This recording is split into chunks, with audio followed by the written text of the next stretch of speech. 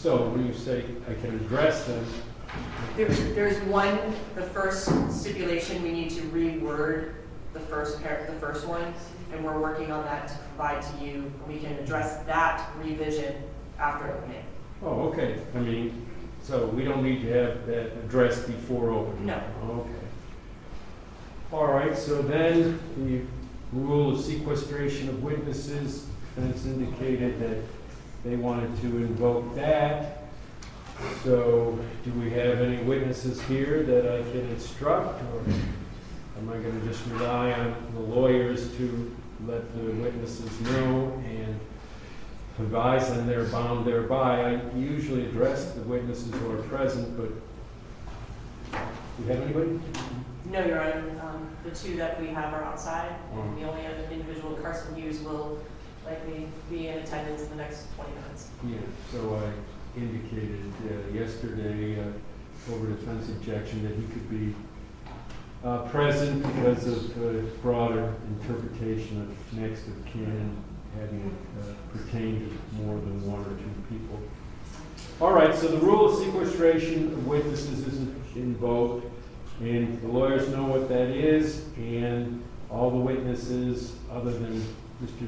Carson Hughes are bound thereby, and the obligation of the lawyers to so advise them, and so I certainly don't want to hear about any problem with adhering to that. So otherwise, we were talking about preliminary instructions, and the defense indicated it was the request that that optional part of the instruction about the defendant with the right to remain silent, you did want that read to the jury, so I will do that. We did discuss note taking would be allowed. I will read 2.1 A. Deputy Liqour. Yes, Judge. We have all the note pads and writing utensils. Yes, Judge. Thank you very much. So how are we looking for the jurors? I'm having a deputy go and check on the jurors right now. Some are still coming through security. Okay, yeah, I mean, we told them 9:45, so they're not late. All right, and then the state had mentioned the videotaping and live streaming that was going to occur, and you wanted me to advise the jurors so they were aware of it, but also assured that their images would not in any way, shape, or form be captured or broadcast, and that's just an absolute. So Yes, sir. so The crew has been instructed, and they know that they are not to capture. Also, coming in, going out. oh, no, it will never be panned close to the jury. All right. Also, they were advised that when there is a sidebar, that they will mute the sound. Okay. All right, so we've got two screens here. They're going to be showing the same thing? Yes, Your Honor. Every single monitor that you see in this courtroom will be showing the same thing. What's on the defense table, the two big monitors in front of the jury, and one facing the audience, they will all display the same thing. So I see a monitor over on the defense table, so you and the defendant, the attorneys can look right there and see what's being published on the big screen. That's correct, Your Honor. All right, good. So anything over here, and you're all I just want done? to request that this is a very large courtroom, and I would ask that Your Honor, please remind the witnesses and the lawyers that you use the microphones. I will.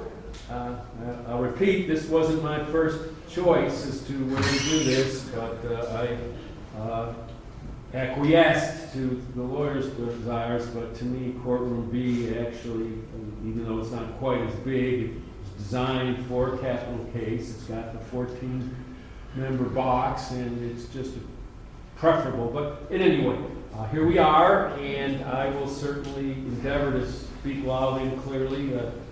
Ms. Brower said that, that wasn't a problem with me. She was encouraging you to speak a little louder, and certainly that would pertain to everyone, and certainly I'll do my best to remind the witnesses. Thank you, Your Honor. All right, so anything else before, I don't know that they're all here, but if not, I'm just gonna step down and wait word from the deputy that they're all here and we're ready to bring them in. No, but the Madam Clerk can confirm this, but we've already gone through the evidence and it's all been marked and ready to go. Okay. I haven't marked the items with the numbers, but we'll review the video with them. Okay, you reviewed the video, but as we ascertained at some pre-trial hearing, there were certain physical objects like a knife or gun or bottle, whatever they are, I don't remember exactly, that were actually going to be admitted to physical exhibit, and the clerk was going to have to mark those. You So said, you want me to mark them? I was waiting for you to see what you want. no, I don't. They've already been, there's labels on them and they are numbered, and they're in front of the clerk. Well, they're fine with me. I mean, however you want to do it. Normally, we go through the process. I'm now showing the witness states exhibit X for identification. But if these are all stipulated in the evidence, then that identification process can be deleted and they can just be marked with numbers in the evidence. So you got to let me know if you want to go through that process, a foundation and a proffer and objection, no, admitted, or if their objects are going to come in without that need. There's no need, Your Honor, they've been marked, we've reviewed them with the defense, they're all agreed upon, and we have we have the exhibit list on the podium, so each counsel can refer to the exact number and not have to delay going and asking the clerk what number it is. Okay, so apparently we're in favor of getting them marked right now? Okay. Okay. All right, so what else? Nothing else, Your Honor. Nothing else? Hurry up and wait, right? We're here, Judge. Okay, me too. So, let me, all right, so I'll step down and once I'm told that they're all here, then I'll come back in, let you know, and then we'll bring the jury in. And we'll have our preliminary instructions and opening statements and go from there. So it should be Thank you, Your Honor. in a few minutes, I would anticipate.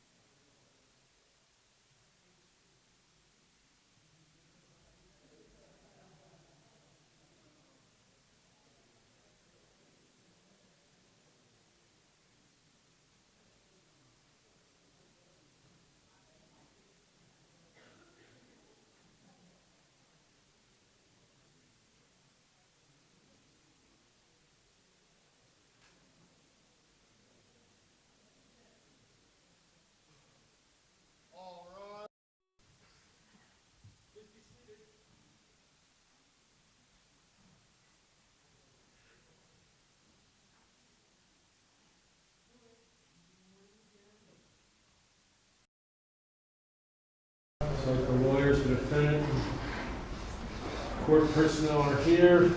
Deputy Review has informed me that all jurors are present and they're in the jury room. And without further ado, would you bring them out, please?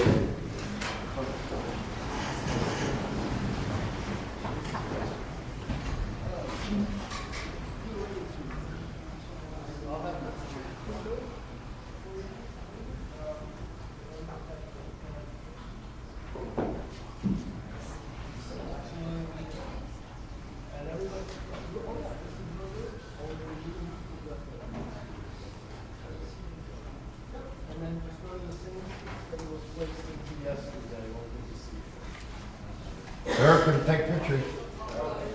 Excuse me? He's taking pictures, That's sir. fine. Is that allowed? That's okay. I'm sorry. Yeah, All right, that's that's- right. I authorize the pictures of other than the jurors, which there's a absolute prohibition on, and I think all the media is well aware of that.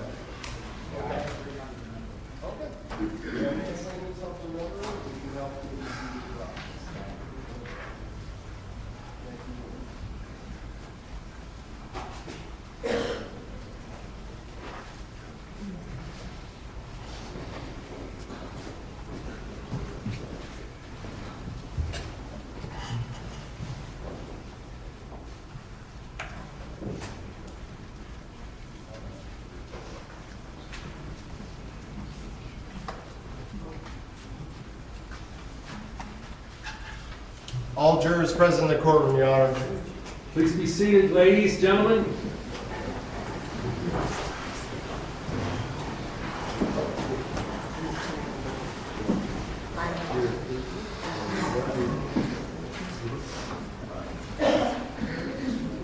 Okay, so now we got everybody situated. Good morning, members of the jury. Great to see you this morning. As you know, we've spent the last few days going through the jury selection process, and yesterday afternoon, you folks were ultimately selected, seated, and sworn to be the jury to hear and decide this case, that being the state of Florida versus Lloyd Preston Brewer, case number 2023 CF 70AK. So, yesterday afternoon, before I excused you, I gave you some informal preliminary instructions, and I told you that to start things off today, I was going to give you the formal preliminary instructions, which I'm just about to do, but I wanted to talk about a few other things. First of all, I told you, and I think it's pretty evident, that there'd be significant media coverage and publicity about this trial and this case. And that is in fact the case, and we've talked, and I will continue to emphasize the need to insulate yourself from any publicity, any information outside the four corners of this controlled environment, the courtroom. Part of that media coverage is in fact a video live stream of these proceedings that's ongoing. So I've authorized it. I think the public awareness and exposure to our justice system is a good thing. We have certain rules that everybody's aware of, one of which is there is absolutely no photos, videos, or any sort of exposure to any of the jurors.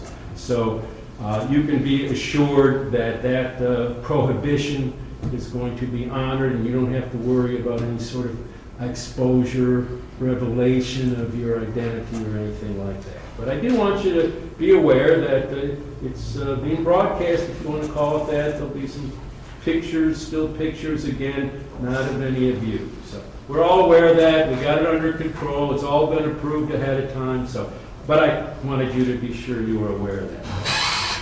So with that said, members of the jury, you have been selected and sworn as the jury to try the case of the state of Florida versus Lloyd Preston Brewer.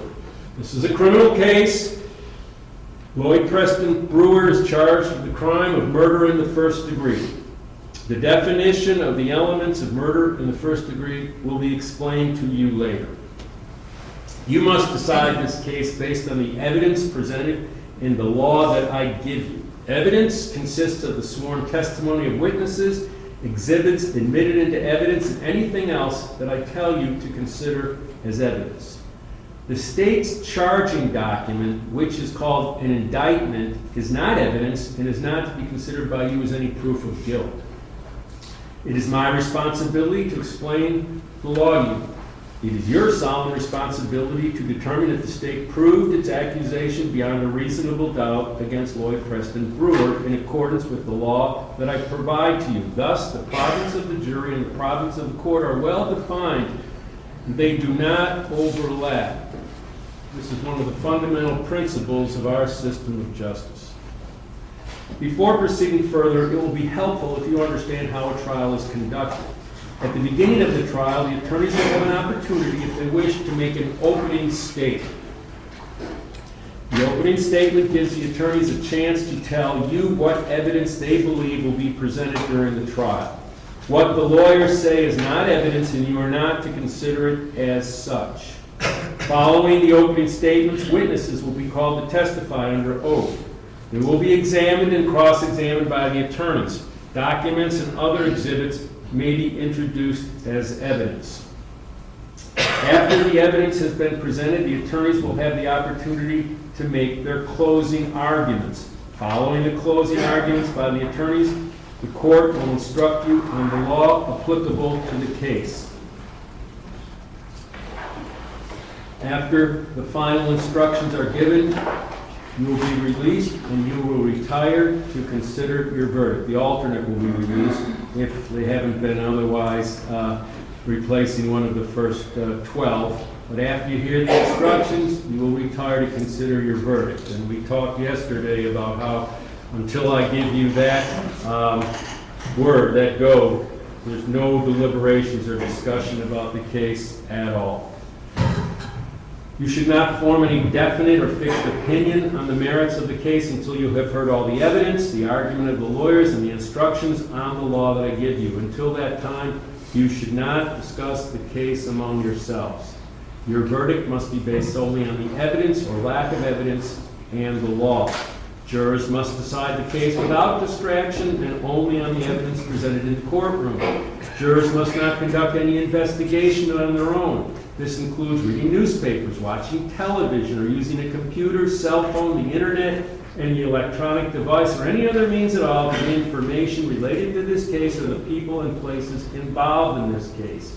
You may not visit places mentioned in the trial or use the internet to look at maps or pictures to see any place discussed during the trial. If you investigate, research, or make inquiries on your own, I have no way to make sure that the information you obtain is proper for the case. The parties likewise have no opportunity to dispute or challenge the accuracy of what you find. This is contrary to our judicial system, which assures every party the right to ask questions about and challenge the evidence being considered against it, and to present argument with respect to that evidence. Any independent investigation by a juror unfairly and improperly prevents the parties from having that opportunity our judicial system promises. You are also not permitted to communicate about this case with anyone, including your spouse, family members, friends, neighbors, and even your fellow jurors. No communication includes no in-person, telephonic, or other electronic communication, such as emailing, text messaging, posting information on a social media or a website, or any other form of communication. During the trial, the court may take recesses, and you will be permitted to separate and go about your personal affairs. It is important to remember that the prohibition on communicating about this case applies during these recesses, whether you are in the courthouse or elsewhere. If at any time you find yourself in a situation where others are discussing the case in your presence, leave that situation at once and immediately report the matter to the bailiff, who will advise me. All cell phones, computers, tablets, or other types of electronic devices must be turned off while you are in the courtroom. Turned off means that the phone or other electronic device is actually off and not in a silent or vibrating mode. You may use these devices during recesses, but even then you may not use your cell phone or electronic device to find out any information about the case or communicate with anyone about the case or the people involved in the case. Do not take photographs, video recordings, or audio recordings of the proceedings or of your fellow jurors. After each recess, please double check to make sure your cell phone or electronic device is turned off. At the end of the case, while you are deliberating, you must not communicate with anyone outside the jury room. You cannot have in the jury room any cell phones, computers, or other electronic devices. If someone needs to contact you in an emergency, the court can receive messages and deliver them to you without delay. A contact phone number will be provided to you. Any juror who violates these restrictions jeopardizes the fairness of these proceedings, and a mistrial could result that would require the entire trial process to start over. A mistrial is a tremendous expense and inconvenience to the parties, the court, and the taxpayers. If you violate these rules, you may be held in contempt of court and face sanctions, such as serving time in jail, paying a fine, or both. In every criminal proceeding, a defendant has the absolute right to remain silent. At no time is it the duty of a defendant to prove his innocence. From the exercise of a defendant's right to remain silent, a jury is not permitted to draw any inference of guilt, and the fact that a defendant did not take the witness stand must not influence your verdict in any manner whatsoever. The attorneys are trained in the rules of evidence and trial procedure, and it is their duty to make all objections they feel are proper. When an objection is made, you should not speculate on the reason why it is made. Likewise, when an objection is sustained or upheld by me, you must not speculate on what might have occurred had the objection not been sustained, nor what a witness might have said had the witness been permitted to answer. During the trial, it may be necessary to confer with the attorneys out of your hearing to discuss matters that require consideration by me alone. It is impossible to predict when such a conference may be required or how long it will last. When such conferences occur, they will be conducted to consume as little of your time as is necessary for a fair and orderly trial of the case. During the course of the jury voir dire process, you saw a couple examples of that, right? You remember when I called the attorneys to approach the bench and we tried to speak in hushed tones and we're speaking among ourselves and not at you? That's called the bench conference. There's things that come up during the course of a trial. They inevitably do. It happens in every case, that are not for the jury's consideration. So if I think it's going to be fairly quick and fairly simple, I'll call a bench conference and we'll deal with it there. Now, sometimes something comes up and it can't be easily resolved at a bench conference. It's going to take longer, or maybe I need to look at something. Who knows? But I've determined that bench conference isn't going to be good enough. If that happens, I'm going to look to you and say, members of the jury, would you please go in the jury room? I'll make it as quick as I can, but I do need the courtroom outside of your presence. So you go in there, I deal with whatever it is I've got to deal with up here. I'll always remember you're waiting back there, so I won't make it any longer than I have to. I don't take your time for granted. As soon as we're finished, come on back in, and the proceedings will be once again directed towards you. I can't tell you what we're addressing. You don't have to be concerned about it. But at least when one of these things happens, you'll know, oh yeah, the judge told us about that. That's all part of the process, and you won't have to concern yourself with it any further. Now, if you would like to take notes during the trial, you may do so. On the other hand, of course, you are not required to take notes if you do not want to. That will be left up to you individually. You have been provided with a notepad and a writing utensil for use if you wish to take notes. And you all should have your steno pad there that Enrique told me he's got. He was in there sharpening pencils and getting everything together. So you each should have yours, and that's got a number on it, I believe. And that's one, that's yours. We don't want to mix them up.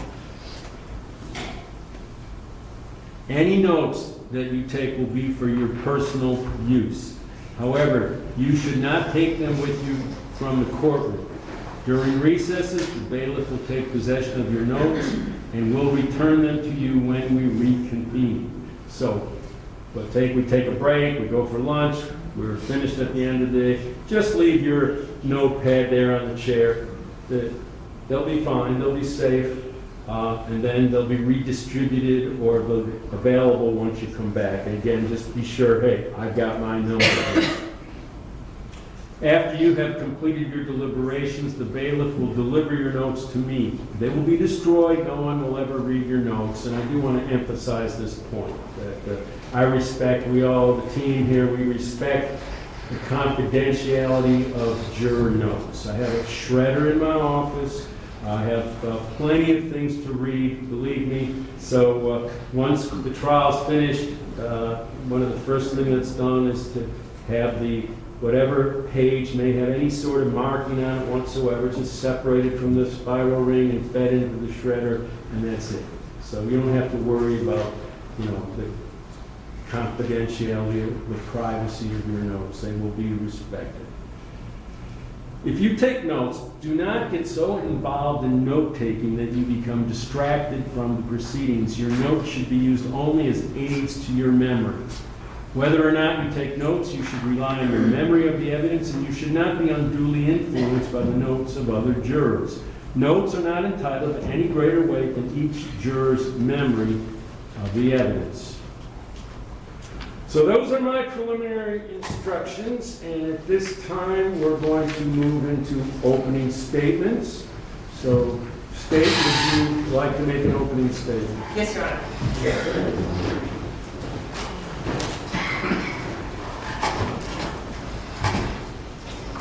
Good morning, everyone. I just wanted to familiarize yourself with a few things. You see two monitors in front of you.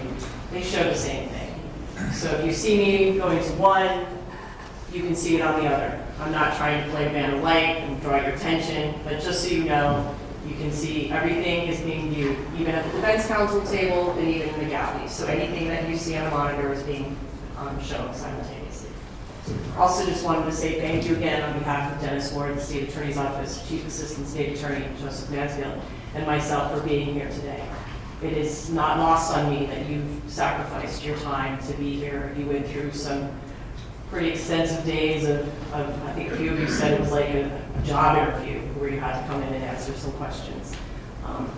Now it's the trial, and now it comes down to what you collectively decide if the state proves this case beyond a reasonable doubt. And as the court mentioned, this is an opening statement. I'd like to call it a preview. This is what I believe the evidence will show. It's not an argument, it's just what I believe a preview. Kind of like that movie preview.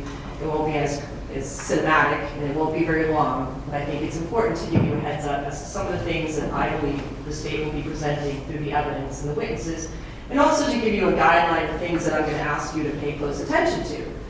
The defense will have a chance to do so as well, but again, it's just an opening statement. And so with that being said, let's start this trial that we've been waiting for almost 3 years. It was February 12th, 2023. It was Super Bowl Sunday. It was the battle of the Kelsey brothers, the Chiefs and the Eagles, or as some of the Swifters like to say, it was the Taylor Swift Super Bowl. And the Chiefs did come away with the win, and we all probably saw Taylor and Jason Kelly and Travis Kelce kissing. Well, that's not why this case is memorable for many of those in the Hughes family. It's memorable because it was the last Super Bowl that Garrett Hughes was able to watch. And on that day, you'll hear that a few of his friends, very close friends, Carson Hughes' brother, Logan Pelissero, Blake Arizibio, and Garrett Hughes, they got together like thousands of people do on Super Bowl Sunday, and they went and watched the game. They went to a Super Bowl party.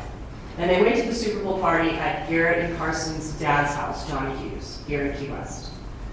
Super Bowl is over. Well, as many people do, once the Super Bowl is over, don't necessarily go to bed. They decided they wanted to go down to the Conchtown. Conchtown at that time was a bar next to Wendy's here in town. And so they had decided that they were gonna walk over there and see some friends and play some darts, because at the time, the bar had a little section where you could play darts or pool. You'll come to learn that Garrett, Carson, Logan, and Blake, now in their 20s, just a few years apart, that they grew up together. They went to school together. They played sports together. 3 of them, Carson, Logan, and Blake, all went to the firefighter academy together, graduated, and are now firefighter EMTs with the Key West Fire Department. There'll be no question that they were and still are very good friends. And yes, as guys do, and girls, they were drinking that night. It was Super Bowl. And you'll hear that 2 of them were not 21 at the time. But that's not why we're here. That's not why we're here. And again, this case is about the death of Garrett Hughes. And when the game was over and they went to Conchtown, they decided to stop at Garrett and Carson's mom's house to pick up a sweatshirt. You're gonna hear it was cold that night. So they stop by at the house and say hi to mom, and they make their way to Conchtown. And they're, like I said, they're gonna go there to play some darts, play some pool, see some friends, and so they left on foot, said goodbye to Leslie, and they made their way off to Conchtown. You're gonna learn that they got there around 11 o'clock that night, and you'll actually be able to see the video. We have video footage of them inside, and they went inside the bar, saw a few friends that were already there. They went up to the bar, ordered some drinks, and then headed off to the section where you can play darts and where you can play pool. And as I said, the monitors both show both. And you're gonna see that they get inside the bar. What you're seeing here is the inside of Conchtown Bar. This is the actual bar. And the gentlemen come in, and where you see the red arrow where I'm showing, they walk in. This would be Carson, this would be Garrett, this will be Blake, and they make their way to the bar. They order drinks, and they just basically are doing what any other 21-year-old or 20-year-old or adults would do at a bar. And what you'll see is where this bar is situated, the dart room and the pool room is off to the far right, like where my red arrow is, and that's where they head to. Again, we're now inside the dart room. The gentleman on the lower end, where the red cursor is Carson. The gentleman that is eating the delicious pulled pork is Logan Peltier. And you will also see the gentleman in the black sweatshirt is Garrett Hughes. And they went there just like they wanted to. They wanted to play darts, finish the night out. It was Super Bowl Sunday. They were with their friends. And the gentleman in the white sweatshirt, you'll come to learn, is like Aaron Seabiga. So they stay there for about an hour. They're there for about an hour. And you'll learn that around midnight, the guys, and I'm going to call them guys, you could call them gentlemen, but I'm going to call them guys, no disrespect to them. They decided they're going to go home. It's about midnight, they've had a long night, and you're going to hear that Carson and Garrett they started to walk out the back door. That's how they were exiting. And Garrett makes the really poor decision that he decides he's going to go urinate on the building across the parking lot. And his brother was outside at the time. And what you see here on the screen now is one of the camera angles of the back door in the parking lot. And where the cursor is now, the figure that you see by the Jeep, that is Garrett Hughes, making his way outside the bar to go across the parking lot and to relieve himself. And his brother is this gentleman off to the far left, who's there with him, watching. And yes, ladies and gentlemen, there will be testimony that at the time, Garrett was pretty intoxicated. He was pretty unsteady on his feet. He's 21, Super Bowl Sunday, on foot, and yes, he was intoxicated. And he makes his way all the way over to the other side of the building. Now, you're also going to learn that at this time, there is another person that is outside in the parking lot who's having a cigarette. Her name is Melissa Roberts. And she's positioned in the car to the far right where this cursor is. And she's out there, her door is partly ajar. She's out there having a cigarette. You're going to hear from her today, or not today or tomorrow, and as to what she saw.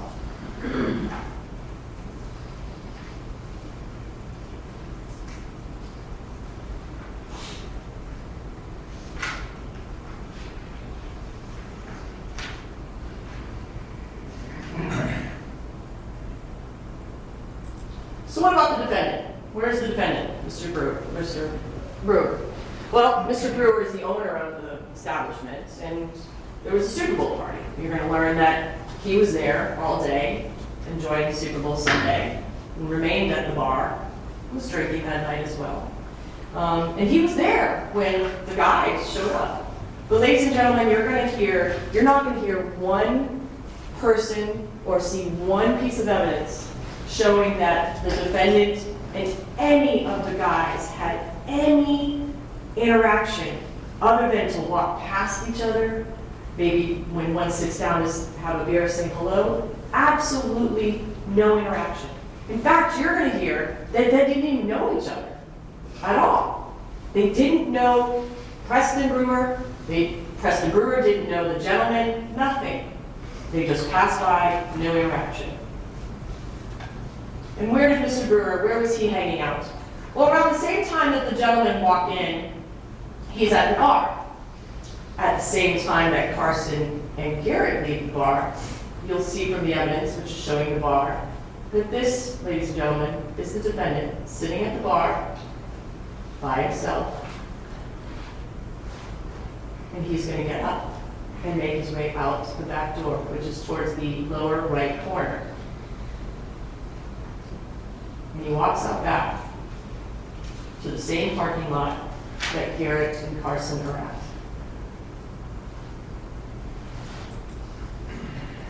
Now, you'll hear from the witnesses, as I mentioned, that will say that they've had no interaction. One of the particular witnesses you're going to hear from is Ashley, the bartender who you saw behind the bar, the female. She's going to testify, and she's going to tell you about what she noticed about Mr. Brewer that night. And she's going to testify that he was acting strange. He seemed to be very upset, perturbed, or irritated. You'll hear from her assessment. And that was just around the time that he was walking out the back of the bar. And shortly after he makes his way outside the bar, he goes to the parking lot.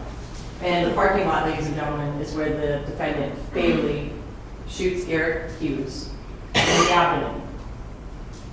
And what transpired outside will be presented to you by way of eyewitness testimony and video testimony.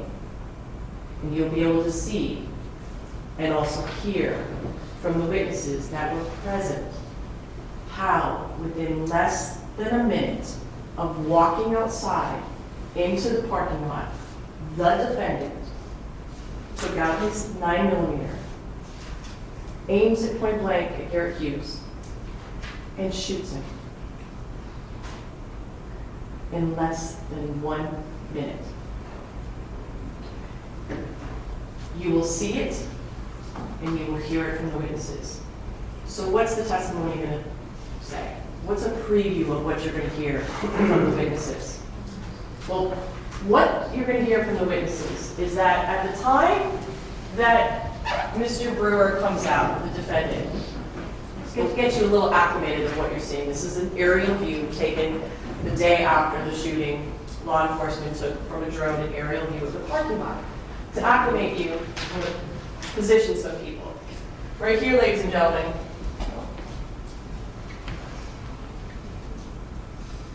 I'm usually the tech person, but this one did not work this time.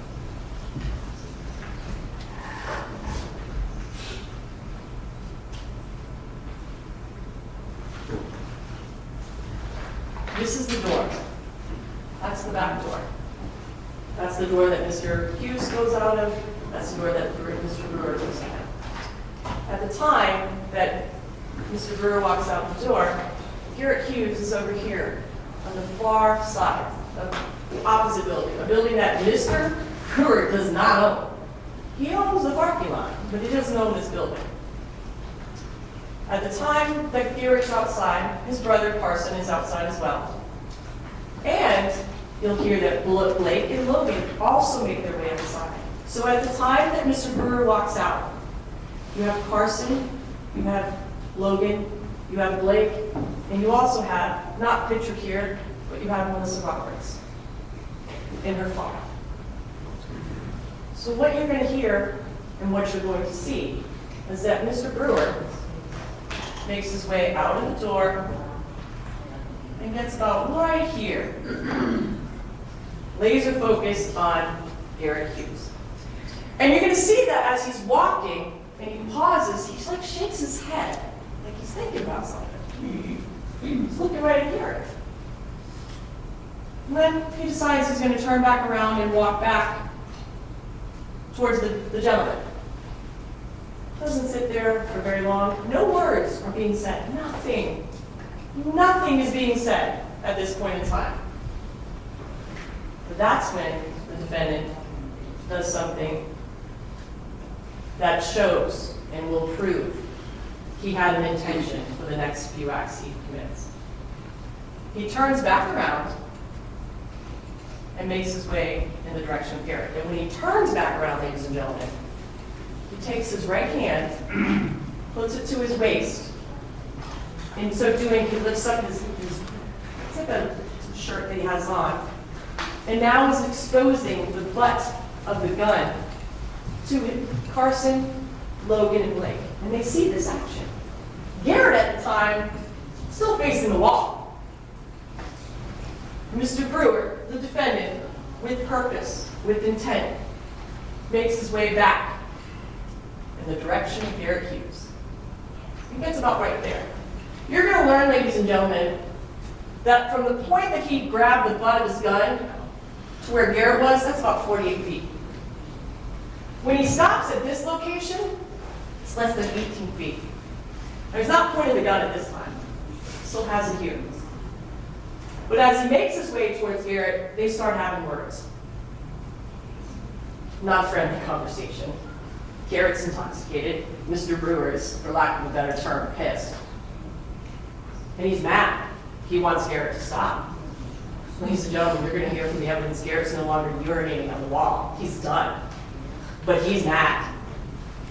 So when he gets about here, Garrett does turn around. He's now looking at a gentleman who's screaming at him. And Garrett does make one slight movement. Slight movement. You're going to see it on the video. And ladies and gentlemen, it's not high def, it's not 3D, it's pixelated, but there is a movement. Garrett kind of walks, like turns to the side, very slightly, turns to the side. And when he does, Mr. Brewer, from about a position of right here, pulls out the 9mm, takes a bladed stance, and points at Garrett. Points at Garrett. What does that do? Well, you're going to hear from Logan, Carson, and Blake. They are now extremely concerned. They're scared. You'll be able to see that Blake and Logan actually stop in their tracks because of what they're seeing. And they're saying, hey, no, no, because they're trying to stop what's happening. But it doesn't stop, ladies and gentlemen. What happens is, from the video and from the testimony, you'll see that Mr. Brewer does move to his left, possibly letting him through, letting Garrett Hughes through.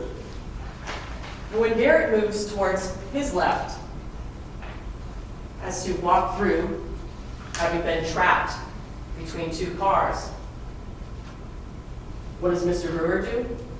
The testimony and the video evidence will show you that he charges Garrett Hughes. Gun drawn, gun pointed, and they intertwine. Melissa Roberts, having heard the screaming and yelling, has come out of her car. She sees exactly what's going on. Logan Blake sees exactly what's going on. And so does Carson. They are intertwined. And two shots come off. And Garrett is shot in his abdomen. He is shirtless, ladies and gentlemen. He's in shorts, flip-flops, his hat backwards, and he is shot by that man. He doesn't deny it. And you're not going to hear it was accidental. He doesn't deny it. And he shoots him in the abdomen. And it's a close contact wound. When I say close contact wound, what that means, ladies and gentlemen, and you'll hear from the testimony of the witnesses, is that there's actual contact with Garrett's skin when the gun goes off. And the bullet hits his abdomen. There are two shots. The second shot, you'll hear from the defendant, who was interviewed, I'll get to that in a minute, apparently may have gone up in the air. It was never recovered, but at least we know there were two shots, and that's confirmed by the remaining bullets left in the chamber of the gun that is confiscated. So it's a close contact wound. And it entered and perforated his spleen, his diaphragm, and it was in an upward angle. It did not exit. And the ammunition that just so happens to have been loaded in the defendant's lawfully possessed firearm, is called a black talon. And a black talon, ladies and gentlemen, is a brand of hollow point ammo. It's legal, lawful, nothing, not saying anything about the gun or the ammo. It just so happens that this ammo, upon impacts, expands and creates very sharp little spiked edges. And that's exactly what it did. It severed his liver, severed his diaphragm, and hit the lower lobe of his lung. And unfortunately, he did not survive this single gunshot. He passed at Lower Keys Medical Center before they could airlift him to Miami. That, ladies and gentlemen, is what the evidence is going to be shown, presented to you by the state to establish the crime that he's been charged with. And what is that crime? That crime, ladies and gentlemen, is first-degree murder.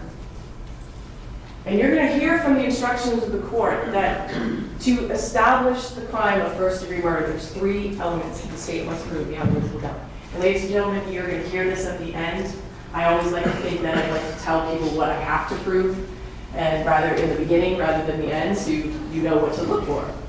And you will get instructions from the court. This is just me paraphrasing. Again, just paraphrasing. First element is Garrett Hughes' death. There's no contesting that. The second is that the death was caused by a criminal act, that being the gunshot. Now we'll get into that in the middle of the trial. And the third is that it was premeditated. And with all that is out there on TV and what premeditation is, it's a legal concept. It will be defined by the court. And we have to prove that it was a premeditated killing. Some of the key phrases that you'll hear in the instruction is that the defendant consciously decided to do so. And that's what I'm going to ask you to remember. I told you about the shaking of the head and his actions. And that there was a reflection by the defendant at the time of the shooting. And you're also going to learn that there's no fixed time. The instruction will say you have to have this premeditated design for 5 minutes. There's no fixed time. It has to be present at the time that you shoot, but it's not something that we have to establish. You thought about this for a day, you thought about this for an hour. So that's what the state has to prove beyond a reasonable doubt for that one charge, for the charge in which you all are going to get decided upon. You also are going to be presented with evidence. We talked about it, and it's called self-defense. That is the other legal concept that is going to be played in this trial. And it's going to be something that we're going to be talking about a great deal. That is something the state must prove beyond a reasonable doubt does not apply. It's kind of like you have to prove a negative. The defendant claims that he's acted in self-defense. We heard stand your ground, self-defense. Well, it's a legal standard. And I talked a little bit about this in jury selection. The court's going to give you the actual instruction. It's going to tell you when does it apply, when doesn't it apply. And we, the state, Mr. Mansfield and I, we have to prove beyond reasonable doubt that he was not justified. It is not the defendant's burden. And ladies and gentlemen, Mr. Mansfield and I accept that. We accept that it is our job to prove not only first-degree murder, but that it wasn't justified. Some of the phrases you're going to hear when you hear this self-defense instruction, reasonably believed. You're going to hear that instruction, that the person had to reasonably believe that it was necessary to prevent imminent death or great bodily harm. A shirtless, 21-year-old, 170-pound, 5'11", intoxicated man. Imminent death or great bodily harm. And that a reasonably cautious and prudent person would believe that. Again, these are the words that you're going to hear when this instruction comes.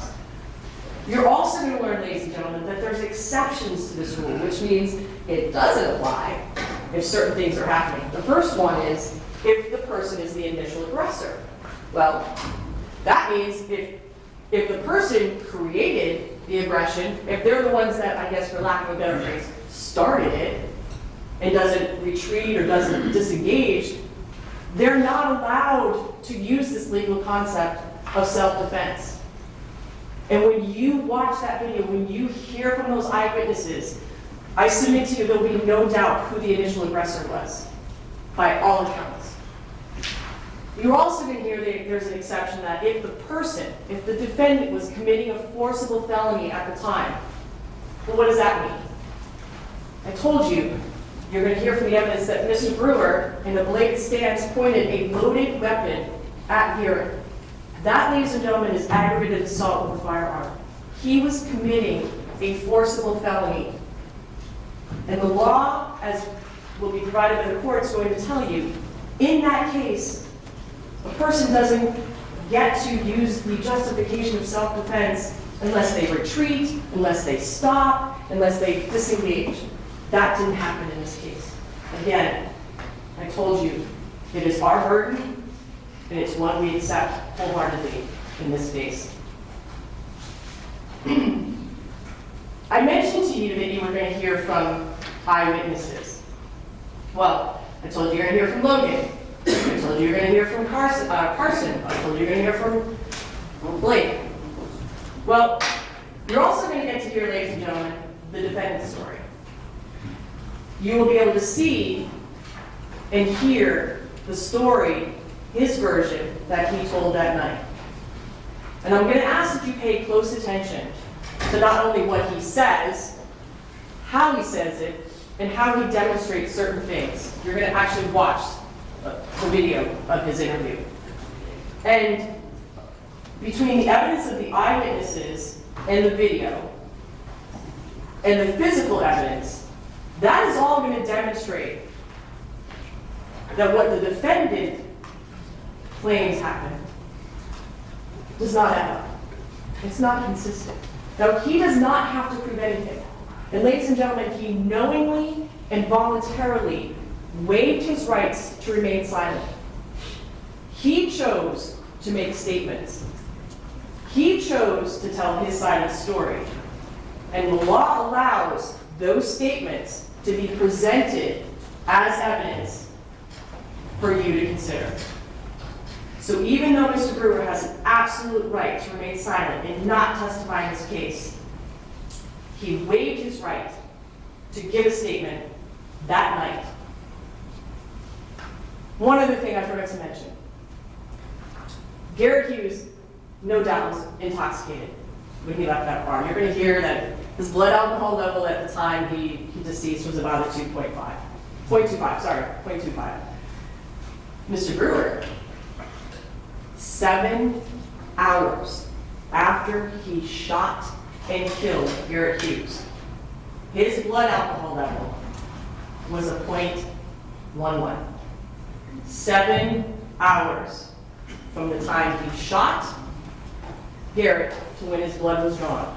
7 hours. And he was in the custody, not the custody, he was in the presence of law enforcement at all times. Not allowed to drink or take any medication. That, ladies and gentlemen, is also evidence that we'll ask you to consider. Now, before I conclude, I'm going to ask you keep a few things in mind. I ask you to keep this in mind when the witnesses are being presented. And they're going to take the stand right here and they're going to be asked questions. And a lot of you have been on juries before you understand the procedure. I'm going to ask you to remember that what the attorneys say is not evidence. As much as the attorneys we love to talk, we love to argue. What we say is not evidence. Questions that are asked of the witness, and there are going to be possibly ones that suggest an answer. We call those leading questions. A question that suggests the answer. Ladies and gentlemen, the evidence is what this witness says, or what the physical evidence shows, not the question. As difficult as it may be, as attorneys, we are very good at speaking. We're very good at convincing, and what we say is not evidence. The evidence is what the witnesses say, or don't say, or agree with, or say that they disagree with. So what comes out of their mouth is what you take back when you deliberate. Now the instruction of the law will be given, and it will govern your deliberations as well.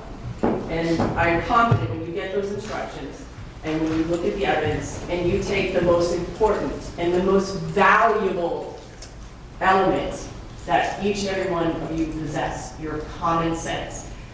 When you put that all together, and you look at what the state is going to present, it is going to be clear to you, without any reasonable doubt, that what that man, the defendant, did was committed first-degree murder. When in less than a minute, he shot and killed Garrett Hughes. And there will be absolutely no doubt on the early morning hours of February 13th, 2023, he was not justified in doing so. And a verdict of guilty is the only just and lawful verdict that should be returned. Thank you.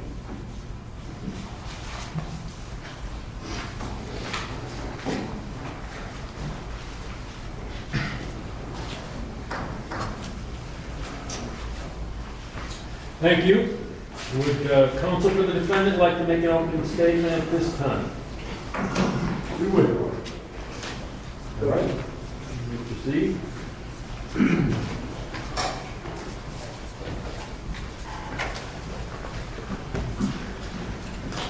Good morning. Well,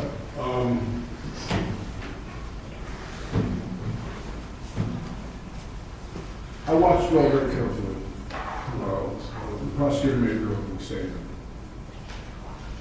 And I can only remind you once again that you should not move an inch with convicting Preston of these charges based on anything the prosecutor has told you.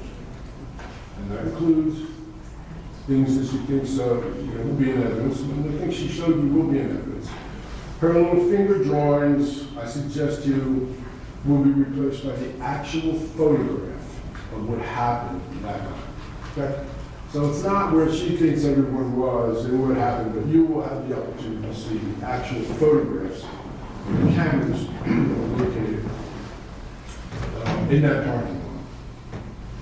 Now, as I said, nothing she said is evidence, but, she is taking you through what she thought was the most important evidence, and she has put her spin on the evidence. It's appropriate, as lawyers do. But, we have accepted you as our jury. And in that, we know and accept your commitment to the principles of American jurisprudence. And that means, the proof is always on the state. Garrett is presumed innocent until he's proven, unless he's proven guilty beyond reasonable doubt. It's a serious case. She just got done telling you that you are going to find him guilty of premeditated murder. That's what she just said. Well, you know, that's why the lawyers don't make decisions. Okay, that's why, you know, all we do is talk, okay? And we can make suggestions. Let me just tell you, I can't resist doing this, because I don't know why, but, you know, I have to tell you just how important you are. Thomas Jefferson, who wrote the Declaration of Independence, the third president of the United States. His fingerprints are all over our Constitution of 1789, was once asked, what is the most important right that he believed was given to the people from the Bill of Rights and the Constitution?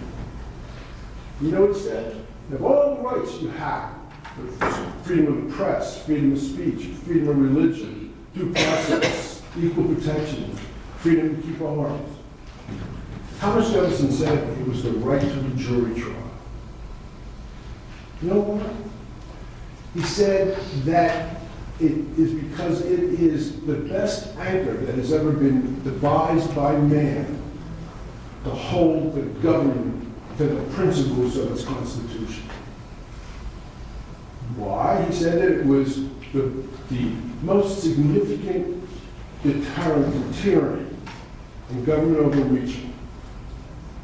Why? You would think of that, you know, all the other rights. Why the right to a jury trial?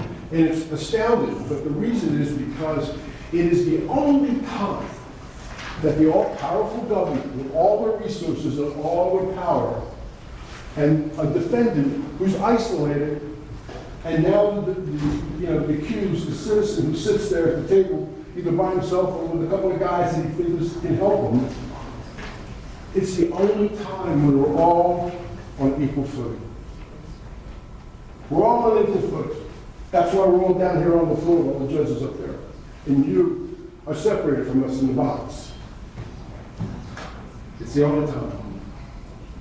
So when you keep that in mind, it's why at this juncture, I'm not going to tell you how to decide this case. See, I'm not going to, she's made promises to you what the evidence is going to say. I would rather suggest to you a way that you can arrive at this decision, because as I said, our decisions don't make any difference.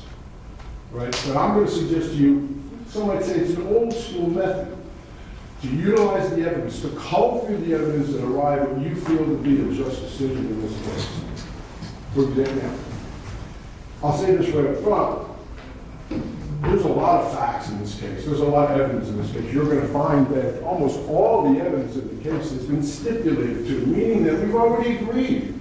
All these videos, the things that were found, we've all agreed that, we want you all to see all of it, not hiding anything. We've all agreed, and it's all going to come into evidence. Some details are in dispute, as you might expect. But as they say, the devil is in the details. And that's where you're going to find yourself culling through the details to arrive at a decision. There's going to be witnesses. Yeah, there'll be witnesses. And there's going to be video. The video, is the big eye in the sky, okay? The video doesn't change its mind, okay? The video isn't impressed upon by personal reasons. The video isn't affected by their emotions. The video doesn't say one thing one time and say something else another time. The video is the video. So, there's no memory loss or other absence of important facts. And I say that to you because, you're going to see the video, but you might hear from evidence, you might hear evidence from some of the witnesses that have said something different. Maybe not. Okay. They may have said something entirely different on a different occasion, on the night that it happened, a week or so after it happened, and then the lawyers get involved. There's civil lawsuits, there's criminal prosecutions, there's lawyers that talk to everybody. Witnesses get a chance to speak to lawyers, they get a chance to reconsider what might be best for them in their own interest, and their testimony changes.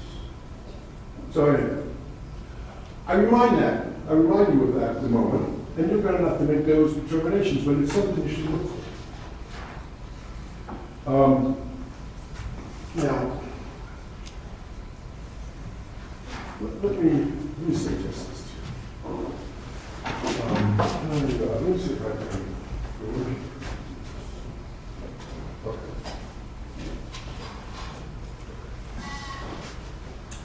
You know,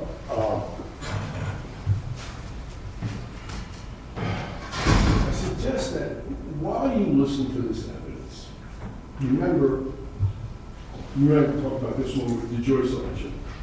You're going to hear somebody say something, and you're going to see something. And I'm going to tell you, damn it, you're going to want to go in there and you're going to want to say, did you see that? Wait, I didn't get the last word that they said. What did they say? It's just, it's a natural human phenomenon, but you can't. Okay, you can't do it. Not only can you not go home and talk to your loved ones about it, which, you know, you can understand that, but you can't even talk among yourselves. So you truly are isolated. You're complete individuals until the time you begin to deliberate, and at that point you can discuss how you feel about the facts of the case, but not until then. But that doesn't mean you can't think about it. That doesn't mean you can't delve into it in your own mind. That doesn't mean you can't talk to yourself about it.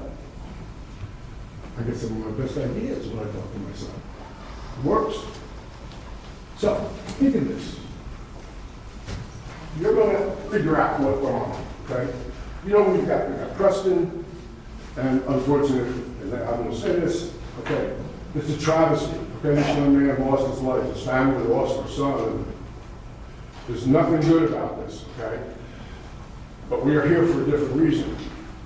We are here because they say that Preston, with premeditation, took his life. It's what? Somebody has to be blamed for this? Oh. Go on. Let's take this. Look at this.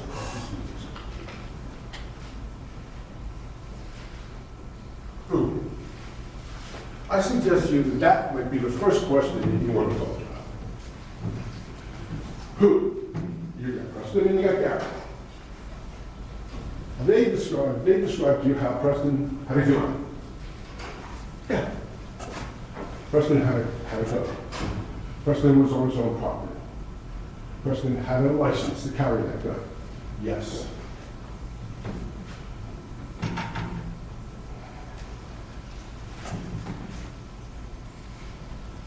You might want to change that just a little bit. And you might want to ask this.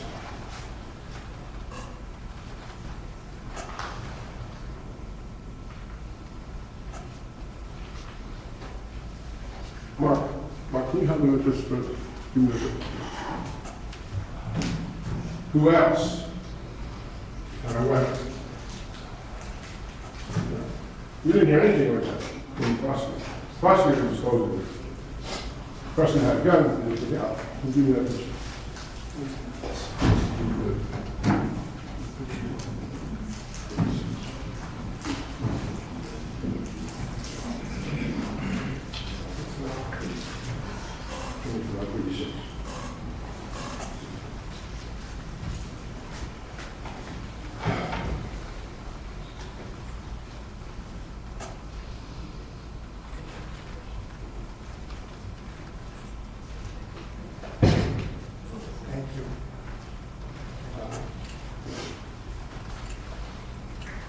Forgive us, this is way high tech. We thank the prosecutor's office for being assisting us in giving this to you. Thank you. I appreciate it.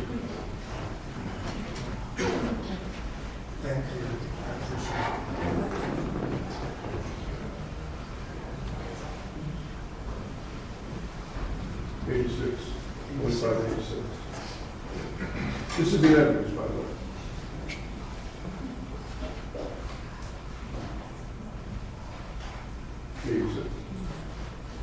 That.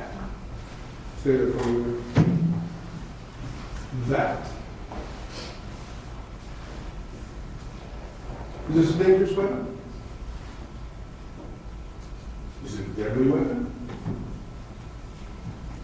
If it's in the hands of a 6 foot, 175-pound young athlete who's ripped, roaring, drunk, with a 2.5. You see that picture? You have to ask yourself, and keep a perspective on this. How did that bottle wind up on the ground where the struggle took place? Broken, next one.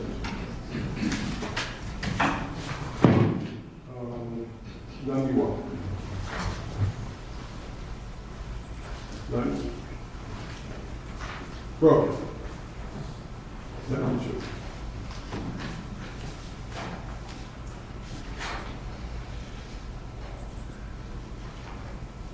Injuries. Where was this bottle? How did that bottle get there? I suggest to you that when you ask who, okay, who had the bottle, okay, you're going to ask yourself, when was the bottle found? When was the bottle involved in this dispute? How about you consider the next subject? When? When was the gun that Preston Harris first seen? You're going to hear the testimony. It wasn't here. It wasn't like this. Okay? The first time the gun was seen was when he showed it, as the prosecutor testified, in the holster. Life is everything in life. I'm sure that someone in your life has told you this and you know this. Everything in your life is timing. Timing is everything. When did the gun come out of the holster? When did Preston feel that it was necessary to take the gun from the holster rather than just showing it and saying, I own this property and I'm armed? When was it necessary for the gun to come out of the holster? Timing. That's what I'm going to ask you to look for. When was the gun taken out of the holster? And when, in conjunction when the gun came out of the holster, was that bottle turned into a weapon? Those are the questions that are critical in this case that you need to answer. Now, the video will help you arrive at some of these conclusions. I think it'll help you a great deal with what you'll see.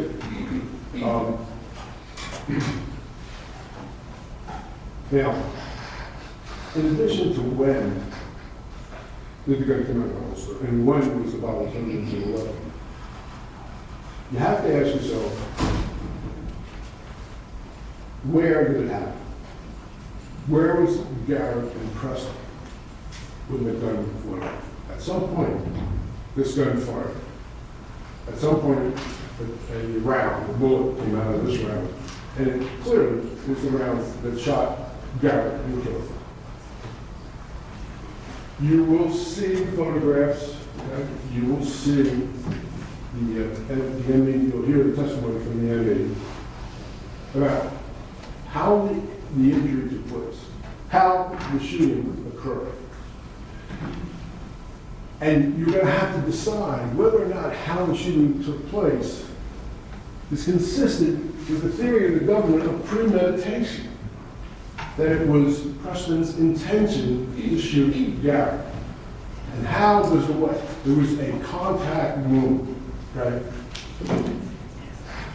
A wound that was right up against his skin. Somehow that gun was cooled up against his skin and it went off.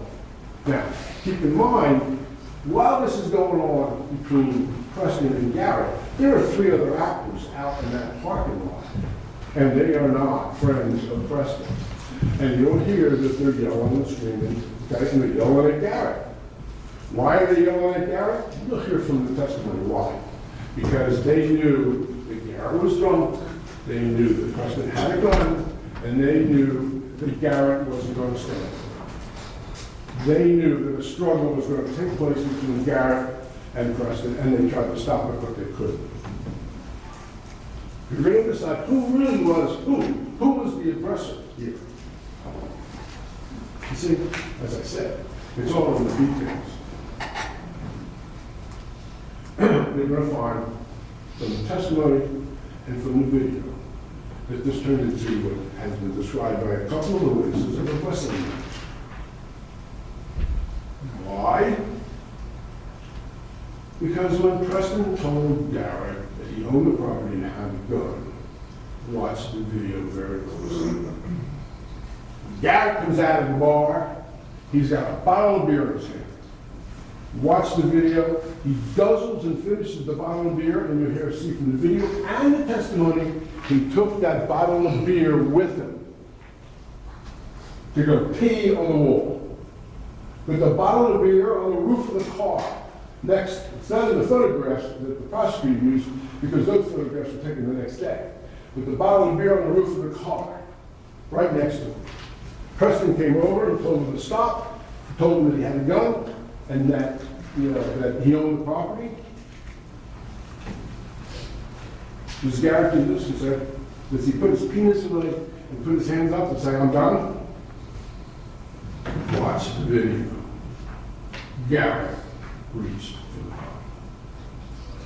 Garrett reached for the bottle. And when Garrett reached for the bottle, all hell broke loose. You'll hear from the testimony from his own brother. What did Garrett do when he saw that Preston had a gun? He tried to slap the gun away and get him in a chokehold. Close quote.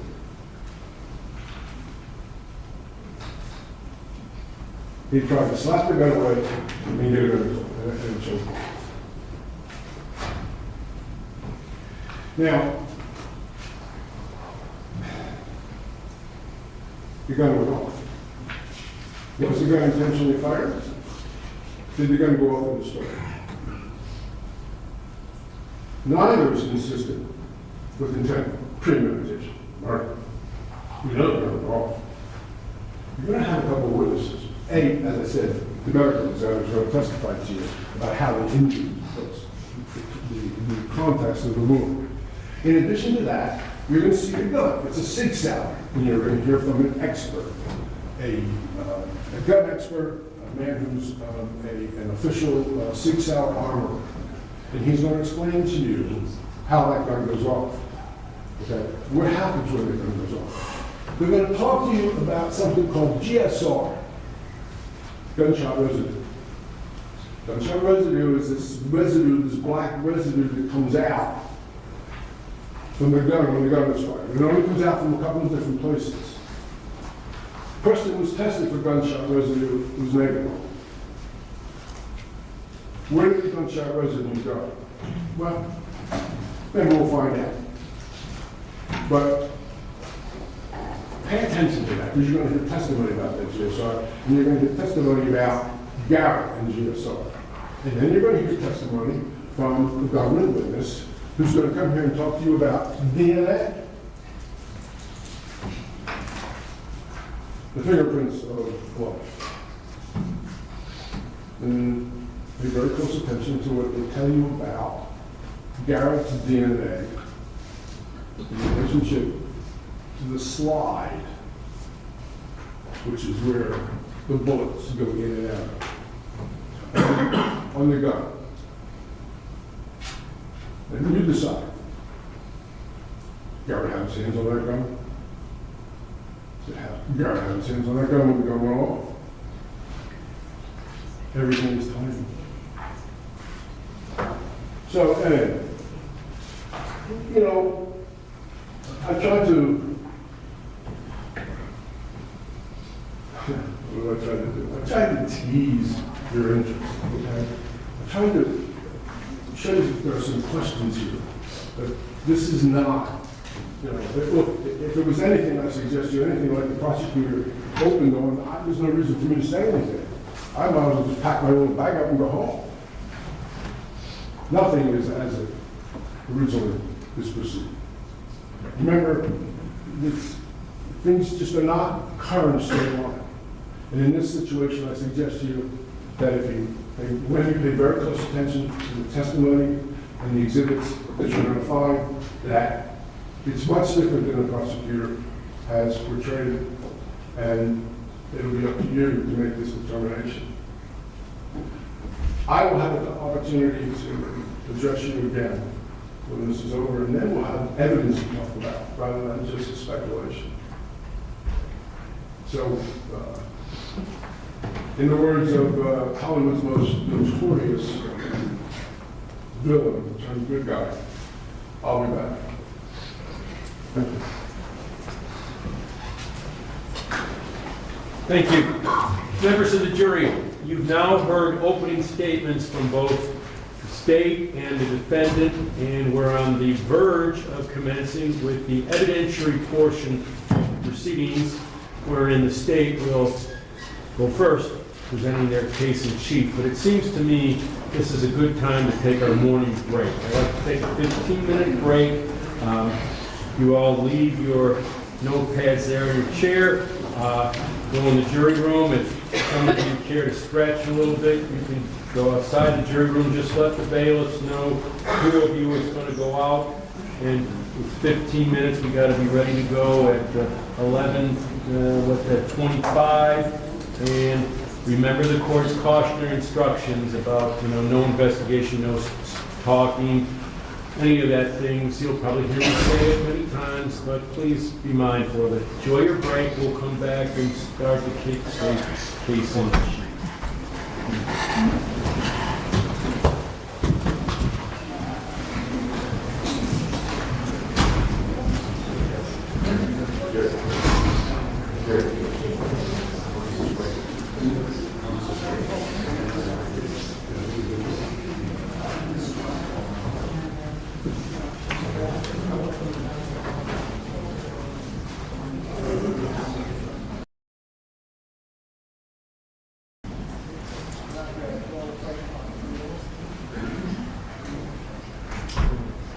Near the door, so that signals that the jurors are outside the hearing of the proceedings. So was there some issue about stipulations that you all wanted to talk about, or did you want to take your break and come back and deal with it then? Mr. Mansfield will handle it. Still will handle it. All right. You're handing me. We just had a modified oral stipulation to the client agreed to by the defense. So those are the stipulations that both parties have agreed to.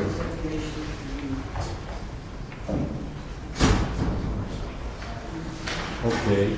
So these are stipulations of fact, Yes, sir. and would you like me to present them at the onset, or when is it that you want? I think at the outset makes sense. If you want to do it as they go. Actually, Your Honor, I think it would be more efficient if you read them when they become pertinent, and I can ask the court. Not all of these are relevant, like the DNA is not relevant right now. So upon a request to read stipulation number 1, unless the defense has an objection with that, I think it would make it go a lot smoother. Okay, I asked, so here they are, and We're all going to get them in, it's just a matter of timing.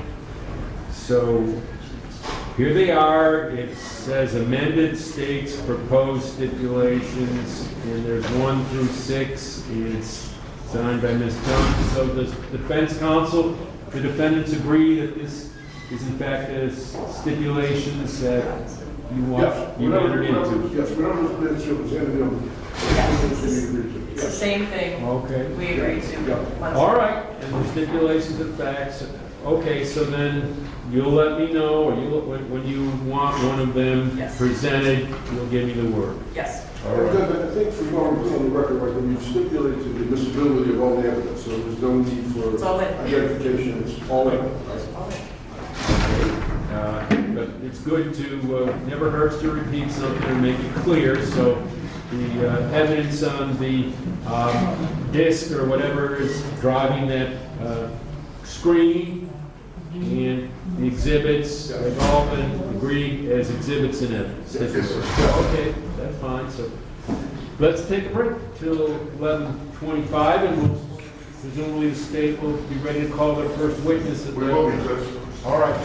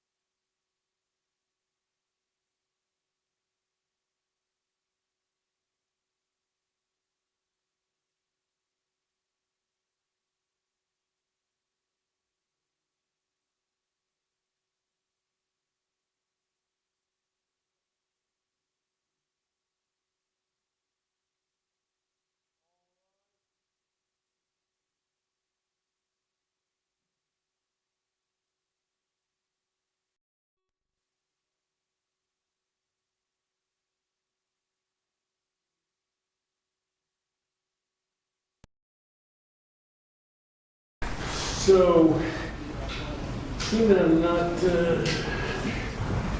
too accustomed to the layout of this courtroom, so we're going to have the witness when he or he comes in. We're going to position him here to be sworn in. Okay. I think that would be good. Right there, so I think rather than having to do it on an angle, let's have the witness approach you right there. Clerk swear him or her in, then the deputy can lead him over to the witness stand. All right? All right. So, no, we don't have the next over here. It's a good question, though. In any event, stay ready to call the first witness? Yes. The witness is in the gallery. Who's Or not, that? the witness is outside, it's Blake Aristevia. All right, Blake Aristevia. Well, yeah, you're right. Let's bring in the jury before we bring the witness in. Everybody's here.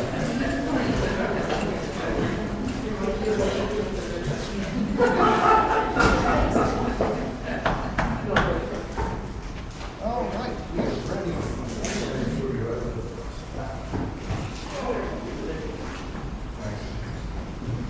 You enjoy.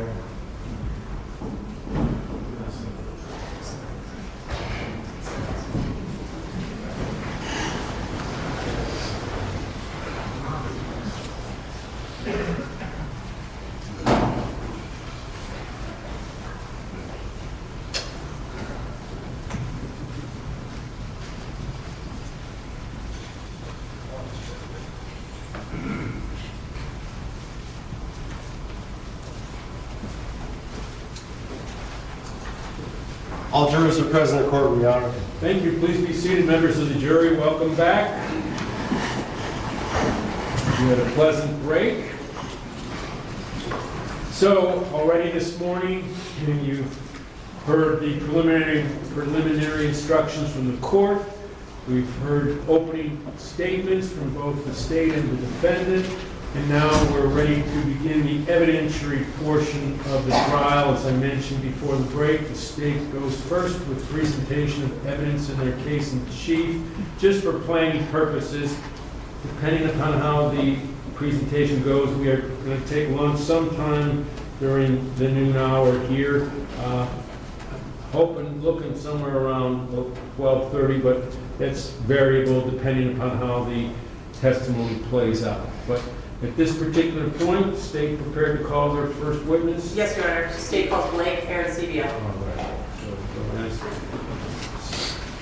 Sir, you just approach the deputy right there, turn and face the clerk. Madam Clerk, would you swear the witness in? Do you solemnly swear or affirm that the testimony you're about to give in the Conchtown hearing shall be the truth, the whole truth, and nothing but the truth, so help you God? All right, then if you have a seat over here on the witness stand, as indicated by the deputy. There you go. Would you like some waters? Would you like some water? Thank you. All right, and I have to ask you to speak up loudly and clearly so everyone can hear you. Yes, sir. All right. Thank you. Good morning. Good morning. Can you please introduce yourself to the jurors and get your name, and please for the court reporter spell your last name. Good morning. My name is Blake Aristevia. I'm a Key West firefighter for the city. How old are you? I'm 23 years old. 23 years old. And have you lived in the Keys all your life? Yes, ma'am, I have. All right. Do you have any brothers and sisters? Yes, I do. I have a sister, baby sister. Baby sister. All right. I know this is a silly question, but where did you go to high school? I went to Key West High School. And what year did you graduate? 21. Did you play any sports? Yes, I played baseball. Baseball. And did you go to college? No, I didn't. I went to Fire Academy And where in was it? Marathon. In Marathon, okay.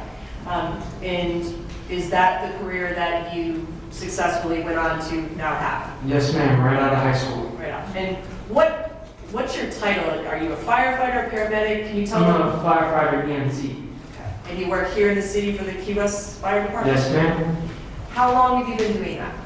I've been doing it for about 3.5 years. All right, so let's talk a little bit about Garrett Hughes. Can you tell the jury, when did you meet him? How did you meet him? Just a little bit of how you became friends. So Garrett Hughes was I grew up with Garrett Hughes. Our families always hung out with each other. We played sports. We would see each other at sporting events or like public gatherings, you know. Did he play baseball with you? Yes, he did. We played against each other. We were never on the same team, but All right. Was he a year older, younger, same he class? was a year older than me. Year older than you, all right. But did you have classes with him in high school, even though you may have? No, I didn't. I was an honor student. All right. Thanks for being candid. Was there like a group of, like core group of friends that you would hang out with, you and Garrett? Can you list a few names of that? It would be me, Garrett, his brother Carson, Logan, Michael Balbuena. All right, so you mentioned We can Carson. go on, and because we all hung out with each other. If you're from Key West, we all pretty much hung out with each other because that's all we knew. Okay. Everybody we knew. You mentioned Carson, Garrett's brother. Is Carson older or younger than Garrett? He's older. But he still was amongst the group of friends that hung out together with you? Yes, ma'am. All right. And were you the only one of the core groups that went on to fire college? No, actually, Garrett went to fire college Okay. and EMT. And EMT. What about Carson? Carson did too, And as well. What about Logan? Logan did as well too. Now tell We all went to in different years, different classes. and tell the members of the jury, are you, Logan, and Carson fellow firefighters now? Yes, ma'am, but we're on different shifts. All right. Thank you, Blake. I'm going to take you back now to February 2023, that Super Bowl Sunday, when the Chiefs were playing the Eagles. And I'm going to take you back to those events that night. And before I do, tell the jury, prior to today, have you had to talk about that event? Yes, ma'am. Okay. And did you give a statement to the police that night? Yes, ma'am. It was long and excruciating. Okay. Did you also have to sit for what we call a deposition where a bunch of attorneys were asking you questions? Yes, ma'am. Very overwhelming. About how many attorneys were in that room asking you questions? There's a few. Was it myself, was it? No. All right.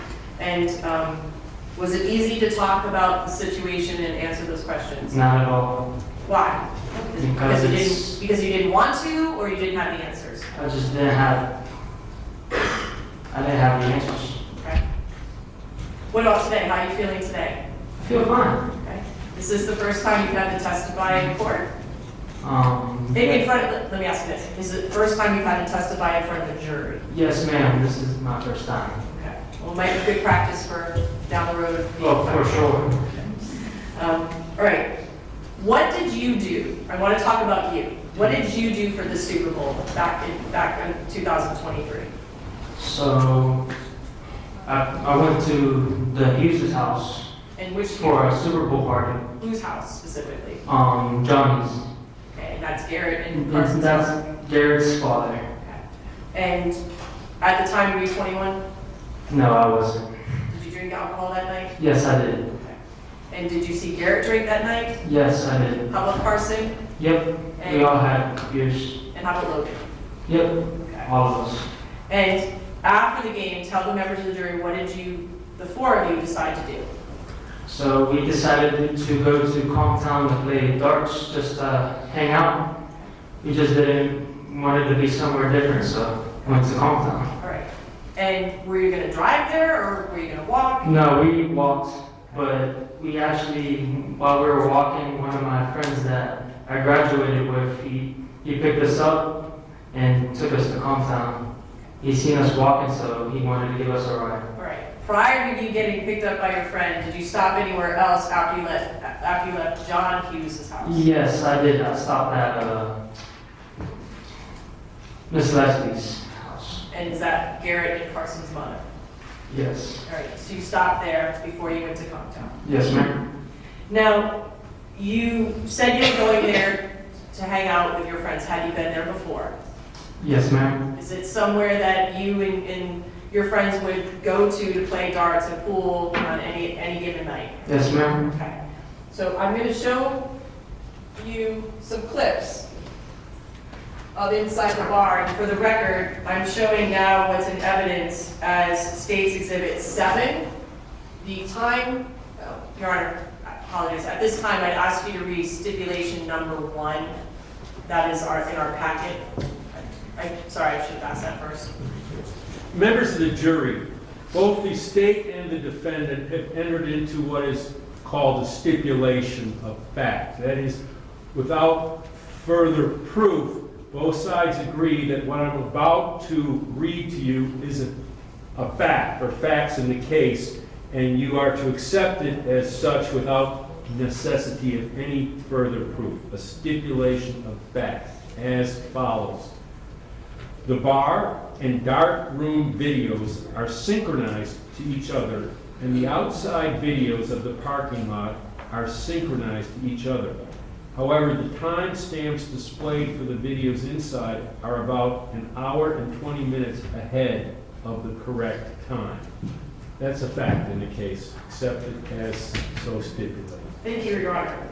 So what's on the screen now, for the purposes of the record, is State's Exhibit 7, and the timestamp would be 12/11/27 in the upper left-hand screen. Blake, can you see this screen okay? Yes, ma'am. Is this Conchtown, the bar? Yes, it is. All right, can you see the red arrow that I have the mouse? Yes, I can. Okay, so I'm going to play it a little.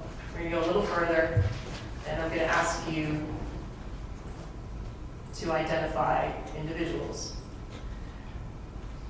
The person who the red arrow is on, it would be the first person to the far left. Who is that? That would be Garrett. Okay.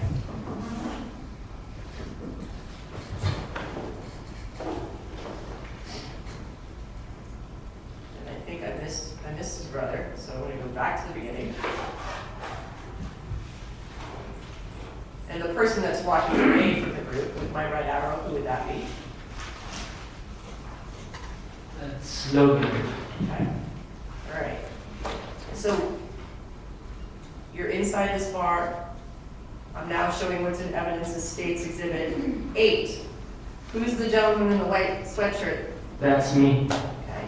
And who's the gentleman in the black shirt with the hat backwards? That's Carson. Okay. And the person to the far left that appears to be in shorts, can you identify him, or I need to make it go a little farther? Maybe a little farther. Okay. Where is this in the bar? Like, what is this, the So, dark room? That's the dark room. Okay. And would that be the line you're shooting the darts from? Yes, ma'am. Okay.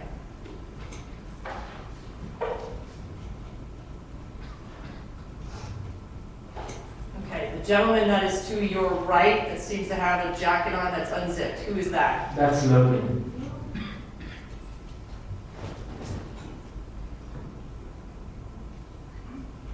And the gentleman that is unzipping his jacket, I know you can't see his face, but do you know who that is? Garrett. And the other two individuals, were they friends of yours as well that are at the bar? Or at the dark room? Yes, ma'am. Okay.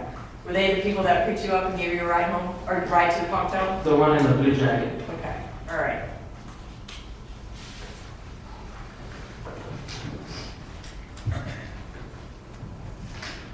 Continuing to play, what is in evidence as State's Exhibit 8.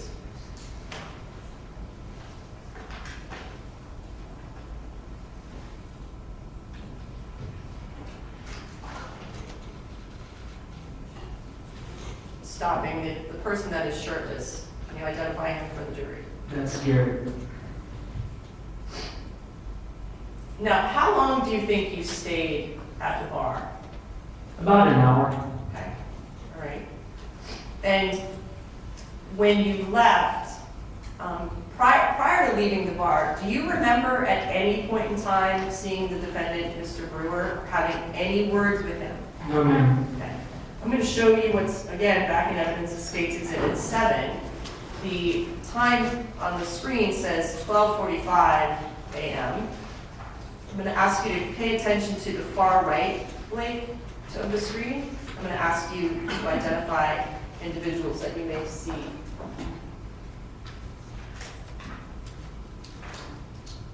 Who's this individual with a hat back? That's Carson. And who is he speaking to? That's me. So at the time that you passed by the defendant, did you even know who he was? No, I didn't. Do you have any words with him? No, ma'am. All right. So when you decided to leave the bar that night, did you go first or did Garrett and Carson leave first? Walk out of that room. Garrett and Carson left first. Showing backwards in Evidence of States Exhibit 8. The counter, the time says 1:05 with the stipulation that it's still an hour and 20 minutes ahead. Who is the individual walking with the bottle in his hand? That's Garrett. And the person behind him. Carson. Now, for those that have never been in this room, if you were to walk in that direction, where are they walking towards? They're walking towards the back room, Okay. or the back door. she Okay. said. The back door of the establishment? Yes, ma'am. And does that lead to the parking lot? Yes, ma'am. Okay. And showing the same darkroom video a few minutes later, the two individuals that we're seeing walk, can you identify them to the jurors? That's me and Carson. Or no, who? I mean, can I see the video? Yes, you can. Yeah. Who's the individual? That's me and Logan. Okay. All right. And that would take you back to the back door? Yes, ma'am. Okay. Now, when you left, let me ask you this. Did you have anything to drink when you were at the Conchtown? I didn't have a beer, but I had a sip of somebody's beer. And can you tell the members of the jury, when you left, were you feeling intoxicated, drunk? How were you feeling? I wasn't drunk, but I was buzzed. Okay. Were you, as you sit here today, do you remember events? Do you have a recollection of? Yes, ma'am. And let's talk about Logan. Did he appear to be intoxicated, drunk? Not bad. Okay. What about Carson? Somewhat. And what about Garrett? Very. Very intoxicated? Yes. Let's talk about what happens when you go outside. You leave the dark room, and you go outside. Did you see Garrett when you went outside? No, I did. I seen Carson and Brewer at the back door having a conversation, but I don't know what it was about. Okay. So when you say you see Carson and Brewer, I know I'm going to ask you, when you mentioned Brewer, the person that you're referring to as Brewer, what direction was he facing and what direction was Carson facing? So they were facing towards each other when I went through the back, because they're having a conversation, but Who was, was it at the door, was it in the doorway? yes, ma'am. Which individual was facing out toward the parking lot? And which individual was facing you in the doorway? Brewer was facing out towards the parking lot. I was facing out towards the doorway. Okay. So when you were facing in the same direction as the Brewer, what did you notice him doing in that doorway, his body language? He seemed agitated. Okay. And was Carson in front of him? Yes, ma'am. And tell the members of the jury, what did you notice Mr. Brewer doing with his body language as he was looking in the direction of Garrett? He started to walk towards him a little bit, but then he stopped and then looked back towards us, towards the building of Conchtown, Okay? thinking about what he was going to do. Okay. I'm going to sustain the objection. Thank you, Robert. I want you just to tell me what you saw, okay? Just tell me what you saw and not your opinion. Okay, so we're going to take that again. You saw Mr. Brewer walk a little bit towards Garrett. Is that Yes, what you ma'am. said? Okay. Yes, ma'am. Were any words being said at that point in time? I don't recall. Okay? When you say he turned back around and Mr. Brewer is now facing you and walking in your direction, were any loud words being said by Mr. Brewer? No. Tell the members of the jury, what did you see the defendant do next after he turned back and was facing you guys? So, can you Sure. repeat the question? You said that Mr. Brewer walked out in the direction of Garrett. Is that correct? Yes, ma'am. He turned around and walked back in your direction, correct? Yes, ma'am. So what did he do the second time he turned around? He started walking towards Garrett. And tell the members of the jury, And he started saying something to Garrett that he didn't like. I guess he didn't like what he was doing, but okay? Was it a pleasant tone that you? no, ma'am. It was very agitated. All right. Did you see the defendant do anything with his hands when he turned around the second time and was walking towards Garrett? The second time he was walking in the direction of Garrett? No, I didn't see him do anything. While he was walking towards Garrett? Yes. No. Okay. Well, actually, yes, he did. I seen the gun on his hip. And so I told Garrett something. I forgot what I told him, but I was telling him this, like, that he had a gun, trying to tell him that he had a gun, but Okay. So Blake, did you actually use the words, "he has a gun," or were you trying to just warn Garrett? I was trying to warn Garrett with my hands, Okay. but I didn't know what to do when I seen the gun. Okay.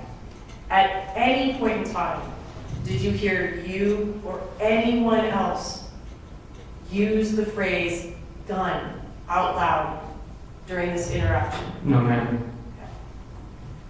When you saw the defendant, you said you saw the gun. Where was it positioned?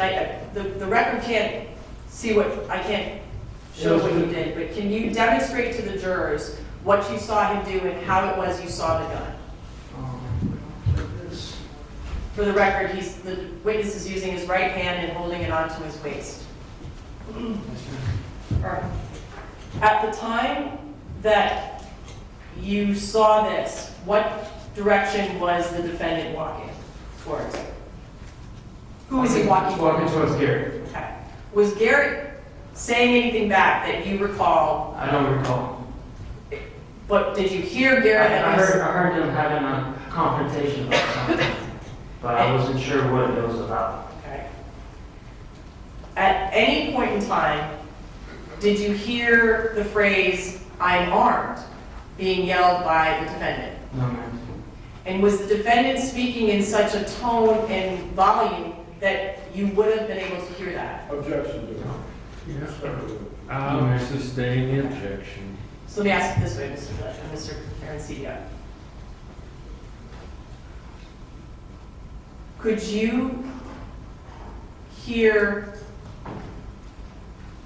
Could you hear what the defendant, could you hear his tone of voice? Could you hear the defendant's tone of voice? Yes, ma'am. And It you was would- very loud. Okay. Could you hear Garrett screaming back? Yes, ma'am. All right. At any point in time, did you hear the word "gun" or "armed" being said by anyone? No, ma'am. Thank you. When you noticed the defendant walking in the direction of your friend with his hand on the gun as you just demonstrated, what were you doing? Or what was your reaction? I just stood there in shock. Okay? And describe, how was it, the manner in which the defendant was walking in the direction of Garrett? Was he slow? Was he sauntering? It was a steady walk. Now, did the defendant continue to walk and get closer to Garrett from what you saw? Yes, ma'am. Tell the members of the jury, what did you see the defendant do once he got close to Garrett, kind of in front of the two cars? He raised his gun up. Okay? Did you react to that? Yes, ma'am. I stood still. And what did you see as best as you remember, what did you see happen next when the gun is drawn? So after that, I see Brewer took a step to his left, and then Garrett took a step to his left, and then Brewer rushed Garrett. Okay. And were you able to see clearly, were you able to see, when you say you rushed after Garrett, what did you see happen as best as you can describe happen next? They got into like tackling, like they were tackling each other. You know what I mean? They weren't. It's hard to describe. Okay, let me ask you this. When you saw the defendant advance or rush Garrett, did you see anything in Garrett's hands? No, I did not. That's why he. Well, wait, remember, you can't I'm sorry. end this word. It's very hard, I understand. All right, you didn't see anything in his hands. When you saw the defendant rush Garrett, had you seen Garrett do anything with his hands in a violent way? No, ma'am. How was Garrett, your friend, walking in that direction? You said Garrett moved to his left. Mm-hmm. Can you compare how Garrett was walking versus how the defendant was walking? He was walking aggressively. Who was walking aggressively? The defendant. What about Garrett? Garrett was trying to get out of the way, it looked like. Okay. You said they were wrestling. Yeah, wrestling. Like, What's the next thing that you remember seeing or hearing? after that, I remember seeing the gun. Okay. When they were wrestling, I remember seeing the gun. He shot Garrett upright like this. And I took a step back towards the door because I was scared. And then I thought about Garrett, and then I came back. So you made a motion with your hand, and I have to put on the record to describe it. You were using your right hand. Mm-hmm. So can you demonstrate to the members of the jury how it was, what you saw in terms of the gun's position when you said you heard the shot? The gun was upright like this. So for the record, the witness is using his right hand, and he's in an upward angle with the gun down low. Okay. You said that you thought of Garrett, so what did you do? I went to go assist him. Okay. What did you see happen with Garrett? I seen him holding his wound or his abdomen, and he kept saying, "I'm shot, I'm shot." And could you see the wound? I couldn't see it, but he had his hands covered, so I couldn't see it. At the time that Garrett was outside, was he dressed, so to speak, the same way we saw him exit in just shorts, flip-flops, Yes, ma'am. and a shirt, hat on backwards? No shirt, hat, backwards, same. Did you attempt to render aid? Yes, ma'am. And other than rendering aid, did you in fact call 911? Yes, ma'am. And while you were on the call for 911, did anything draw your attention to the defendant and what he was doing when you were on the call for 911? Nope. At some point when you were on 911, was your attention drawn by Carson as to what the defendant was doing? Yes, ma'am. Okay. And when your attention was drawn by Carson, what did you see the defendant, what, if anything, did you notice about the defendant at that time while you were on the phone with 911? I guess he had a gun because Carson said something, Okay. but I didn't know that he had a gun because I was trying to assist. Okay. All right. Your Honor, at this time, the state is going to publish what is in evidence as State's Exhibit 32. It is the 911 call made by Blake Arancibia. All right. If it's too loud or too soft, then just ask to be notified.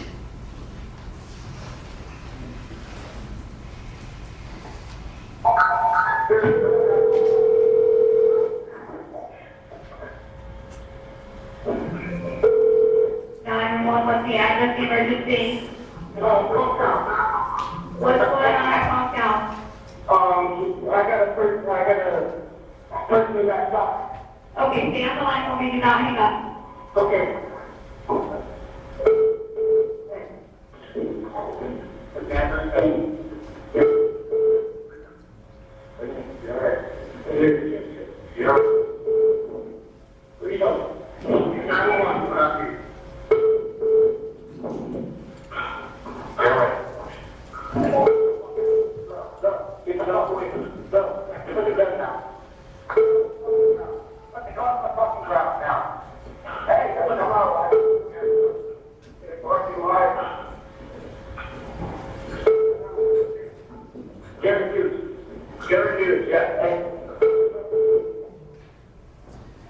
Blake, can you tell the members of the jury the voice that you heard that was saying, put the fucking gun down? Whose voice is that? That's Carson's.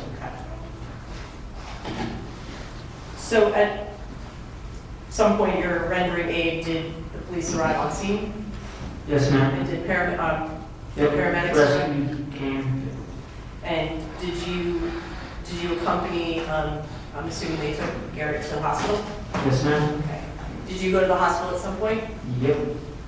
And when you were there at the hospital, did you learn about what happened to Garrett there? Yes, ma'am.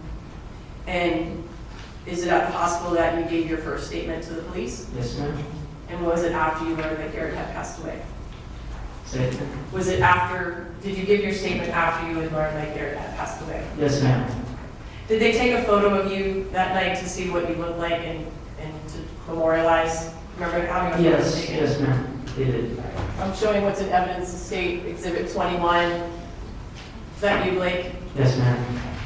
You have the sweatshirt on? No. Okay, but that's relatively what you were wearing that night, minus the sweatshirt? Yes, ma'am. Okay. All right. Blake, at this time, I'm going to show you one of the video surveillance recordings that were captured that night. And for the record, it's going to be State's Exhibit 1. And I'm going to ask you to identify a few individuals in this video, okay? Okay. All right. First, before I do that, tell the members of the jury, did Garrett Hughes have a nickname? Cheeto. Cheeto. Yeah, that was his nickname. All right, and why did they call him Cheeto? I'm not sure. Is that how you would refer to him at times? Yes, ma'am. Okay. And that night, did you hear him being addressed by you and Logan and his brother as Cheeto? Yes. All right, and Multiple times. multiple times, okay. All right. Show what's in evidence as State's Exhibit.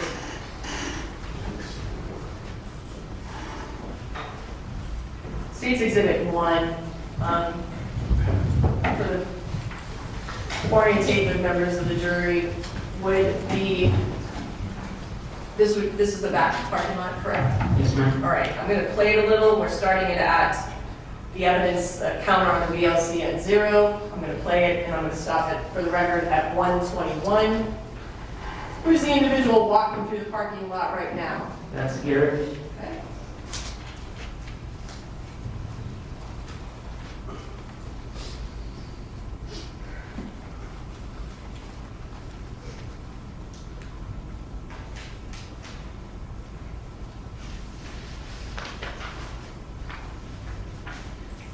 And who is the individual to the far left, that the red arrow that appears to be talking to Garrett? That's Carson.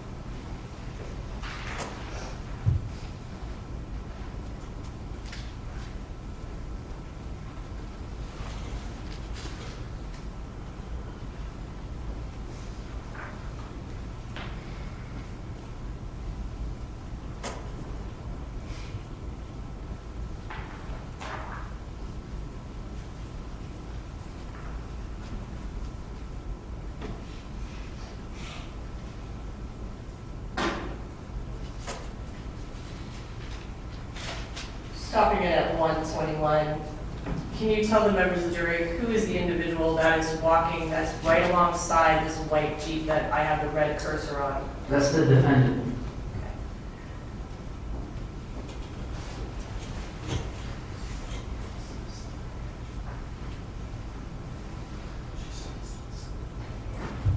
Stopping at 126, who's the individual in the black jacket? That's Logan. Okay, and this white hand that we see here, who would that be? That's me. Or I should say white arm.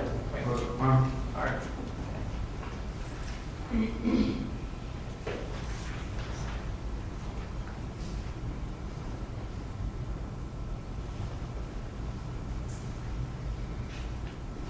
Stopping the VLC counter at 136. Tell the members of the jury, at this point in time, when Mr. Brewer turned back and was facing you and Logan, did he have any words with you? No, ma'am. Had any of you testified that the defendant had words with Garrett? Had that happened yet? No, ma'am.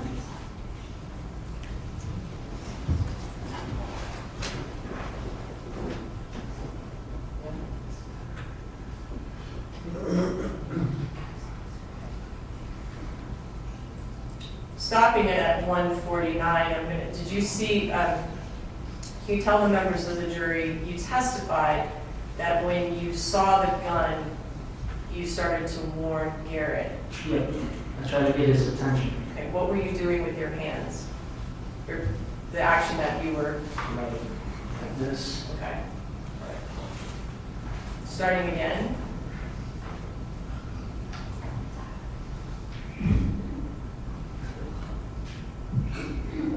Stopping at 158.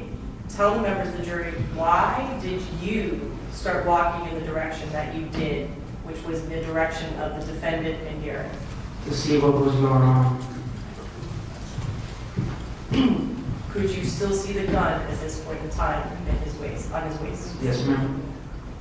Starting again at 158. And for the record, for the people, members of the jury, who's the person in front of you? That's Logan.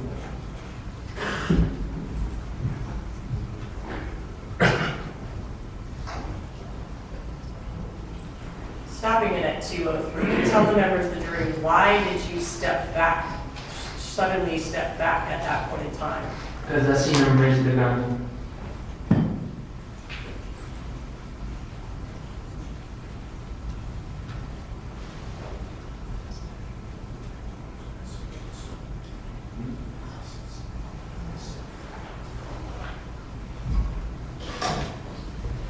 Can you identify for the jurors who the person was that ran towards the direction of Garrett? Here, I'll bring it back. Sorry. Stopping at 214. That's Carson.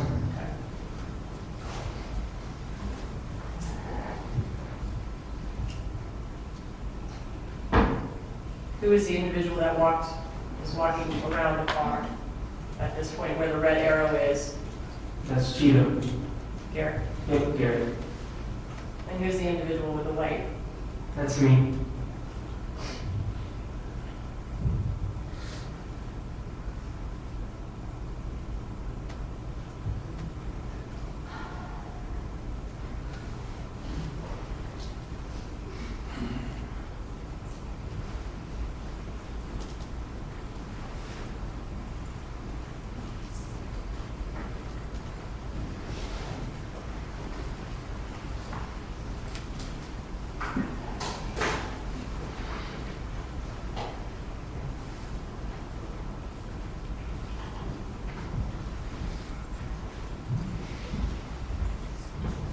Blake, were you on 911 while still standing over Garrett? Yes, ma'am.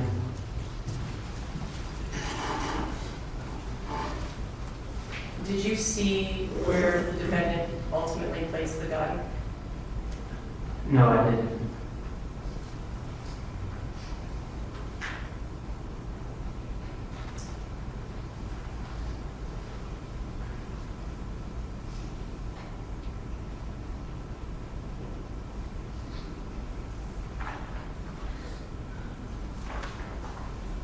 Was Garrett still conscious? Was he still conscious and speaking to you in Carson when he was on the ground? Yes, ma'am. What was he saying?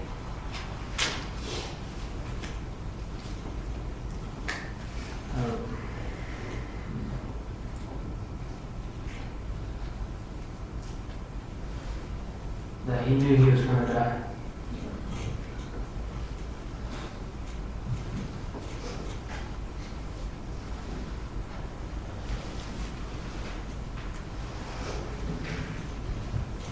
Did you continue to give assistance to Carson up until paramedics approached? Yes, ma'am.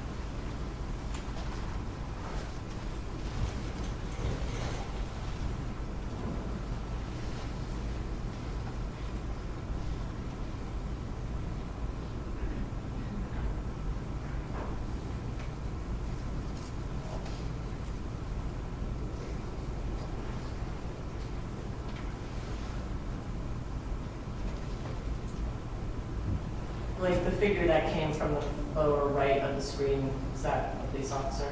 Yes, ma'am.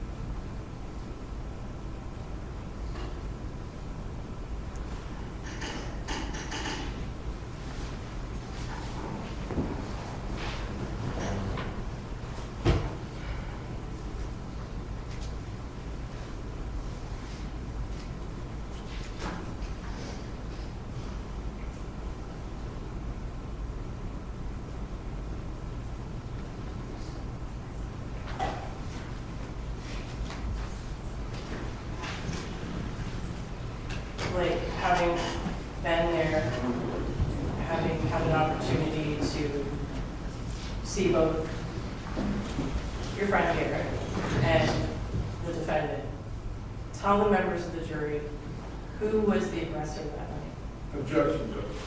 The defendant.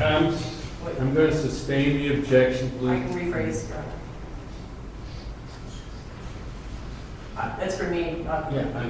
Ms. Dunn's going to re-ask I'm the gonna ask the question. question. Sustain the objection, which means the jury can't consider that last gonna part of ask- testimony. But Ms. Dunn's going to I'm gonna ask ask you a another different question in a different way. At any point in time, did you see Garrett, knowing Garrett, do anything violent towards the defendant? Objection, Judge. He was Wait, please. There's an objection. I'm going to overrule the objection. You can answer the question. You can answer. He was just being on the wall. Like, we didn't know this guy. Like, just you have to answer this. It is, I know it's hard. Did you, Did you see Garrett do anything in a violent manner? No, ma'am. I know you object, and I'm going to overrule the objection. Thank you. Did you see Garrett do anything towards the defendant other than engage in a verbal argument prior to the gun being pointed at Garrett? No, ma'am. And nothing further. All right. So, you know how long cross-examination might last? More than 15 minutes? All right. All right. So this appears to be an appropriate place to break for lunch. The witness is going to return after the lunch break to be subject to cross-examination and possibly redirect examination, but I think it might go longer than is reasonable for deferring a lunch break. So we're going to break for lunch. It's by that clock, 12:15. I would say an hour and 20 minutes is reasonable for everybody to have lunch and unwind. So please be back and ready to go by 1:35. Please abide by the court's cautionary instructions during the lunch break.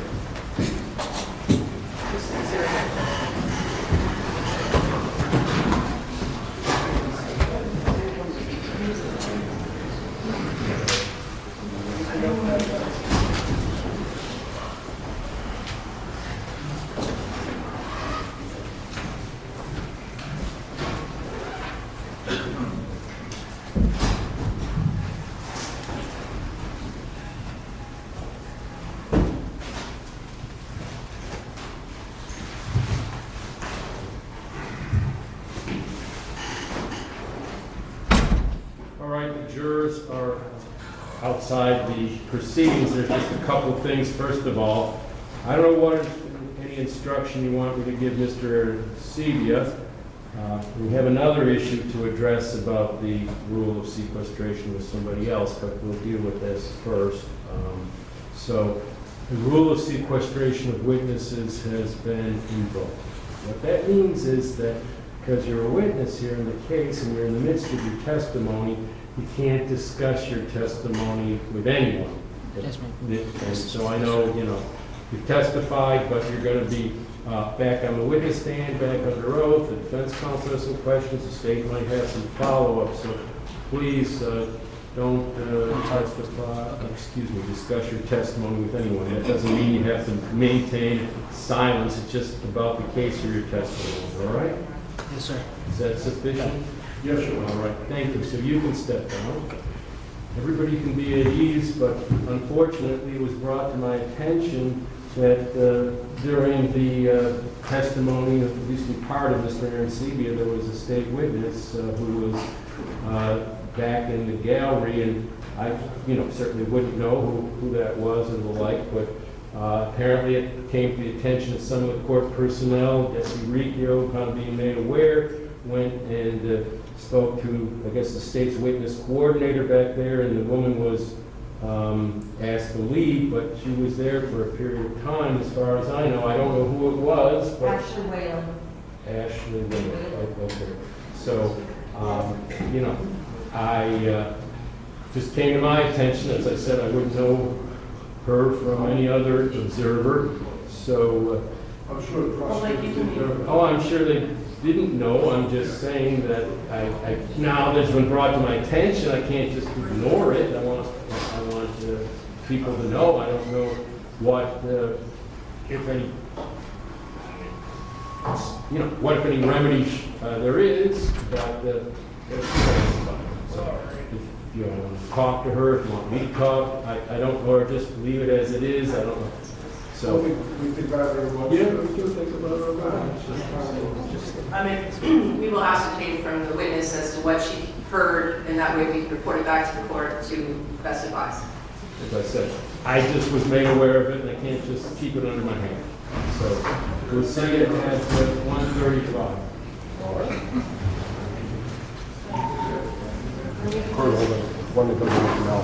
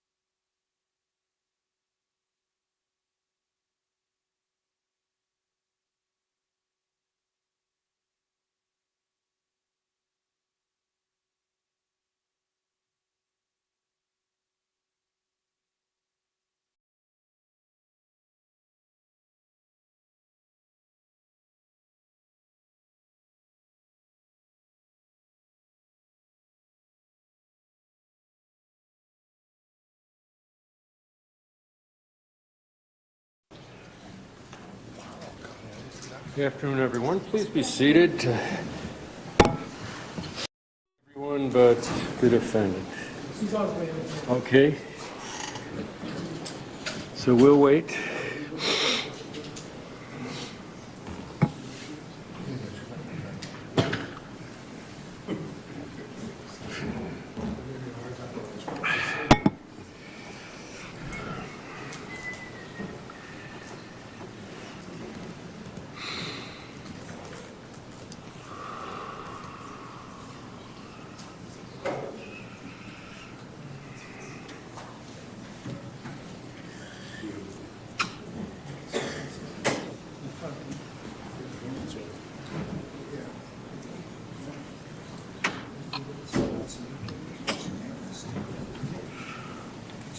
All right, so now Mr. Brewer's joined us. We've got all the lawyers and everyone needed to proceed on the record. So anything with respect to that issue that I brought up at the end of the morning session? No, Objection, just mentioned about potential witness that was in the courtroom. I discussed it with the prosecutor. Doesn't seem to be a big deal, Judge. Okay, good. So just so the record's clear, I did speak to the witness. She was here for about 5 minutes. The testimony involved the outdoor videos.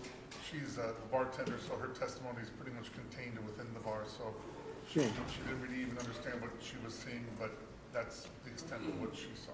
Well, I'm glad it was of no consequence. I just hope the rest of them are made aware of that prohibition. Okay, so I believe we're ready to bring in the jury, then we're ready to bring in Mr. Arancibia for cross-examination. So let's bring the jury in, please.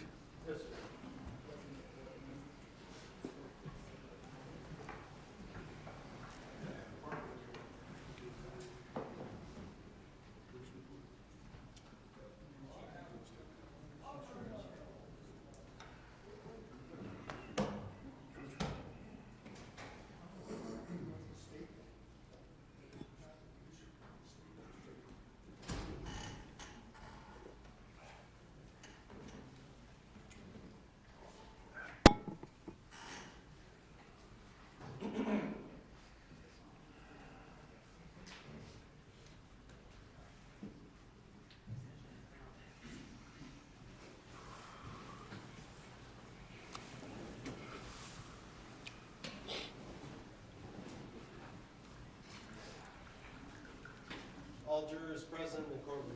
Thank you. Please be seated, ladies and gentlemen.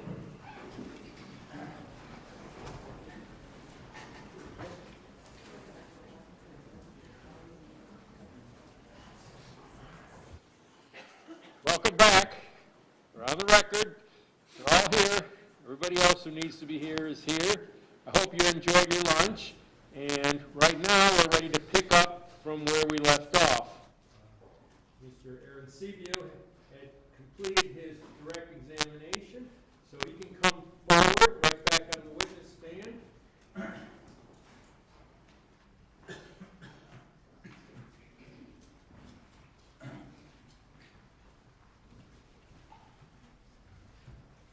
Have a seat, sir. I remind you, you're still under oath.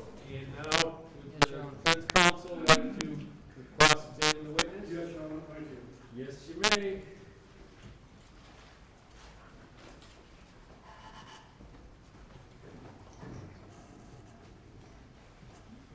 Good afternoon, Mr. Arancibia. How are you? Great, how about you? Good. You didn't discuss, I assume you didn't discuss your testimony with anyone during the lunch break? No, sir.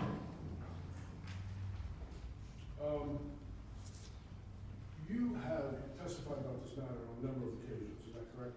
Yes, sir. You gave a statement to the police on the 13th? Yes, sir. Shortly after it happened. You participated in the deposition, correct? Yes, sir. Then there was another court appearance that you testified about it for a third time, correct? Yes, sir. So this is the fourth time you're being asked questions about this situation, is that right? Yes, sir. Have you seen the previous statements? Did the prosecutor give you a copy of the? Yes. Okay, so you saw the statement that you gave to the police, you saw your testimony in the deposition, and you saw your testimony in the other court hearing. Yes, sir. And of course, you've seen the videos before, right? Yes, sir. You saw all that in anticipation of the testimony here? Yes, sir. You saw in anticipation of the testimony of the deposition also, is that correct? Correct. Did you have a lawyer in the deposition? Was there Mr. Weiner, Jeffrey Weiner? Yes, sir. Yes, Is that right? yes, sir, he was. It was a little while ago, so. Did Hughes family get you a lawyer for that? Yes, sir. Objection, Your Honor. Relevance as to who hired a lawyer for the individual. At the I session? can overrule the objection. So, you had assistance of the counsel, and what about when you testified in the court hearing that followed that? Had the assistance of the same attorney? No, sir. No, that attorney didn't help you prepare for that testimony? No, sir. Who helped you? Can you repeat the, question? It's okay. You gave a statement on the 13th to the police, correct? Yes, sir. And that was just you and the police. You answered all their questions to the best of your ability, correct? Yes, sir. You hadn't seen the video, correct? No, sir. You hadn't discussed any issues with any lawyers or anybody else, correct? No, sir. You just sat down with the police and they asked you questions and you answered them to the best of your ability? Yes, sir. Okay. And then there was a deposition that was taken sometime after that. So the deposition was taken in February of 2024. Yes, sir. At that time, you had the assistance of an attorney, Mr. Weiner, correct? Yes, sir. Okay. Then there was a third time you testified, and that was with regard to a court hearing in this matter, and you were called to testify. Do you remember that? Yes, sir. Okay. Did you have the assistance of Mr. Weiner for that hearing? For this hearing? or No, for the third hearing. For the third hearing? Yeah, the third hearing that you testified in this matter. No, sir. Do you remember or not? No, I don't remember. Okay. Did you discuss your testimony in the hearing, okay, the third time, did you discuss that with the prosecutor before you testified? Say it again. I'm sorry. Your Honor, That's okay, it's okay. I'm going to ask counsel can clarify what the third hearing is he's referring to. It's very vague as to the third hearing. I I don't don't think that would be a good idea. It was, I mean, I can Yeah. give a few reminders. It was in front of me. It was in a court hearing, it was in courtroom 3 in front of this judge, and you were called to testify. You remember that? Yes, sir. I remember that. And all I'm asking is, who helped you in preparation for your testimony for that hearing? I can't remember if it was the state attorney or the, The other attorney. I can't, I'm sorry. No, that's okay. It's been a while, That's okay. long 3 years. But somebody helped you, just don't remember. Yeah, I just don't remember, And so, because I didn't know what I was getting myself into. I understand. So it's fair to say that you have seen these videos more than once, Yeah. probably Yes. several times, Yes, sir. right? And these videos are on YouTube also, correct? Yes, sir. Have you ever discussed the videos with Carson? No, I haven't. You never discussed your testimony with Carson? You have No. never testified? No. Did you ever discuss with Carson what happened that night? Nope. You never did? No. He's one of your best friends, right? Yes, he is. And you guys work together. But we don't talk about this because you're not supposed to. Somebody tell you that you could talk about it? No. You just figured you weren't supposed to? Yep. Okay. And I don't want to talk. I don't want to talk about the event either. Okay. So you and Garrett and Carson and, I don't know, Logan and others were, I don't know, like lifelong friends, is that right? Yes, sir. You traveled in a group together? A few times. And you have, you guys all went to Key West High School, correct? Yes, sir. All within a year or so of each other, is that right? Yes, sir. So is it fair to say that you knew a lot of people in the high school and they knew a lot of the same people? Yes, sir. It's a whole group of you guys and girls that were in the high school, right? Yes, sir. And Garrett was a football player, is that correct? Correct. He's a leader on the football team? Correct. He's a tough kid. Yes. Tougher than all of us. You right? Tougher than all of us. Yeah, he was a tough kid, and he didn't take any nonsense from anybody, did he? Nope. No. But he wasn't going to let anybody walk on him. That's sort of, yeah, he wasn't going to let anybody walk on, right? He wasn't going to let anybody who's going to tell him what to do. Right? No. No, okay. That's just the kind of kid he was, right? He was an athlete. He was aggressive. He wasn't aggressive. He was an athlete. Yes, he was an And athlete. he was tough. Yes, he was.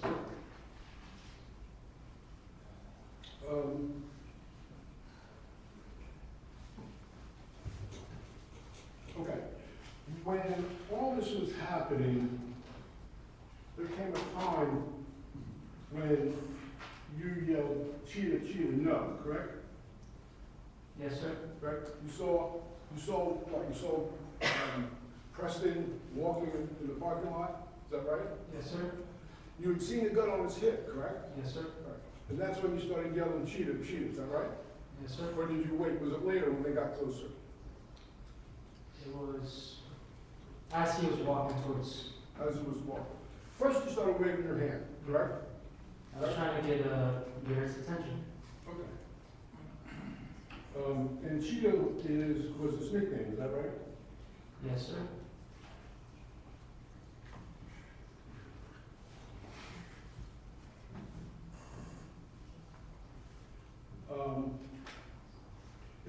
We saw the video, correct? And you admit that the picture in the video is accurate as to what happened, Yes, sir. right? So,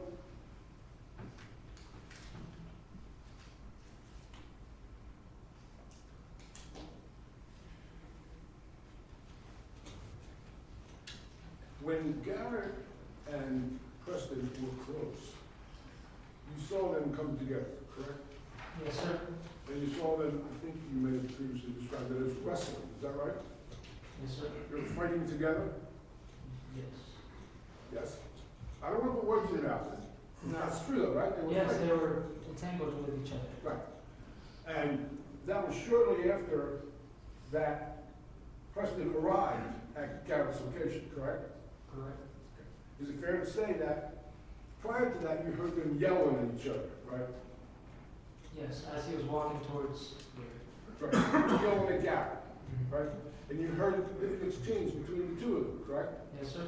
I think you described it wasn't a pleasant exchange. It was like angry exchange. Yes, it was very, very intense. Both of them. Yeah. That's why you were concerned about Garrett, right? Yep. Because Garrett was getting excited about all this, right? He wasn't getting excited. He was yelling.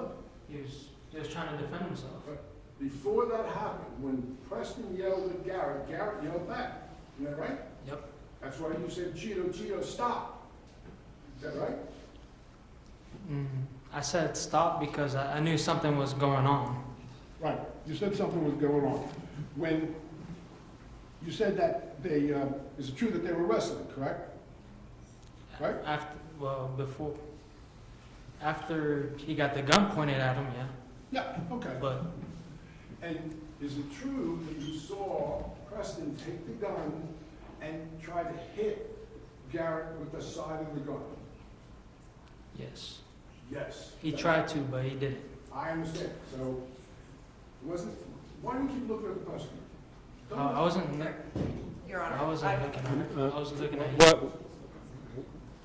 What? See? I object to counsel calling out the witnesses. He's looking at me. Yes. Well, in any event, I will overrule the objection. He can answer the question if he wants to deny that he is. He can do that too. I don't think we have to take as a statement of fact counsel's predicate of the question. So if you want to address that, you may. You picked the side of the gun, and as you said, you tried to hit Garrett with the side of the gun.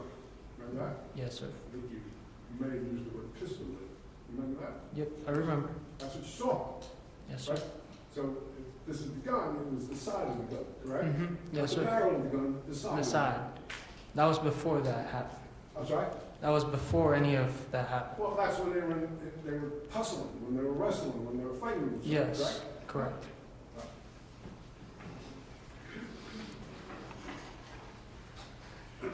Is it fair to say that you yelled at Cheetah because you didn't want him to continue to exchange words with him? Is that right?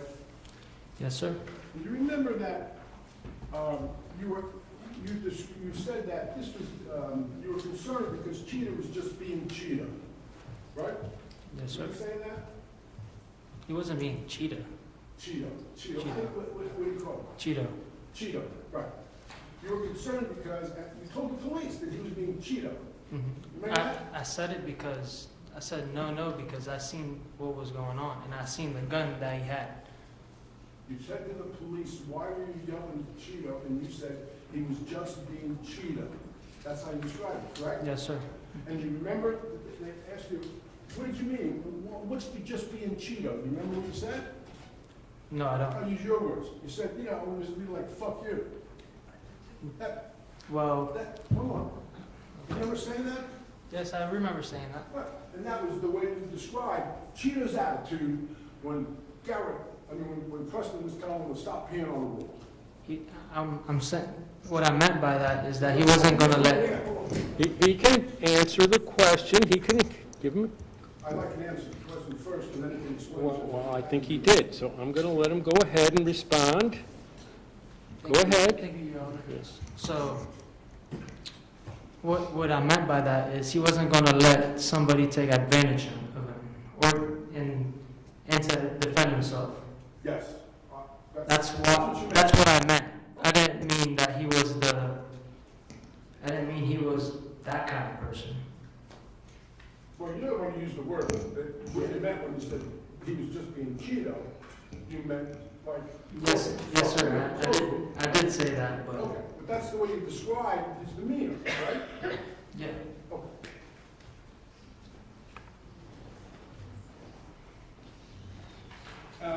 And then you saw them get into this tussle, and it was after they got in the tussle that you heard the gunshot go off, correct? Yes, sir. Right. You didn't see a gunshot, you heard the gunshot, correct? Yes, sir.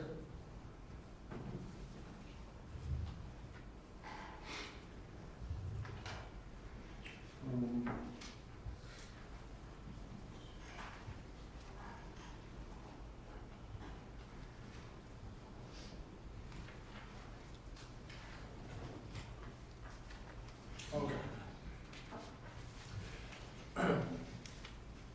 Garrett and Carson came out, is it fair to say that Garrett and Carson came out of the building before you did? Yes, they did. So you didn't see Garrett when he was standing in the middle of the parking lot, with the beer bottle in his hand, finished it? No, sir, I did not. You didn't see it? You did see Garrett with the beer bottle while he was peeing on the wall. Yes, sir. But he put it down. He had it in his hand, the beer bottle. Yes, he did. And you don't know what he did with it, do you? No, I didn't. You never saw what he did with it. No. The last thing you saw was him peeing on the wall with the beer bottle in his hand. Yep.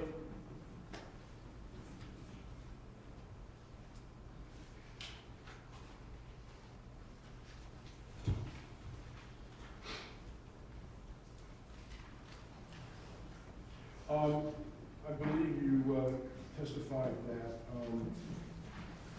Garrett was, I don't know, how did you describe it? Garrett was pretty drunk. Yeah, he was drunk. That's pretty simple, right? That's a conclusion, he was drunk. You weren't drunk, you were buzzed, Yeah, right? I was. Go ahead. I only had a couple beers that night. Okay, you were buzzed. And as far as you know, is it fair to say that Carson was somewhere between you and Garrett in the alcohol level? I can't really compare that. You remember? No, I don't remember. Is it fair to say that when you were yelling at Garrett, stop, Gio, stop, you were doing that because you didn't want this to escalate anymore? Yes, sir. Is that fair to say? You didn't, like you said, Garrett wasn't going to let somebody push him around, and you knew Garrett, and you didn't know what was going to happen at that point, correct? Yes, sir. What you knew was that Garrett wasn't going to say, yeah, okay, yes, sir, I'll put my penis away and go away, right? Correct.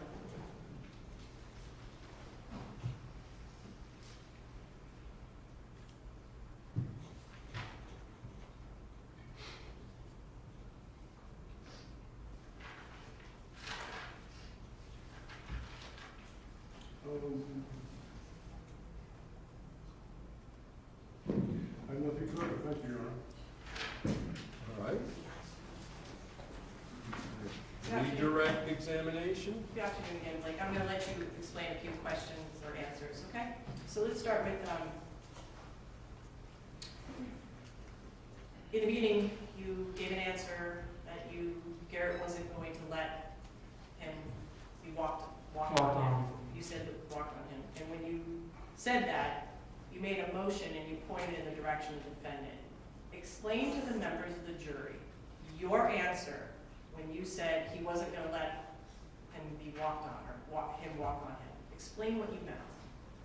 So what I meant by that, he wasn't gonna let something bad happen to him.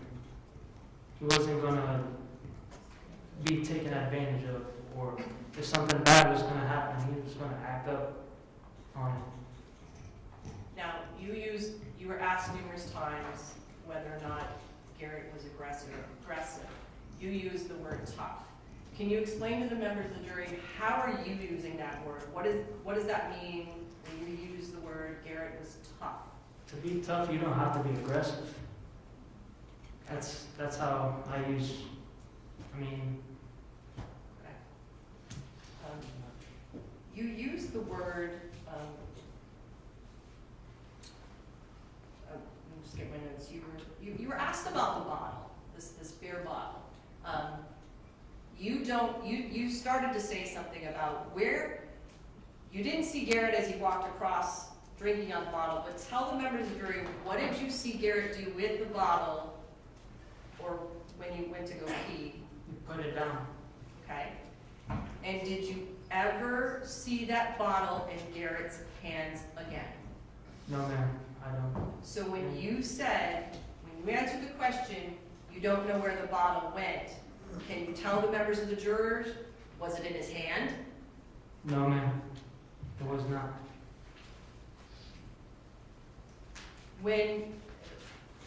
Because timing is important, timing is everything.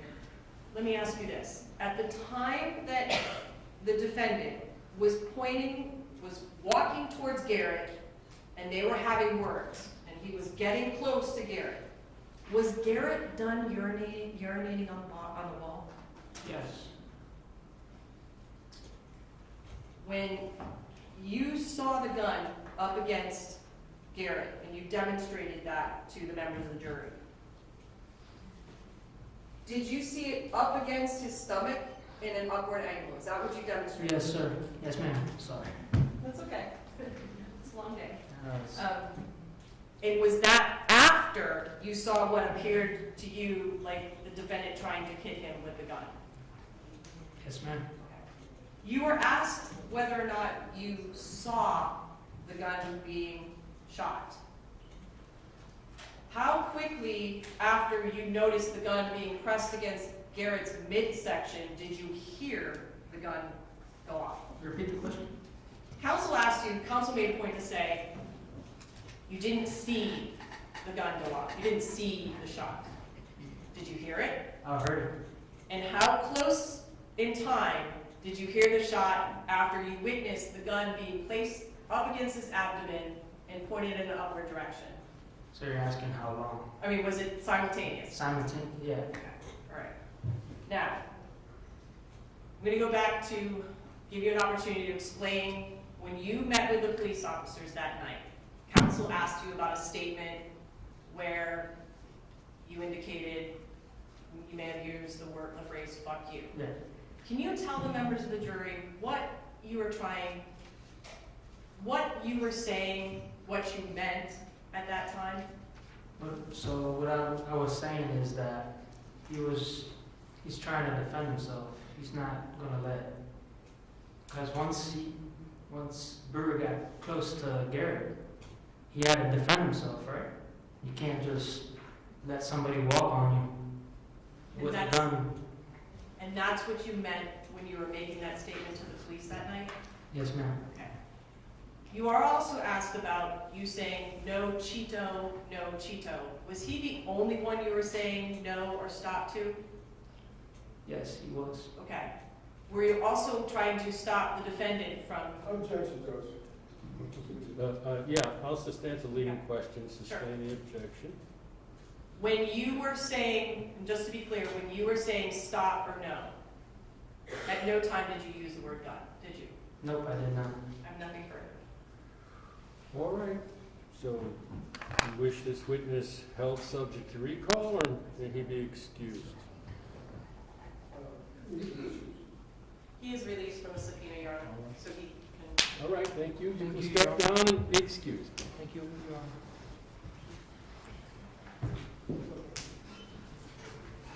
Next witness for the state. The state would call Logan Pelletier. All right, Logan Pelletier.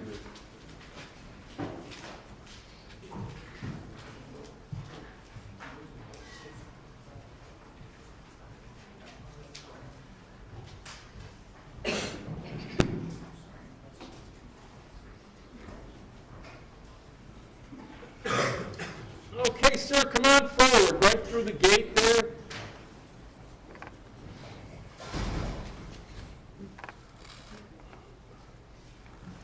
Situate yourself right next to Deputy Gage, face the clerk, raise your right hand. Do you solemnly swear or affirm that the testimony you're about to give in the Conchtown hearing shall be the truth, the whole truth, and nothing but the truth, so help you God? All right, then you can have a seat right over here. I'm pointing to the witness stand. You can have a seat right there. And I'll just ask you to speak loudly and clearly. Yes, sir. All right? Good afternoon. Can you please introduce yourselves to the jury, give me your name, and please spell your last name for the court reporter? Hi, I'm Logan Pelletier, last name Pellicir. Logan, have you ever testified before a jury before? No, ma'am. Okay. How old are you? 22, And where do you live? Key West, How long have you lived in Key West? my whole life. Did you go to school here in Key West? Yes, Did you go to Key West High School? yes, All right. Did you play any sports? yes. What did you play? Baseball, growing up, baseball, football, and soccer. Okay. And did you go anywhere after high school in relation to pursuing a career? I went to college for 1 year to play baseball. Okay. And then after that, what did you do? I went to fire school. Did you complete it? I did. And tell the members of the jury, where are you employed right now? Key West Fire Department. And you're employed in what capacity? What are you? A firefighter. Firefighter? Firefighter EMT. All right, Yes, ma'am. great. You know we're here to talk about what happened that night. Please tell the members of the jury, before we get into those events, how you knew Garrett, how you met him, your friendship, how long you've known him. Growing up in Key West, playing sports, we became close and, family friend my whole life. Was he in your class in high school? A year older. All right. What about his brother Carson? Were you friends with him? Yes, same with you. Okay.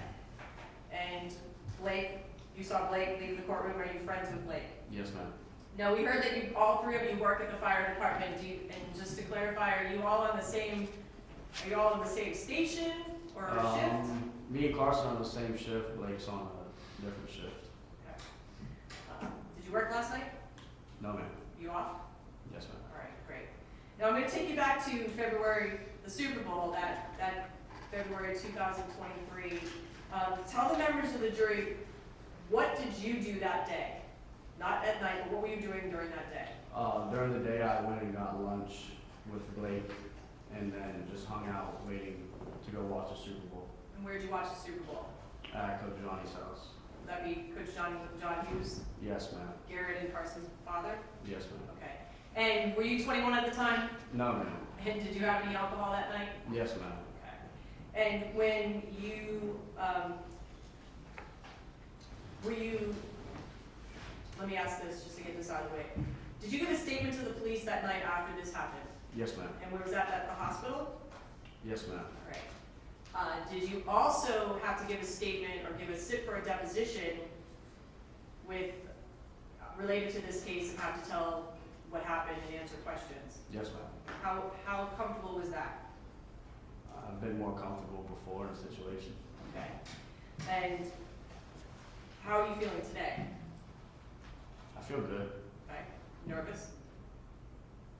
A little. Okay.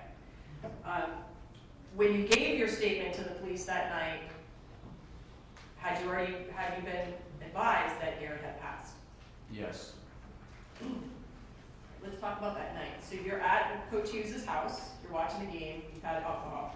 Where do you go after Coach Hughes' house? We went to Miss Leslie's house, And where were you eventually going? to Conchtown. All right. And when you got to Conchtown, did you have anything to drink there? Yes, When you were at Conchtown, did you see Garrett drinking? yes, Was Carson drinking? yes. And just skipping right to the end, when Garrett, at the end of the night, when you finally left the dart room, was Garrett intoxicated? And he had been drinking, he definitely had a buzz. I'm not Garrett, so I don't know what his level of intoxication would be. So I don't really know how he felt, but he definitely had a buzz. Okay. How did you feel at the end of the night? Were you intoxicated, buzzed, drunk? No, I had eaten so much that I soaked up all the alcohol. Speaking of which, how, was that you that was, when you got to Conchtown, did you start eating some of the food that was left over? I did. Why did you do that? Were you hungry? Yeah, I was starving. All right. Did you, when you went to Conchtown, did you ever have any intention of having alcohol then? No, I was ready just to eat and chill. Okay. So when you, we've seen some clips of the inside bar, and I want to show them to you and make sure that the members of the jury know who you are in the clips. I'm going to show you what's in evidence as State's Exhibit 7. And again, what you see here is on both screens. Do you see the clip, Logan? Do you see the inside bar? Yes, ma'am. Okay. The two individuals that walked in on the top of the bar, who would they be? Who were they? Carson and Garrett. Okay. Now, we don't see you in this clip. So tell the members of the jury, what are you doing when you first get into the bar and they're up at the bar? Where are you? In the other room, eating.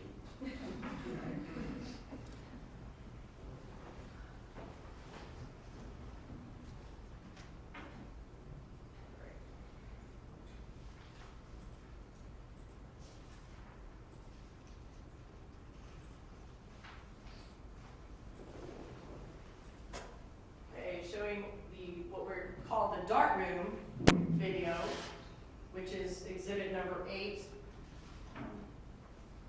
Who's the person in the orange shirt leaning over the food? That would be me, And who's the person playing darts? Garrett. Do you remember whether or not you ordered anything to drink from the bartender that night? I did. I ordered one drink. Okay. Now, I'm showing what's in evidence as the inside the bar video, and the counter, or the timestamp says 0025, which we know is advanced. I'm going to play it back, and I'm going to ask you to tell the members of the jury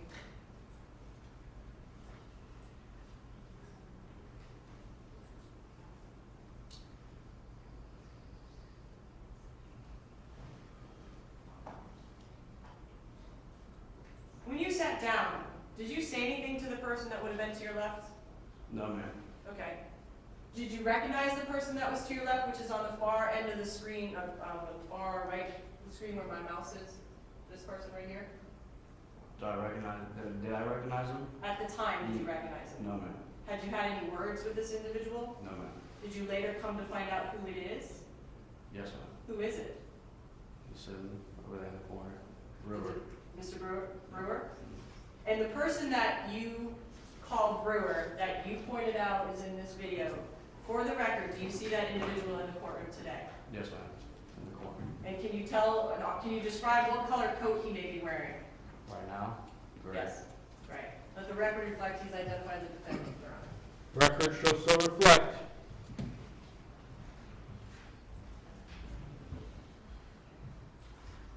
Continuing the video.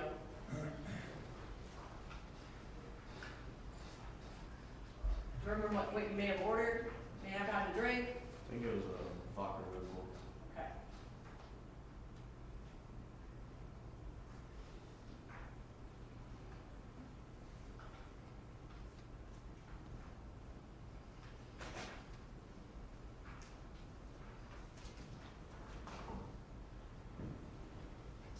Again, I'll ask you, when you left the bar and you left the presence of Mr. Brewer, did you have any words? No, ma'am. All right. Second time, you're coming up to the bar. Do you remember if If you may have ordered anything here? I don't remember. Okay. Do you have any words with Mr. Brewer then? No, ma'am.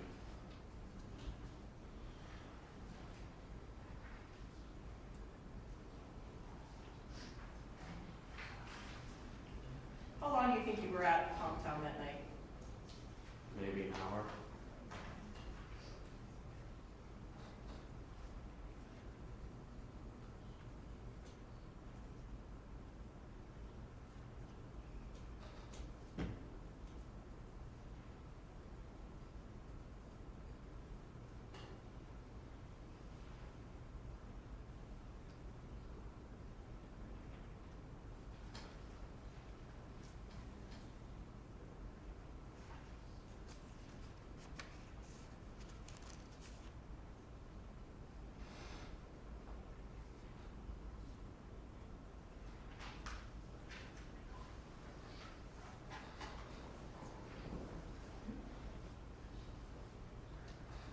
Counter shows 0035. Who's the individual, I mean, at the time, did you recognize the individual that my mouse is on? No, ma'am. Did you have any words with the defendant at that time? No, ma'am.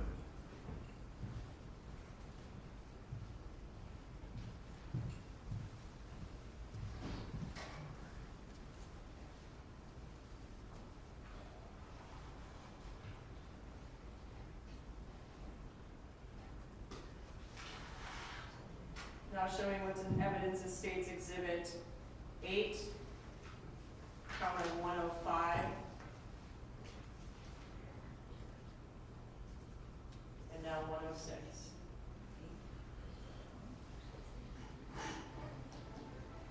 Where were you and Blake heading towards when you go off street of this view?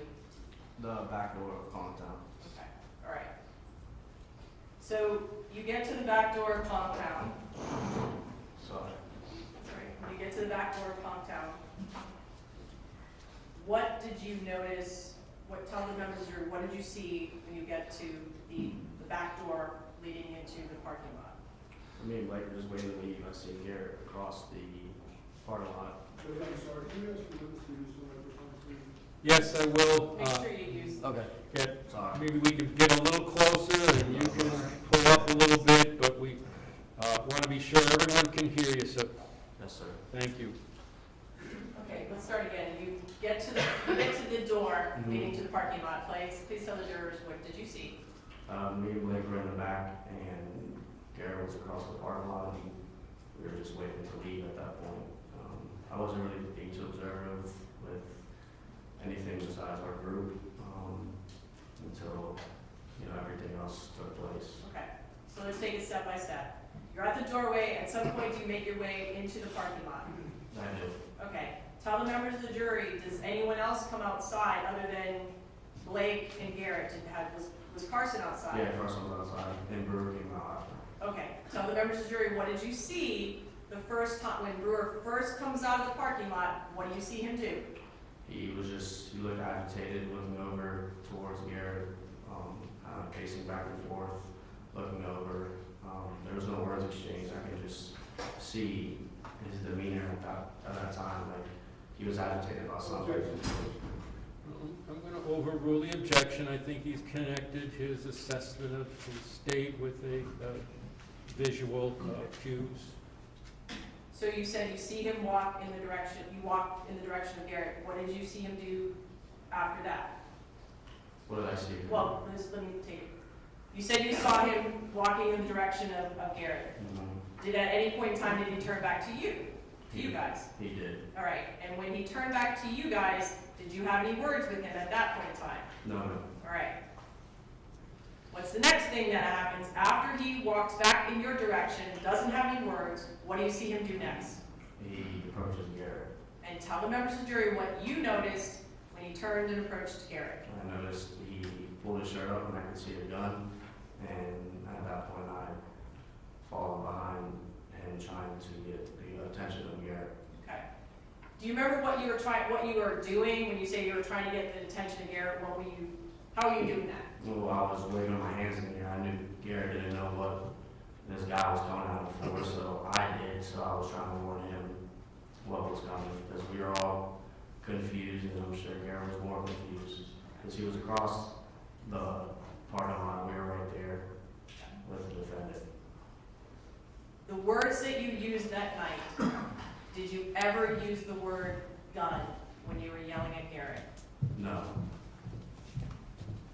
When you saw the defendant walk back towards Garrett the second time and you see him with the gun, did you hear anything being said between Garrett, I'm not asking the words, but did you hear anything being said between the two of them? yes.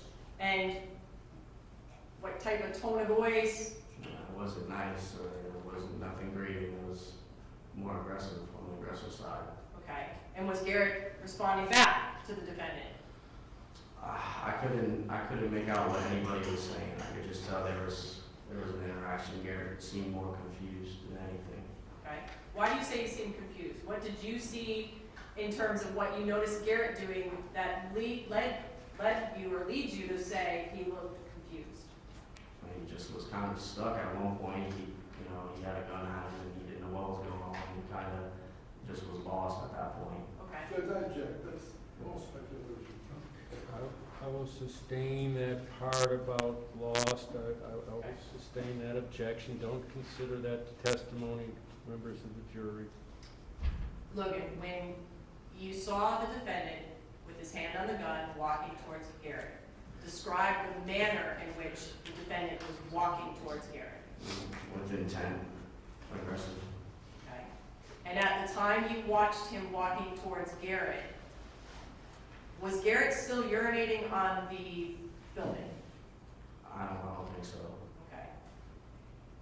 At some point, did you see Garrett turn around at any point in time?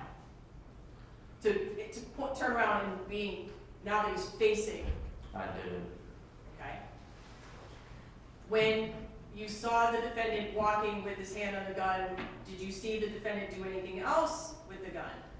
I seen him raise the gun. Okay? And how so? And when you say raise the gun, can you be a little bit more descriptive? I am pointing it at Garrett. Okay. And at the time that he was pointing it at Garrett, where was Garrett in relation to the two parked cars that he was between? Was he still there? He was in the area, yeah, he was in the area where he was. Okay. When you saw the gun being pointed at Garrett, tell the jurors, what did you do? I stopped in my steps Why? because he had a gun. There's nothing we could have done at that point. Ryan, I'm sorry, the witness has to speak into the microphone, please. Yes, please Just speak up try loud. to. Use that loud voice of yours. Okay. You were scared. Yes. Okay. What is the next thing you saw happen from your vantage point between the defendant and Garrett at the time that the gun is out, pointed at Garrett? I seen the defendant charge at Garrett, and that's when 2 shots went off. When you saw the defendant charge at Garrett, strike that. Prior to the defendant charging at Garrett, what, if any, act did you see Garrett do towards the defendant? I didn't see any act of Garrett moving towards the defendant. Is that because you didn't see it or it didn't happen? It didn't happen. So who stepped towards who based upon what you saw? Brewer stepped towards Garrett. And when you saw him step towards Garrett, were you out of position to see anything else that happened once the shot went off? I don't understand the question. Okay. When you said that you saw, tell me again, when you saw the gun being pointed at Garrett and Brewer charges Garrett, did you see anything else from your vantage point happen between the two of them? No. Is that because of where you were positioned in the parking lot and your actions? Yes. And tell the members of the jury, what did you do after you heard that shot? I backed down and left Okay. through the back door where I came out. At some point, did you come back to the scene? Yes. And did you go to the hospital? Yes. Is that where you gave your statement? Yes, ma'am. All right.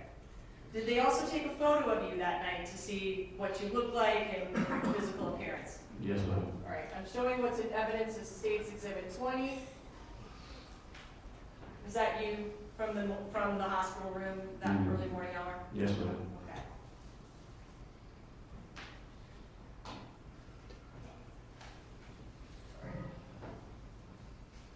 Just a few more things to ask you, Logan.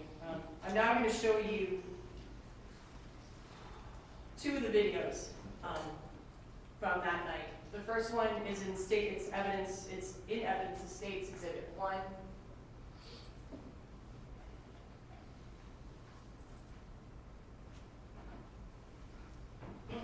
Starting at the beginning, but I'm going to stop it again at counter 121.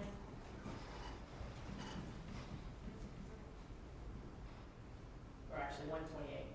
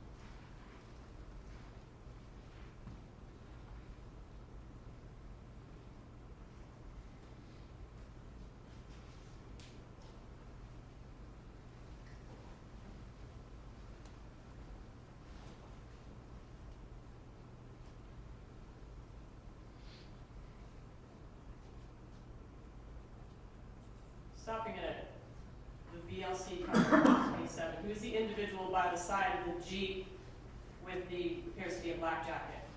That's me.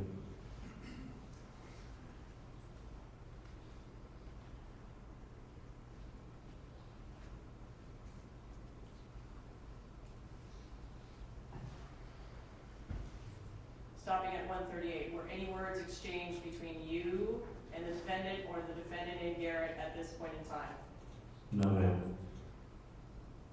Continuing on.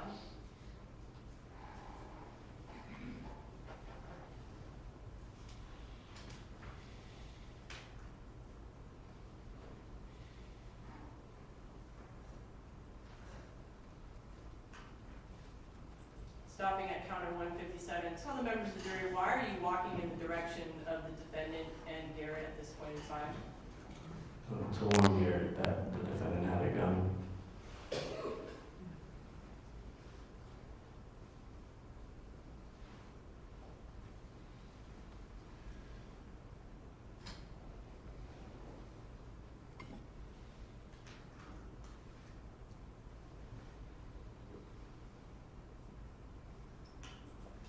Stopping, I'm going to go back to counter 157. And Logan, I'm going to ask you to tell the members of the jury why you stopped in your tracks when you did. Because I seen the gun get pulled. All right. I'm now going to show you one other video. It's in evidence of State's Exhibit 2. This is, you haven't seen this one yet, but you have, having been at the parking lot, is this the same parking lot that we had just seen in the prior video? Yes, ma'am. Okay. So I'm going to, since it's the first time, I'm going to let this play.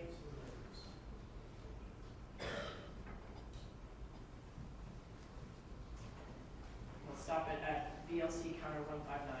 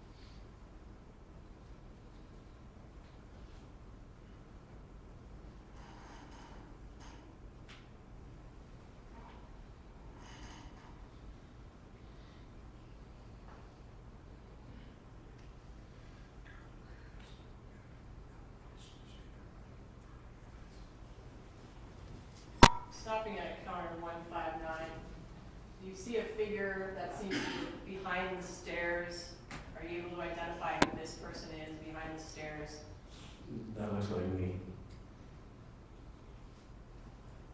I'm gonna just move it back to counter 142 and playing forward.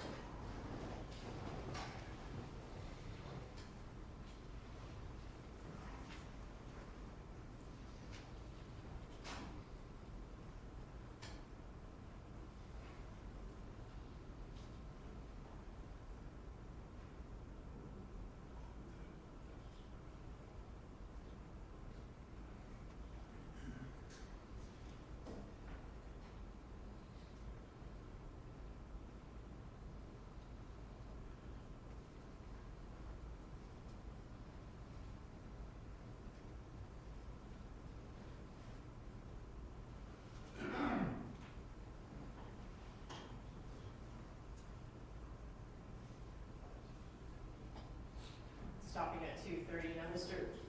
Logan, you said that you ran through the front door. You returned at some point. When you returned, was Garrett still on the scene? When you returned back to Conchtown parking lot, was Garrett still there? Yes. Was he being treated? Yes. So, just a few more questions, Logan. When you saw the defendant with the gun, with his hand on the gun, what, if any, aggressive movements had you seen Garrett do in the direction of the defendant? None. And at the time that the defendant was pointing the gun at Garrett while he stood between those two cars, what, if any, aggressive or physical act did you see Garrett do prior to that? None. And from the point that you saw the gun pointed in Garrett's direction, did you see anything in Garrett's hands? No, ma'am. I have nothing further. Cross-examination? Yes, I do. Mr. O'Shea, you don't doubt the accuracy of the two exhibits you just saw, the two videos, do you? What was that? Did you use the microphone? We can't hear you. We can't hear you. Oh, you can't hear me? For the recording.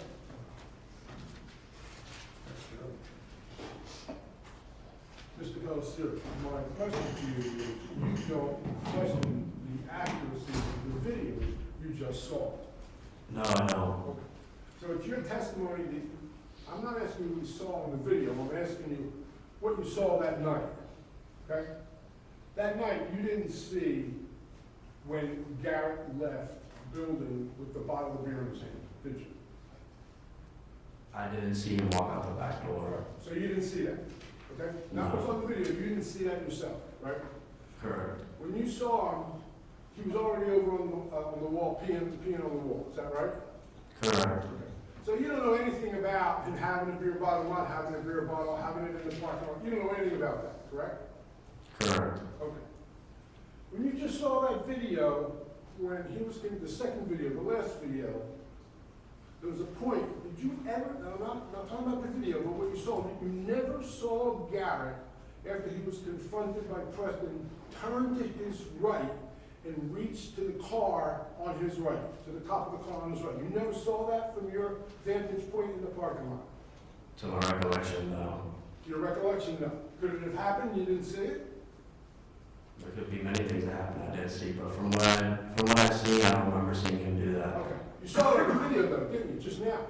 On the video, Yeah, but you don't remember seeing that yourself? no. Okay. When you saw Preston exchanging words with Garrett, you don't know what they were saying, right? Right. Okay. You described it as trash talking, correct? I didn't say trash talk. I could tell there was some kind of argument going on, or it wasn't a nice conversation is what I said. How long have you known Garrett? Almost my whole life. Garrett was your best friend, right? Correct. And you're close with his family, and you still are. Correct. You testified previously, you gave a statement to the police on the 13th, correct? Correct. And then you testified in the deposition, right? Correct. And then Mr. Weiner was your attorney for the deposition. Yes. It was attorney that was paid for by the Hughes family for you, correct? Correct. Why'd you need a lawyer? I you're asking me? Yeah, that's me, why don't you need her? I'm going to, hang on a second. I'll overrule the objection. You can answer the question. You didn't need a lawyer, did you? I didn't do anything wrong, so no. I mean, that's two different questions. All right, I'll start with you, Judge. Why'd you have a lawyer? I'm not sure, maybe to guide me through what we're going through, none of us have been just on this before, so. You had a lawyer because the Hughes family paid for the lawyer and had. Your Honor, now- Can I finish the question first? You had a lawyer because there was a deposition in which you were going to testify about what happened that night when the Hughes family paid for the lawyer, and you should have said what they wanted you to say. Objection, Your I'm Honor. going to sustain that. I'd ask that it be stricken. Yeah, it's going to be stricken, that's just Why did you counsel say that? editorializing. Please disregard the question. Do you know why the Hughes family paid for you to have a lawyer? No. But you took the lawyer, even though you didn't know why. The lawyer didn't change anything I was gonna That's not my say. question. My question Your Honor, is, I'm you gonna took ask- the lawyer to the deposition. Right. Let's be calm. That's not a responsive answer, so if you just answer the question directly, that'll be fine. Okay. Took the lawyer to the deposition, correct? He was there when I showed up. You told them, when you were explaining to the police department about what happened that night, you said to the police officers, I know Garrett. Remember them saying that?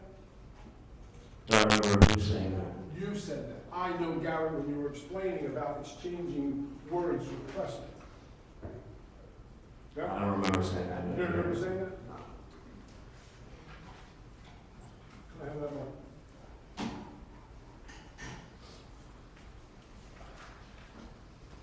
Do you remember that you told police that when you yelled to Garrett, let me ask you, strike that. What did you say to Garrett? When you were yelling, Cheeto, Cheeto, Cheeto? Yeah, that's his nickname. That's how he yelled. Did you say anything else to him? No, I was just trying to get his attention. You sure you didn't say anything else? I'm sure. Why'd you tell the cops that you told them, shut the fuck up? That's what you said to Cheeto. I was just trying to get his attention. I had no clue what was going on. I was just wanting to get his attention. That's right. You had no clue what was going on, but you knew whatever he was saying to Preston wasn't going to be good. Isn't that right?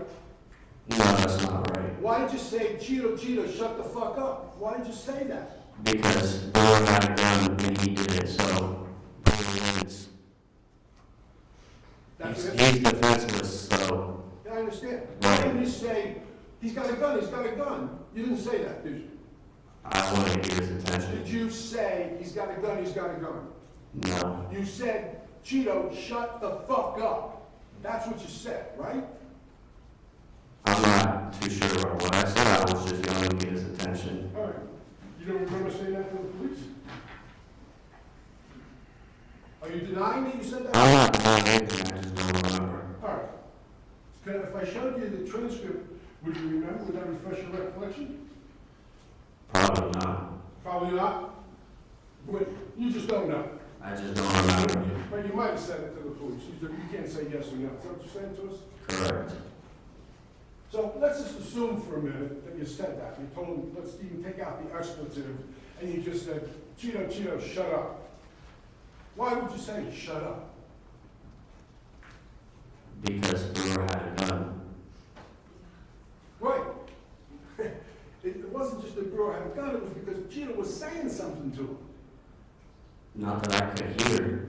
Right. You may not have heard it, but you know that he was saying something to Preston as he was approaching him, correct? I don't know what he was saying. I was just trying to get his attention like I already said. I didn't ask you what he said. I said you know that he was jawing with me. You know that he was saying something. He was looking over his shoulder, saying something to Preston, right? Yeah, there was some words going on. Right. But you don't know what he said. No. You have no idea what he said. No. Right. And you don't have no idea whether or not he had a bottle. No.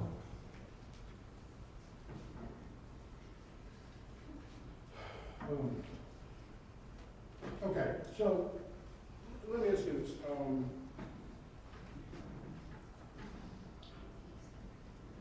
When Preston arrived to Garrett's location. Right? Did you see them tussle or wrestle together?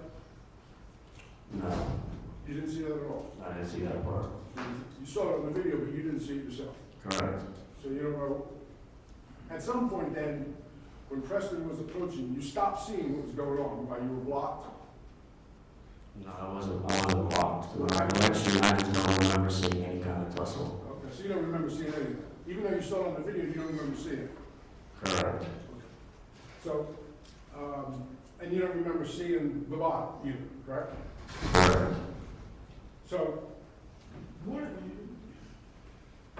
you didn't see the gun, you didn't see the gun go off either, correct? You heard it. I heard it. You heard it. And do you remember saying that you weren't sure when it went off because they were going down behind the cars? I don't understand that question. Okay. Do you remember exactly when you heard the gun go off? No. I Okay. just So it was heard it. after they were together? It was after Brewer approached Garrett. After what? After Brewer approached Garrett. After Brewer approached Garrett. And you didn't see Garrett approach Brewer at all? You didn't see any of that, right? No. Even though you saw it on the video, you didn't see it yourself. No, I was focused on Brewer, what he was doing. So you were focused on Brewer, you didn't see what Garrett was doing. I see where Garrett was, and once I seen Brewer had the gun, I was wondering what he was doing. So you were focused on Preston, on Brewer. Well, I was focused on him when he pulled the gun on Garrett. Okay.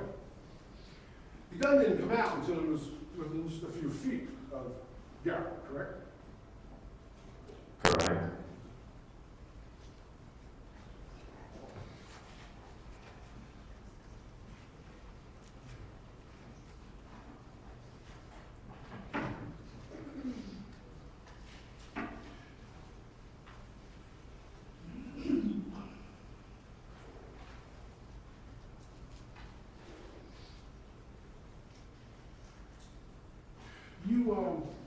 You saw the gun when Preston was walking toward Garrett, right? Yes.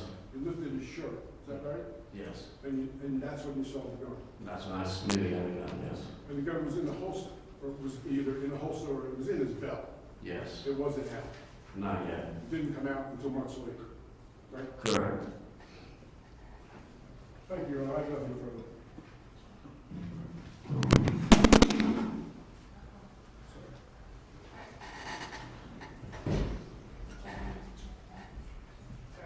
Okay, Ms. Brower wants to check the It's not yours, microphone. it was just announced. Okay. So would the state like to Yes. do some redirect? Logan. Regardless of whether you saw Garrett turn, I'm gonna ask you this. Wait, sorry, Regardless of whether you saw Garrett turn his body, my question to you is this. When Garrett had the gun face pointed at him, did Garrett have anything in his hands? No. Nothing further. So your preference, may this witness be You can be excused. excused? Yes, Your Honor. All right, sir. Thank you. You can step down and be excused. Thank you. All right.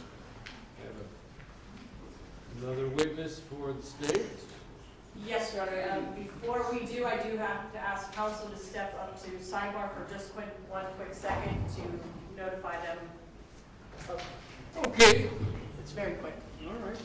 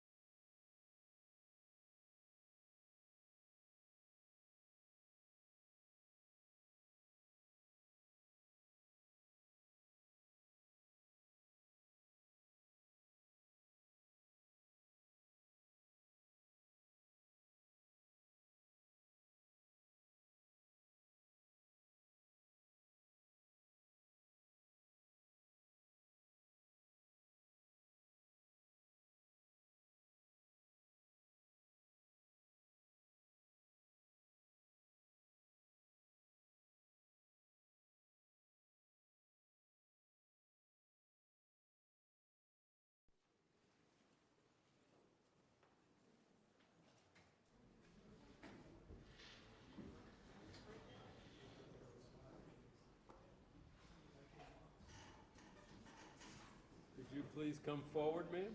Right through the gate behind the deputy there. That's a good place to situate yourself. Raise your right hand, face the clerk here. Do you solemnly swear or affirm that the testimony you're about to give in the cause now and then shall be the truth, the whole truth, and nothing but the truth, so help you God? All right, then please have a seat right over here on the witness stand.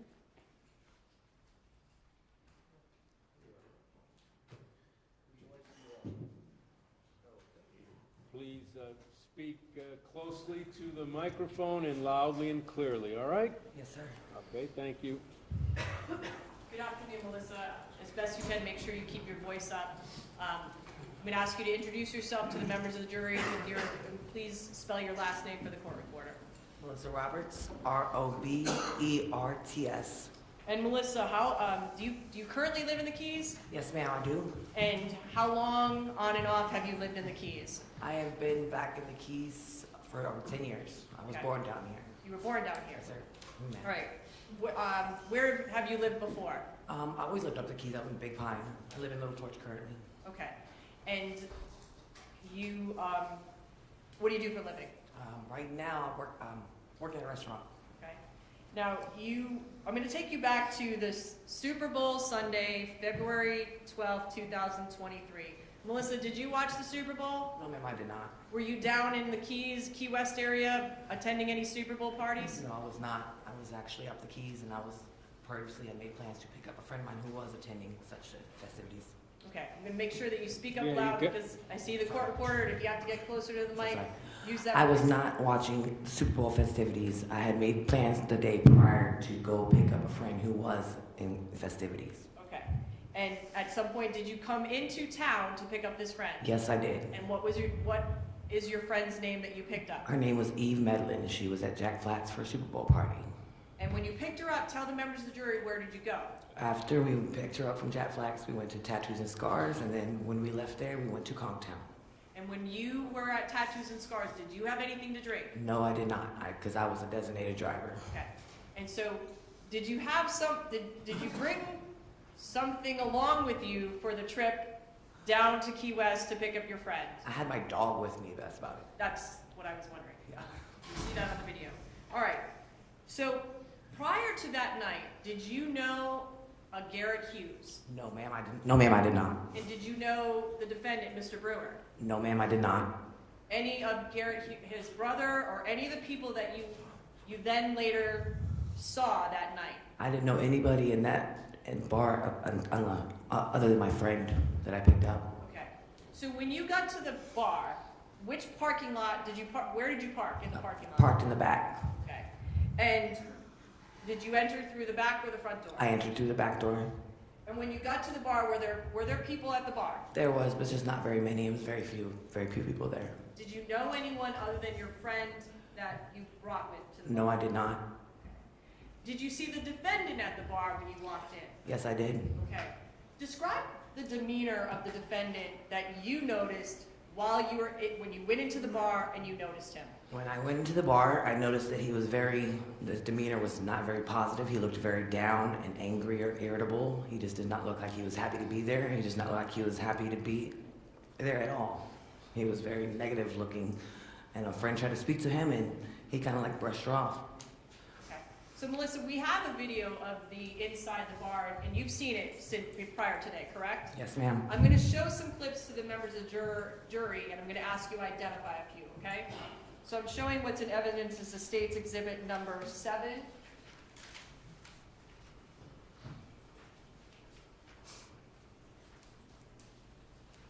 And I'm going to start it at 53. The counter is 53. 43. The time says 00:53, but we know the stipulation that that's not the accurate time. It's more like 11:53 or 11:33. Now, at counter 53:59, do you recognize the two that just walked in there? Yeah, that's me and my friend and my dog. Okay. That's your dog with you? Yes. Okay. But the defendant wasn't there at that time? No, at the time he was not. Okay.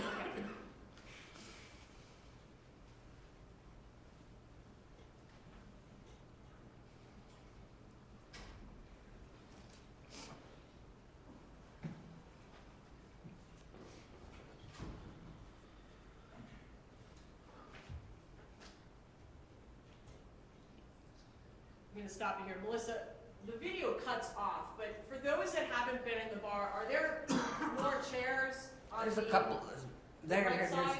towards here, no, just those chairs, what you see here, and you walk in, it's like, towards the end of the bar right here, there's a chair there. Okay, so is it like an angle, like an L shape? Yes, Okay, is that where you and your friend eventually sit? we sit at the very end of the bar here. Now, you can't even really see it on the cameras, kind of, sort of, but when I get into the video, you can see my forehead, but, no, We'll see your what? my big forehead.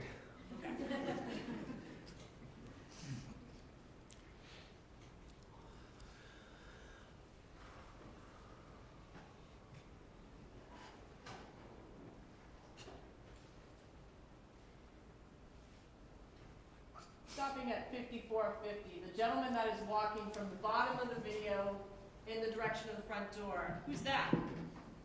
That man over there, Okay, who is that? that's Mr. Brewer. And the person that you're describing as Mr. Brewer, do you see him in the courtroom today? Yes, I do. Can you point him out to the members of the jury? Tell me Okay. what color jacket is he He's wearing? wearing a gray jacket with black glasses. Let the record reflect she's identified the defendant. Record shows so reflect. I'm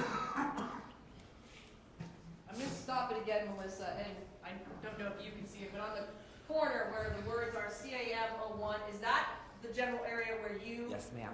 where you and your friend are seated? Yes, ma'am. Okay.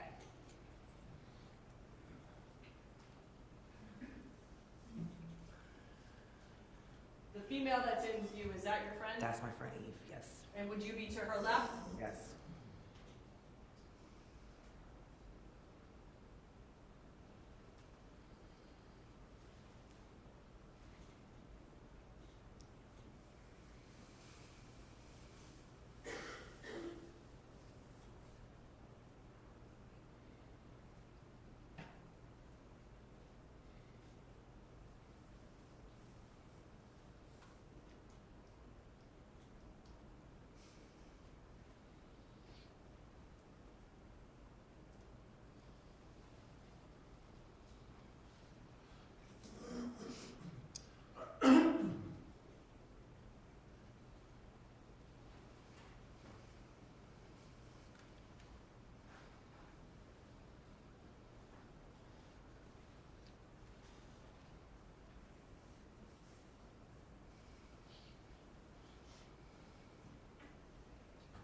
Stopping the VLC counter at 5604. You see Mr. Brewer at the bottom of the screen? Yes, ma'am. Is that when is he talking to you and your friend? No, he's not talking to me. He must have been talking to her because I didn't speak any words to him. Okay.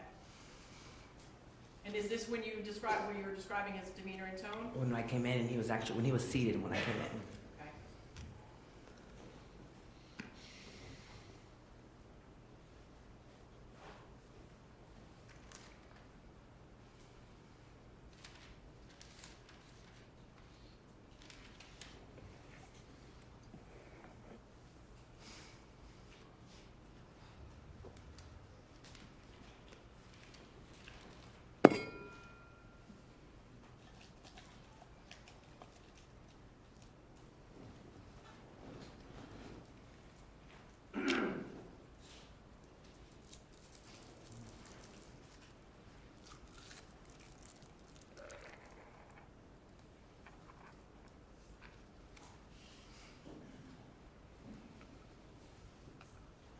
Stop it again at 5721.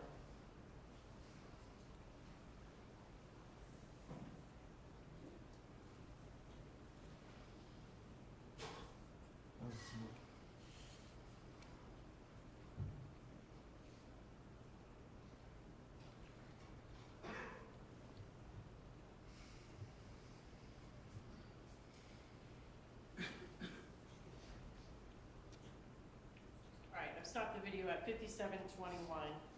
I'm going to start it again at 1 hour and 37 seconds.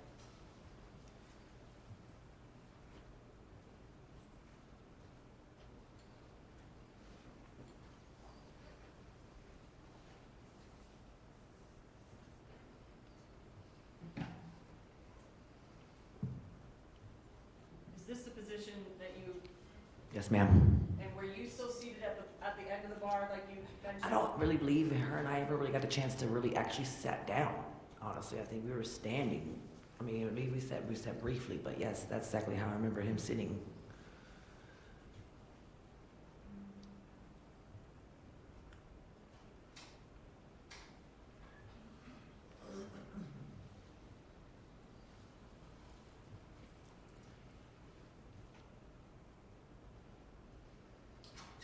At the time, did you know the name of the bartender or who the bartender was? No. No?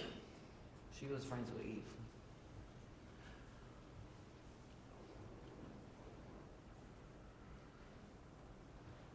Right, I've stopped it at 1 hour and 54 seconds. Did you at some point in time go outside in the parking lot, Melissa? Yes, right after she ordered our drinks or during the ordering process, I went out Why did you go out? to go smoke a cigarette Okay. And where did you go smoke that cigarette? in my car with the door open. All right. I'm going to show you what's in evidence and has not been seen yet. It is going to be State's Exhibit number 5.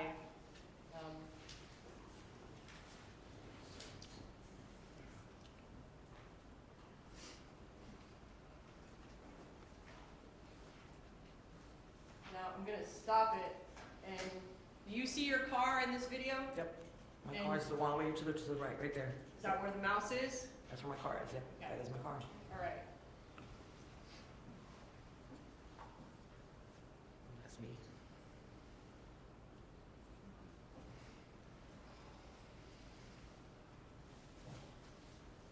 That be you walking to your car Yes. with your dog. Yes.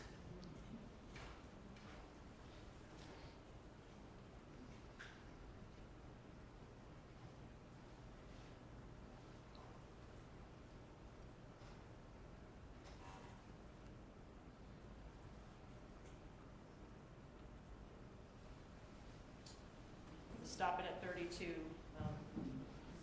While you were outside, Melissa, having that cigarette, what, if anything, drew your attention?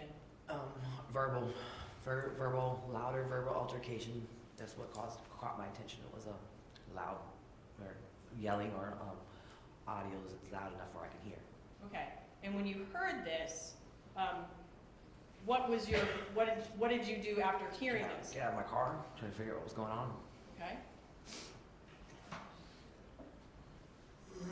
Now I'm going to show you what's in evidence again. It's State's Exhibit 1. I'm going to start it at counter 201. Or actually, I apologize. I'm going to start it at 155. Is this again your car on the far right? Yes, ma'am. Okay.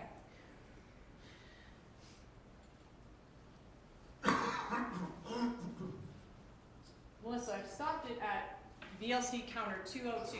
When you got out of the car, tell the members of the jury what you saw happening down in the parking lot. When I got out of my car, I seen the defendant approaching Garrett with the gun out. That's what I saw. Okay. And where was the gun pointed? At Garrett. And at some point, is this when the argument was happening? Yes, ma'am. At any point in time, did you hear the word gun being yelled by anyone? No, I did not. When you saw this, did you continue to walk in that direction? Yes.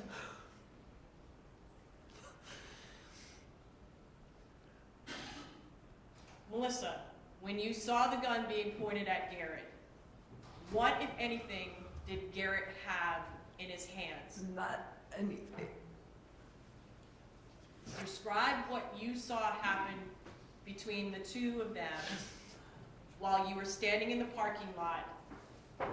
I saw Brewer come at Garrett in an aggressive manner, and Garrett didn't stand a chance. Sorry. Ma'am, if you need to take a break, you would No. let me know. I'm Otherwise, okay. you can just pause and, Okay, sir. but if you good. need a break, you let me know. Yes, sir. I'm good. All right, let me ask you a few questions. Describe the manner in which you saw the defendant. Just coming at him. I mean, coming directly at him. Okay. Did you see Garrett have similar actions towards the defendant? No, he was walking, but Okay, Brewer was coming at him more in an aggressive manner and faster abruptly. okay. Now, I'm gonna continue to play it.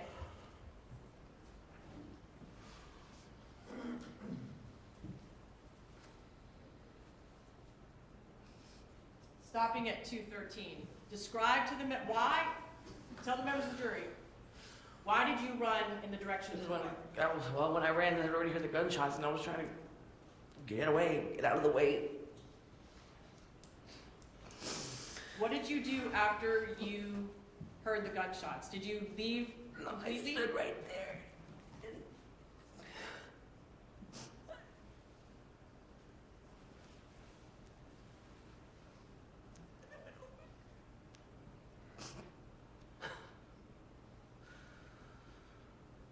Did you stay around Melissa for when the police arrived? Yes, And did you speak to them? yes. Now, Melissa, I'm going to ask you a question. Have you ever been convicted of a felony? Yes, ma'am. One time. One. Why did you stay? How long did you have to stay? Oh, we were there for hours. And you gave a statement to the police Yes, then? ma'am. Yes, I did. And did you also have to sit through a deposition and tell a story, answer questions? Yes, ma'am.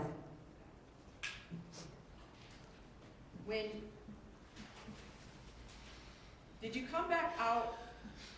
See, you kind of disappeared. Did you come back out to the scene? Yes, you have to say yes. Yes, I did. Sorry. And what did you, tell the members of the jury, what did you see the defendant doing when you returned back out to He the was parking lot? standing there, and Did you see the gun? no, I did not. Okay, I seen it prior to that. okay. And what was the defendant's demeanor? Calm, cool, and collected, leaning against the car, and he called 911 using Siri. Okay, can you, Sorry. Rewind. right, He was calm, cool, and collected. okay. Did you hear him make a phone call to 911? Using Siri. He said, hey Siri, call 911. Just made my phone. Sorry. Sorry, it's okay. Only a few more questions, Melissa, sorry.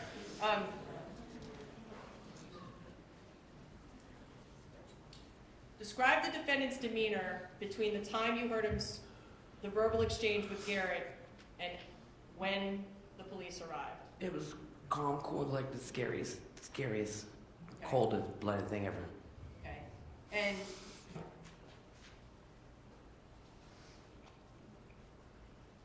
from your vantage point, who approached who that night? Brewer approached Hughes.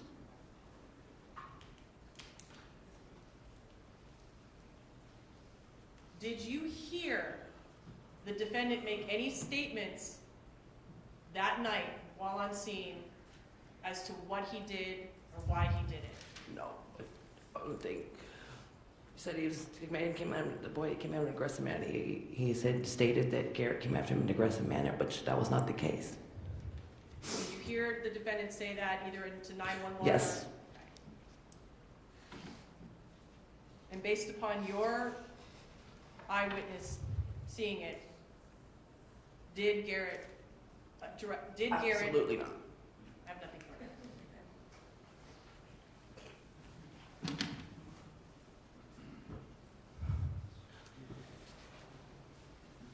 I have nothing further.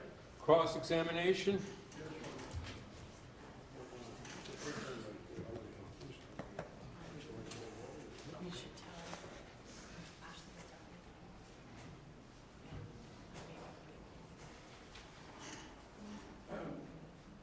Ms. Roberts. Jerry, you want me to- Oh, sorry.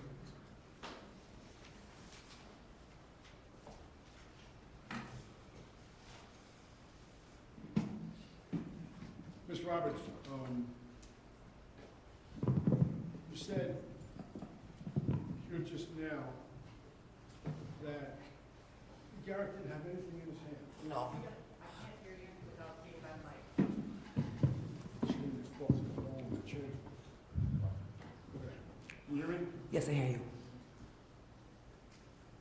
You told police, and you said... When he was walking to the parking lot, he had a beer in his hand. Ma'am, there's not a question pending right now, so let counsel ask the question and Yes, you sir. can answer. My apologies. It's all right.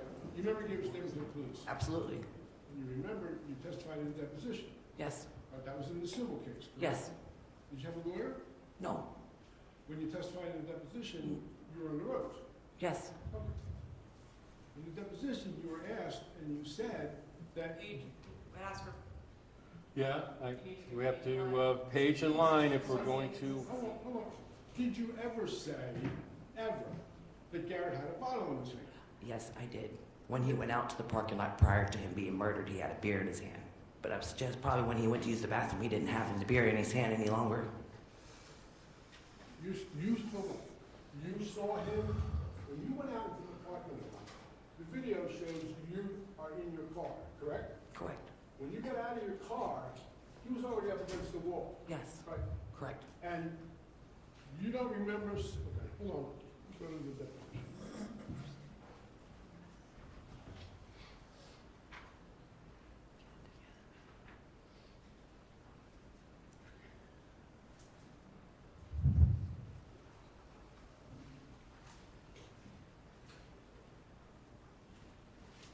Give me 1 second, please.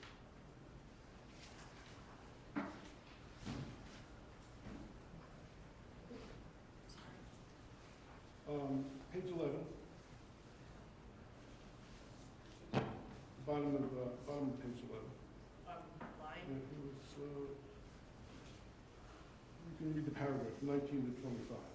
If I showed you your deposition, does that refresh your recollection as to what you said about the beer bottle? I know what I said in my deposition. I was there. I think you need to, Okay, we'll have to approach the bench and let's see what the testimony is. It's appropriate.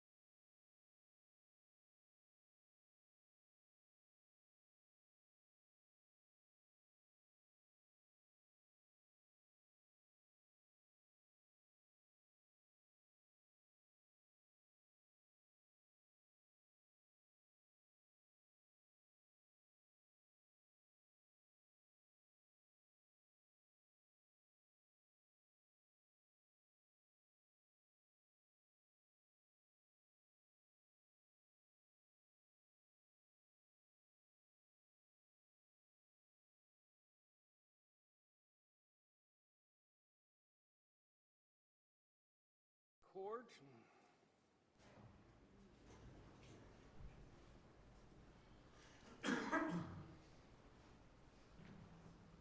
Okay, let's start. Ms. Roberts, do you remember on November 7th, 2023, you were under oath and answered questions in a deposition, is that correct? Yes, sir. Okay. And at that time, you were asked about what you saw, and you said on page 11, he was on Signs Unlimited, pissing in the corner, you know? I mean, for him to feel threatened in any way, shape, or form, there's no possible way he could have felt threatened by a child. Or I would say a child compared to a person my age. With his pants barely coming up and no shirt on and a beer bottle in his hand that he was drinking from. He didn't come at the man in any aggressive manner. Now, did you say that? Yes, I did. Okay. So then you admit that on that day, you said with his pants, pulling his pants up, no shirt on, with his pants barely coming up and no shirt on and a beer bottle in his hand. So now are you saying that he didn't have a beer bottle in his hand? No, I'm not saying that. He had a beer bottle in his hand while he was peeing on the wall. Right. Is that correct? That's correct. And you saw him with the beer bottle in his hand while he was peeing on the wall. Correct. Okay. Now, is it fair to say when you got out of the car, right, when you saw in the video, it's fair to say when you got out of the car, he was already over peeing on the wall, correct? Yes, correct, And Preston was already over there too? correct, Okay. And you heard loud yelling? correct. Right? You heard, Cheetah, right?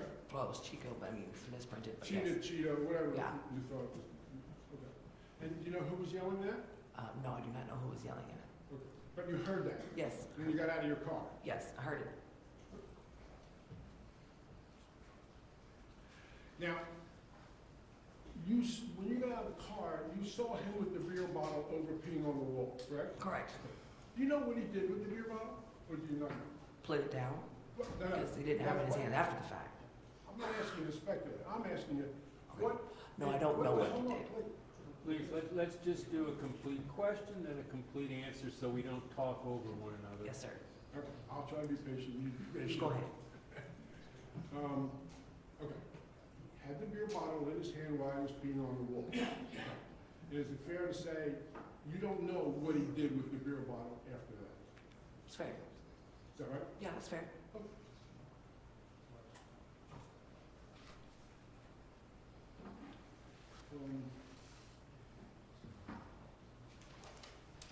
Okay, and, did there come a time when you saw Preston try to, as I think you described it, pistol whip him? Yes. Tell us about that. Well, what I saw, what had happened, you know, it could be a lot of different things. What I saw when he had the gun pointing on us, what I, from my angle, saw could possibly what I thought was being pistol whipped. Okay, so what you saw, you think you saw, that's all you know, right? It was what you saw. Right. Is he took the gun and he tried to hit him on the, Preston He was tried to pointing hit down. Garrett on the side of the head And that would be fair. with the side of the gun. That would be fair. And then I believe you stated that they wrestled and they went to the ground and you didn't see the shot, you heard the shot, Yes. right? Correct. And they were on the ground when you heard the shot? Already correct. Now, is it fair to say, in the video, what you just saw, you can see when you jumped, right? That's when you heard the shot. Correct. I mean, that's fair. I think you thought there was more than one shot. I heard three, but Heard three, but whatever it was, when you jumped in that video, that's when you heard the first shot. correct.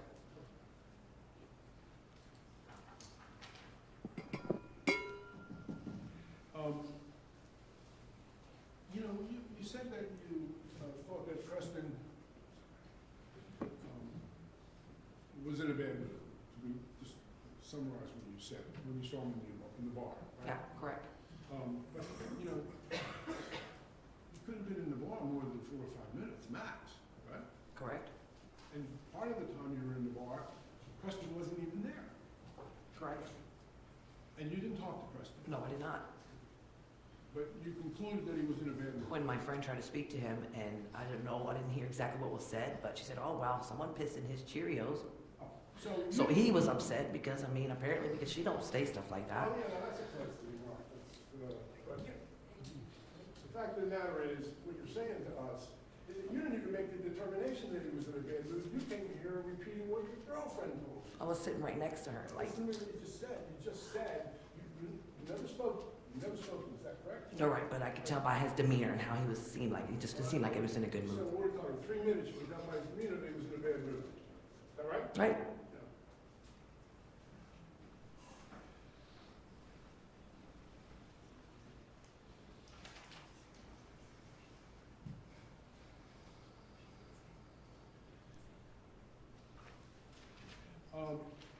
You remember, did you see at one time that you felt that they moved so close together and you thought that maybe Preston had got frightened?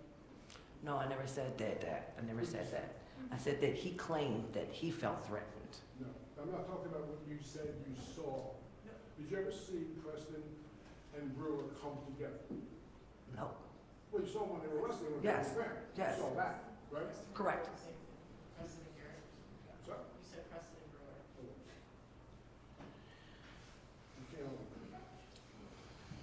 Preston and Garrett, right? Okay. So you saw them when they came together, they went down, they were wrestling. That was after you saw him trying to hit him with the gun? No, it was before. They went to the. That, he went to the ground after that. Right, so Okay. first was pointing the gun. Yes. Second was he took the gun and tried to hit him on the side of the head. That's what I thought I saw. Doesn't understand. From my All I perspective. can ask is what you saw. Okay, and, I mean, that's what you consistently said. You said that, the police said that in deposition, right? Correct. So you're being honest, that's what you saw. Yeah, That's all we're asking. correct. Right.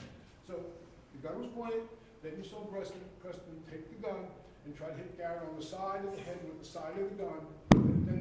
Then they went to the ground and you heard a shot. Correct.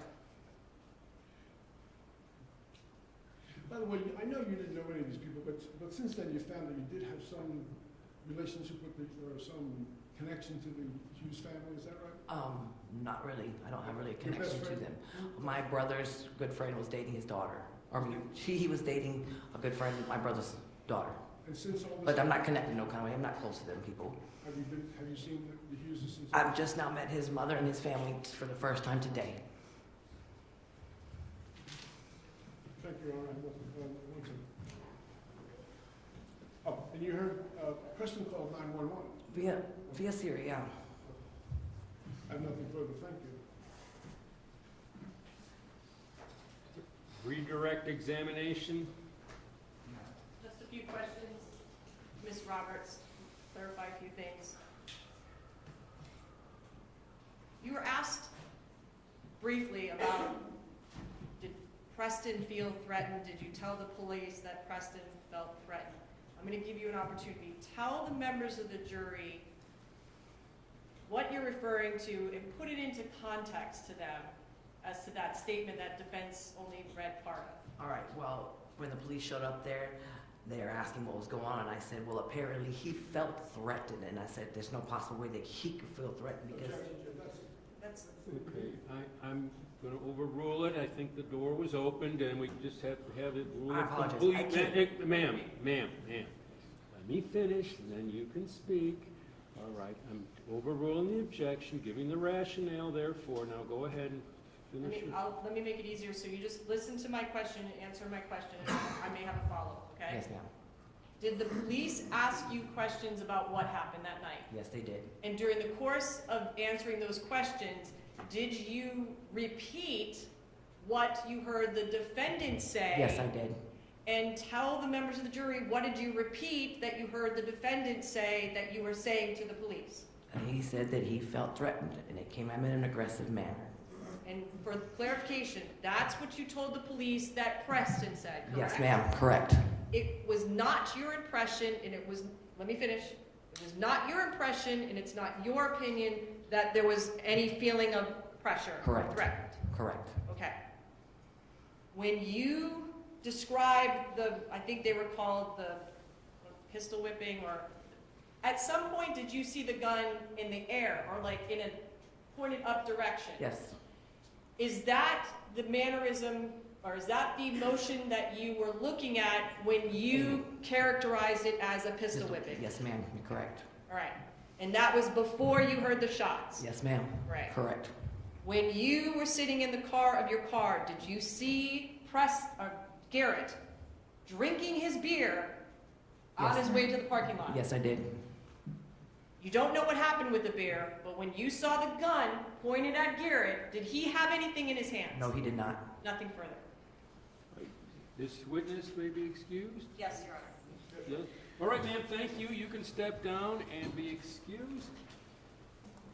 So it's time for our afternoon break. Members of the jury, appreciate your patience and attentiveness during this first session this afternoon.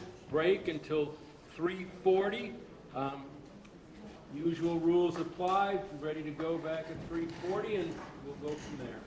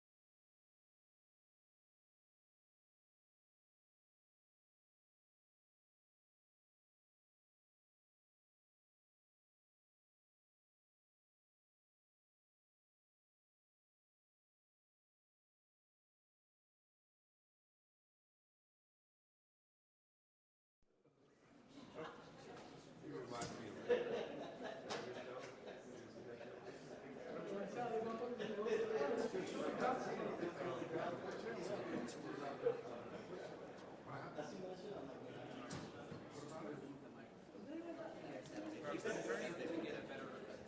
it's been horrible the way the sound. The sound is blowing.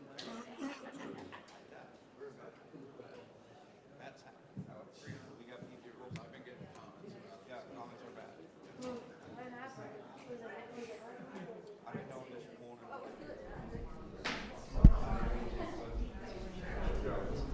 I've been working on this for 6 months. No, I'm saying that.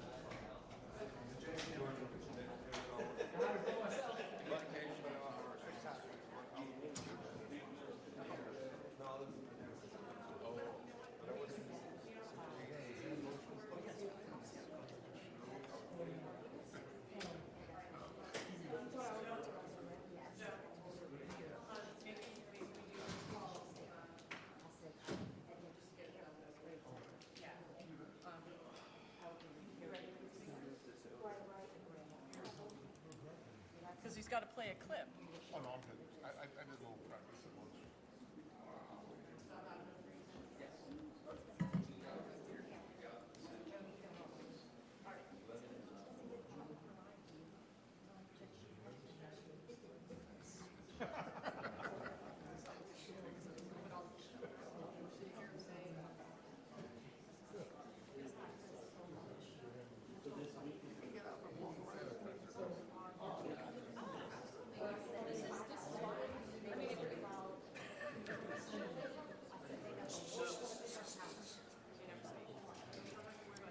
If you want to put something here, this is all good. Okay?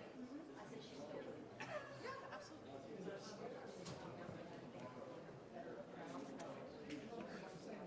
Well, the worst thing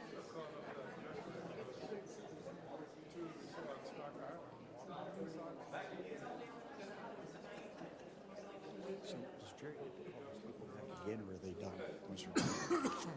They're not. Sure.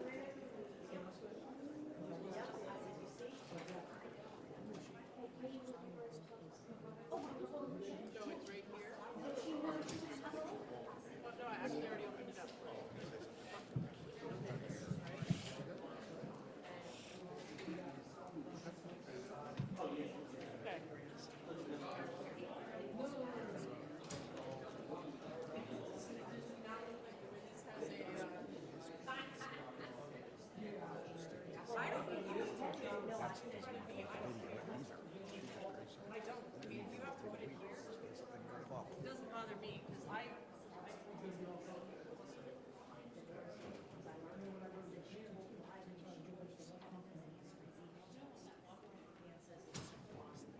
Right.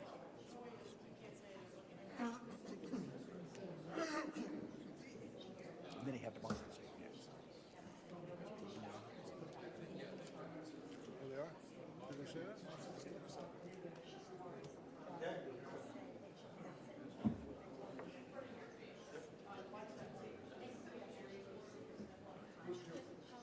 Ashley and then Carson.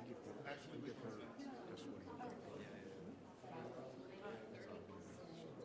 No, the judge is going to make you come in.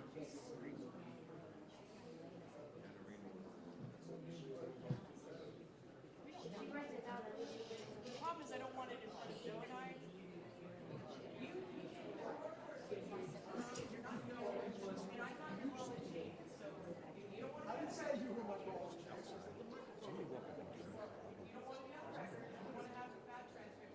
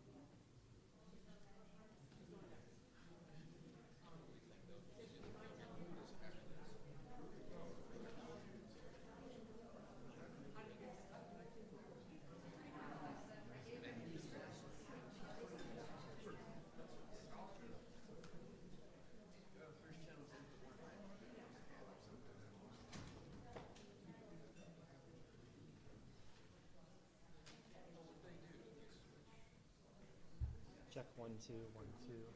Check. Check 1 2. Check 1 2 1 2. Check.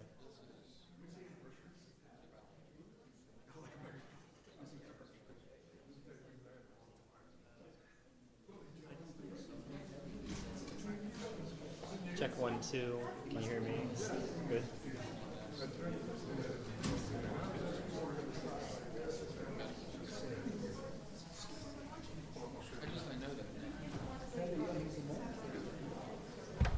Well, we used to have a great one. Here we go. So look, Mark, just so you know, You made pieces of Yeah. the Ashley. bar, I mean, I can play the whole thing, and there's just a lot of downtime in it. Yeah, well, I'm gonna, if you don't, I'm gonna play significant portions of it. Okay. It's up to you. Hold on, let's see here. Conchtown Bar video. Yep. Number 7, and then the dart room is number 8. I don't care, I don't care.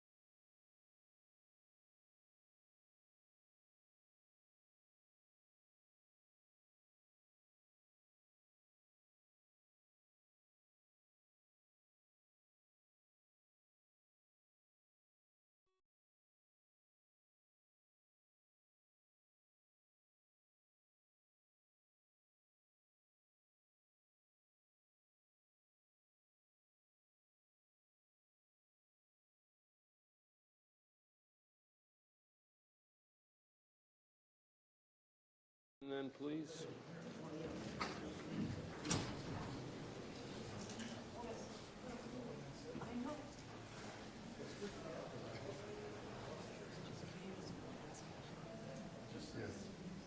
I gotta give him something. Something significant. You just prevented the Oh, jail. that's all. You prevent the jail away.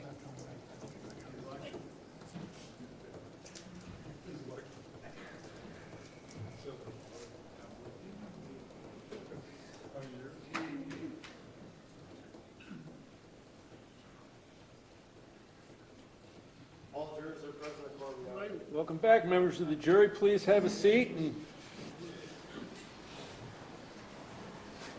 if you have a pleasant break, we're back here on the record. Everybody's here who needs to be here, and we're going to proceed with continuation of the state's case in chief. State's next witness. Yes, Judge. Thank you. The state calls Ashley Wheelan. All right, Ashley Wheelan, why don't you come on right up forward there, ma'am? If you'd raise your right hand, face the clerk. Do you solemnly swear or affirm that the testimony you're about to give in the cause now hearing shall be the truth, the whole truth, and nothing but the truth, so help you God? All right, have a seat on that witness stand right there. With Riccio showing you where to sit. And Yes, please. you've really got to speak up, ma'am. So far, I haven't heard very clearly, so now there's a microphone there, and we got a big courtroom, not the greatest acoustics, so please speak up. We got to hear you. All right, Mr. Mansfield? Thank you, Judge. Ashley, good afternoon. Hello. Can you state your name for the record, and please spell your last name? Ashley Whalen, Whalen. All right, and first of all, thank you for being here today. Have you testified in court before? No, I have not. All right, so you're nervous today? A little bit. All right, no worries. We'll take this slow and easy, okay? Ashley, just make sure you speak into the mic so that they get a good record on what you're saying, okay? So we've got your name. Tell the jury, if you could, please, how are you currently employed? I'm a bartender in Key West. All right. Are you born and raised in Key West? No, I'm from New Jersey. And when did you come to Key West? In 2013. So what point in your life were you in 2013? I was 17, my junior year of high school. All right, so you finished your high school years at Key West? I did. At the high school? Yes. And graduated what year? 2015. And are you familiar with the Hughes family? Yes. And tell the jury, if you could, please, how do you know the Hughes family? Just, it's Key West. Kind of just all know each other. All right. Now, you went to Key West High School. Are you familiar with the Garrett Hughes or his brother Carson Hughes? Yeah, but we didn't go to school together. I don't believe. They weren't in your grade? No. But you are familiar with them through school? Just through Key West. All right. Do you see them around town frequently? Sometimes. Do you know how long it's been since the last time you saw Carson Hughes in town? I do not. All right, so then you graduated in 2013, is that right? 2015. 2015, I'm sorry. And did you stay in Key West or did you leave? No, I stayed in Key West. All right, and you are currently a bartender. Is that pretty much the work you've done since you graduated? Yes. All right, so let's talk a little bit about your employment at the Conchtown Bar. Are you familiar with that bar? Yes. Where is it located? On North Roosevelt by Wendy's. I guess I should say, where was it located, right? It's no longer in Correct. business. And before we get too far, is everything you're testifying about today, did that occur here in Monroe County? Yes. Now, you worked for the Conchtown Bar a couple of different times. Is that accurate to say? Yes. The first time was when? I believe, like, for a year and a half, 2019. And then I was back shortly after everything, or shortly before everything had happened. All right, so the first time you worked there, do you remember how long that stint was that you worked there? Probably like a year and a half, 2 years. Okay, I don't really remember. all right, and then you left, is that right? Yes. And then you came back. Do you remember when you came back? You said it was shortly before this shooting event occurred? Yeah, a couple months prior to. And you came back there. Why'd you go back there? Nicole, the owner at the time, needed help. Okay. So, So you went back there, you said about 2 months before, is that right? yes. I'm going to draw your attention to the events of February 12th of 2023. It was a Super Bowl Sunday. Do you recall that event? Yes. Matter of fact, you and I have spoken about your testimony today, before today. Correct. Is that right? Okay. So focusing on the events of that day, Ashley, first of all, did you work that day Yes. at the Conchtown bar? Yes. And do you recall what shift you worked that day? I was the night shift. And the night shift would be about what time would you come on duty? It was probably between 6 and 7, probably like 6:30 I came in. All right. And now, there was somebody obviously there working the day shift, is that fair to say? Yes. And did that person leave when you got there, or do you guys work together, or do you cross over? No, it was just one bartender, 2 shifts. Okay. One daytime, one nighttime. So the daytime person leaves and you're the nighttime person and you come in, is that right? Correct. When you're working there, or when you were working there, did you work by yourself? Yes. So just one bartender on duty? Yes. Now, there was also a young man that helped out behind the bar when you needed help, is that fair to say? Yes, Mikey. Mikey? Mhm. And was Mikey an official employee of the bar? No. Did he hang around there a lot? Yeah, basically every night. And what kind of stuff did he do for you when you were working? He just got ice, got bottles if we needed them. Now, he would hang out there, is that right? Yes.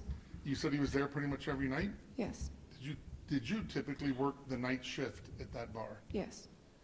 Now, this particular Super Bowl Sunday, you got to work, you said around 6:30, is that right? Probably Give or around take? that, yes. Do you remember, was the bar crowded when you got there that day?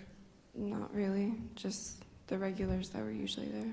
Now, there was some food set up in the dart room area, is that right? Correct, yes. Was that something that the bar provided? I don't know, because I think it was daytime, but it was probably just the regulars that did it. Did that bar typically offer food options, or was it just a No, drinking establishment? Just drinking. Okay. So you get there around 6:30, and do you remember if you saw somebody known to you as Preston Brewer at the bar that day when you arrived? Yes. All right. Are you familiar with who Preston Brewer is? Yes. Had you seen him in the bar before? Yes. Do you know how often he would frequent that bar?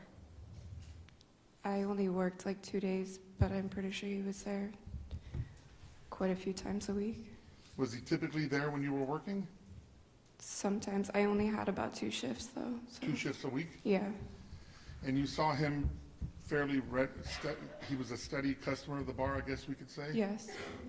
And on the Super Bowl Sunday, was he there that day? Yes.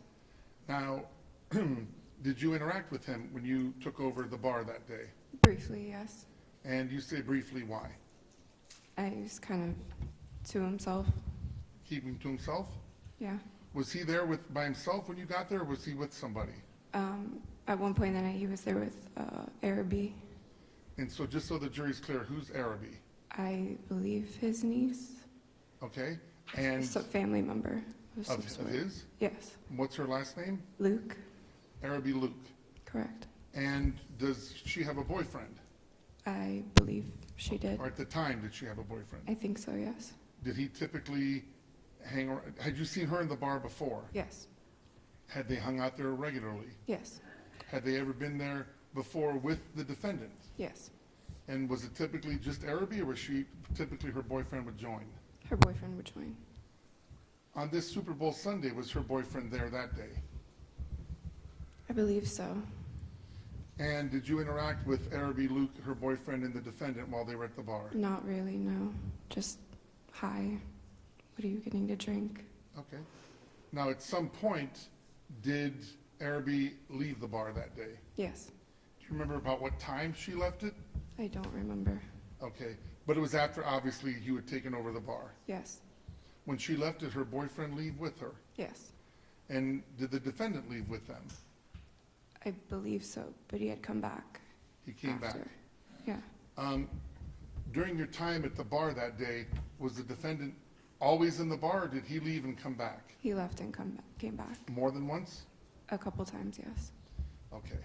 So after Araby Luke and her, did I say the name correctly? Yes. After Araby Luke and her boyfriend left, did the defendant, you said he left with them, but he came back, is that right? Yes. And when he came back, did he sit at the bar again, or was he somewhere else in the bar? Yes, he was at the bar. And had he been sitting at the bar previous to that? Yes. And when he came back, did you begin serving him that evening once you took over the bar? Yes. Ashley, do you recall what he was drinking that night? IPAs. Was that his typical drink of choice? Yes. Do you recall how many you served him that night? Probably 2 or 3, I believe. Okay, in the past, you've given number 5. Do you remember saying that before? I don't remember saying that before. All right, but you remember at least 2 or 3. Yeah, at least 2 or 3, yes. And he drank these beers at the bar. Are those draft beers or are they in bottles? Bottles. Okay. Or cans. All right. And do you pour that beer into a glass when you serve it? Yes. So he's at the bar hanging out, and are you interacting with him at all? Not really. At some point, did he ask for a beer, an IPA, and you had to tell him that you had run out of that IPA? Yes. And what was his reaction to that? Annoyed. Annoyed? Annoyed that I didn't have it. The beer that and he I wanted? offered something different, and he wasn't satisfied with that. How did he react to you personally in that moment? Was he kind to you about it, or was he testy about it? Testy, yes.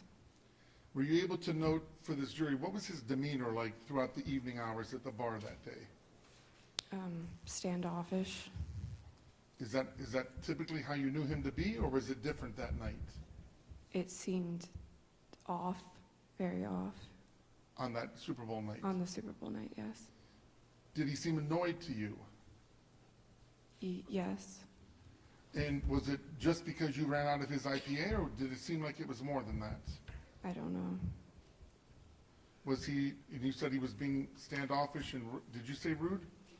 Would you describe his behavior as rude? There was a point where he had, gotten a little rude, but At some point, did he make a comment to you about why he was sticking around? I'm sorry, what? Okay, I'm going to overrule the objection. At some point, did he explain to you why he was sticking around that day? He had said something along the lines of, the bar's empty, so I'll just stick around because there's something good to look at. And that something good to look at would be you? Insinuating me. And did you find that behavior offensive or rude? Yeah, absolutely. Now, throughout the evening, did his demeanor change, or was it pretty much consistent with what we just described? Consistent. Now, at some point, did the Hughes brothers come in to the bar that evening? Yes. And did you recognize them when they walked in? Yes. And did you, when they walked in, did you greet them? Yes. Do you remember how many came in? Or were they in a group, or were they by themselves? It was a group. There was 4 of them. All right. Did you know all 4 in the group? Mainly just Carson and Garrett. But they were in a group of 4. Is that accurate Yes. to say? Yes. All right. So they come in, and did they come up to the bar and greet you and say hello? Yes. Did you serve them any drinks at the bar initially? Yes. Do you remember what you served? Bud Light, I believe. And do you remember who was drinking the Bud Lights at that point? Just the 2 of them, I think. When you say the 2 of them, you mean? Carson and Garrett. Okay. So they got a couple of beers, and at some point, did they leave the bar and head back to the dart room? Yes. Okay.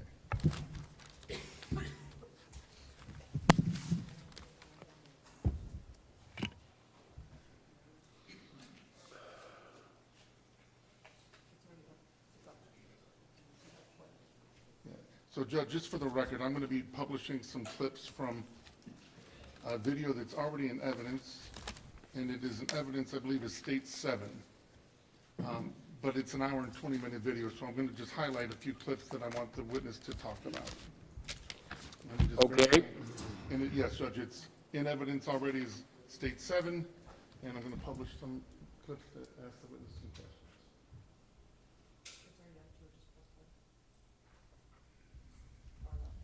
That's right.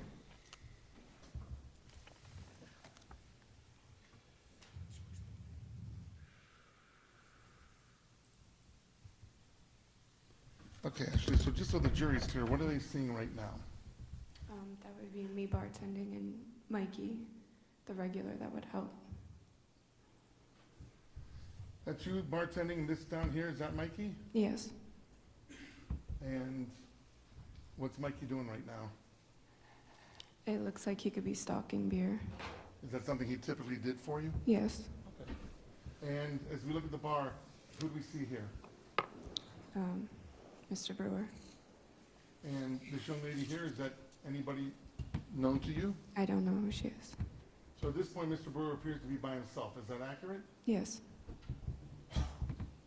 Now, Judge, just for the record, the timestamp on the video, which we know is an hour and 20 minutes off, but this says 11 minutes after midnight. So this would be give or take around 10:40.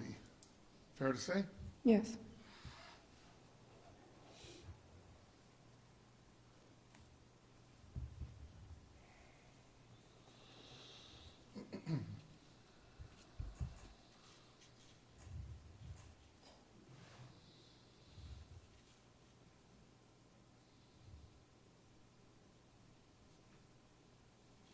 So Ashley, I'm just letting this play so the jury gets some context for who all these different players are. I have a question for you. I'm going to stop it. I'm going to stop it at the counter on the bottom at 36 seconds and ask you, can you explain to the jury, how is this bar laid out? This entrance up here, where does that lead to? That would lead to the front. The road is North Roosevelt. North The front Roosevelt, there. right? Yes. And then bar here, and then if you come out, go back this way, is there a door? There's the back door. Yes, that leads to the parking lot. All right. And then I see a doorway going in here. What's in here? There's two pool tables when you walk right in there. And then if you go to the right, the darts. And then is there a way to come out? Is that the only entrance to that room, or is there another entrance? There's another, it's a U shape. So there's another entrance or exit towards the back door. So this door back here, you can either come in, can you go this way or into the dark room right from that door? Yes. All right. So that's kind of the layout of the bar as it existed back then.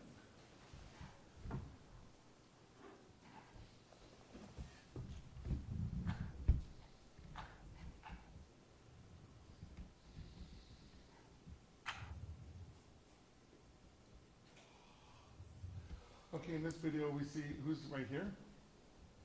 Mr. Brewer. Right, still there. Now we're at 6 minutes past midnight, but you got to subtract an hour and 20 minutes. So what is it now, 11:46, give or take?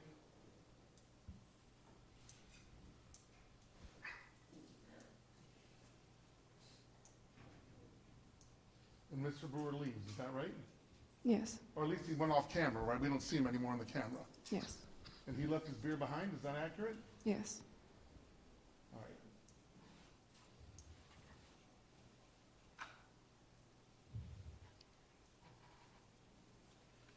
Next video we're showing here, and I'm stopping it, Judge, at 1 minute and 10 seconds into the video, but the time date stamp at the top is 9 minutes and 24 seconds. Again, an hour and 20 minutes off from the real time.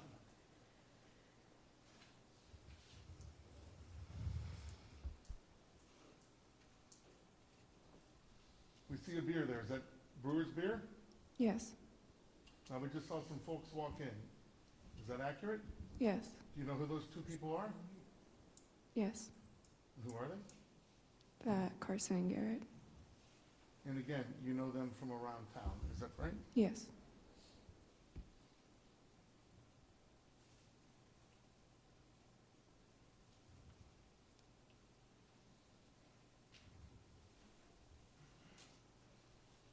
Looks like somebody else just joined them. Do you know who that person is? Not really. Okay. Do you know a guy by the name of Blake? Yes. All right.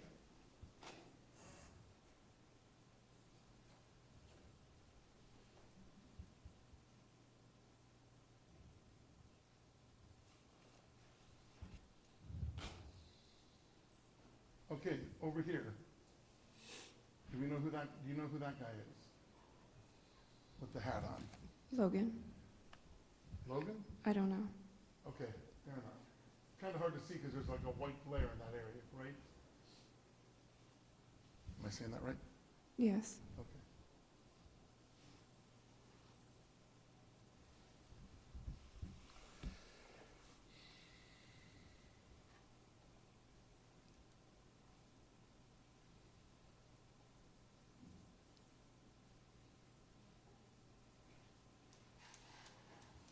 Could that be Blake right there? Who's the guy that's fixing his hat right now?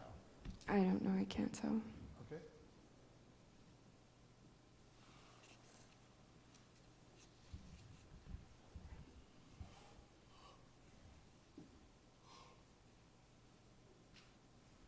This beer that's sitting there, whose beer is that?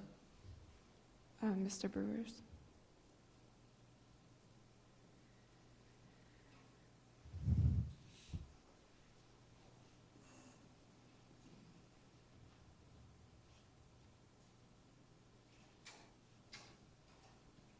Are they running a tab or are they paying by as they go? I believe they had a tab. It looks like you served them a couple beers, is that right? Yes. It's like a total of 3 of us.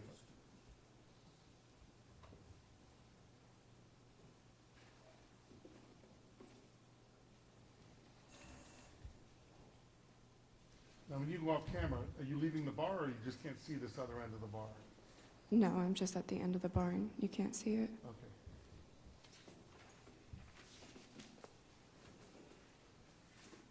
Now, you saw right here, let me go back just a little bit so you can see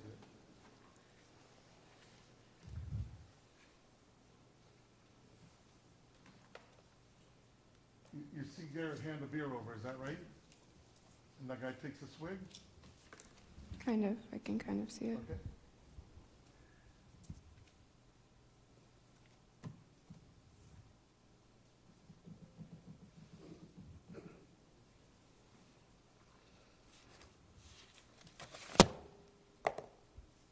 And now where are they heading? The door they went through will take them to where?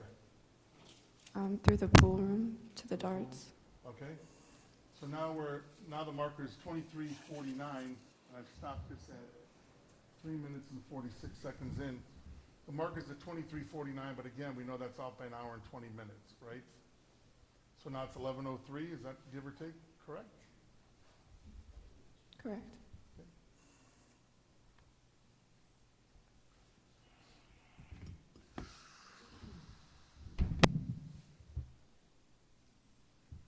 Okay, I paused it here at 3 minutes and 54 seconds into this clip, but it's time stamped at 23:56. Who do we see? Who's entered the picture here? Mr. Brewer? And is that the beer he left before? He's kind of reclaiming it? Yes. Or at least what's left of it, right? Yes.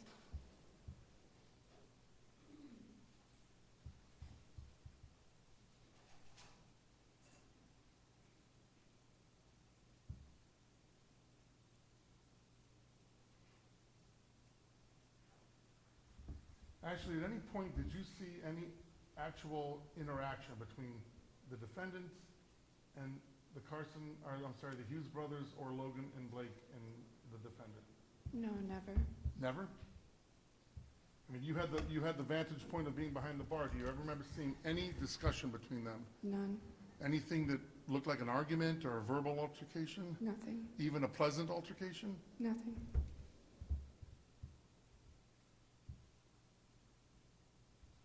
And down here at the bottom right, is that the defendant that we see? Yes.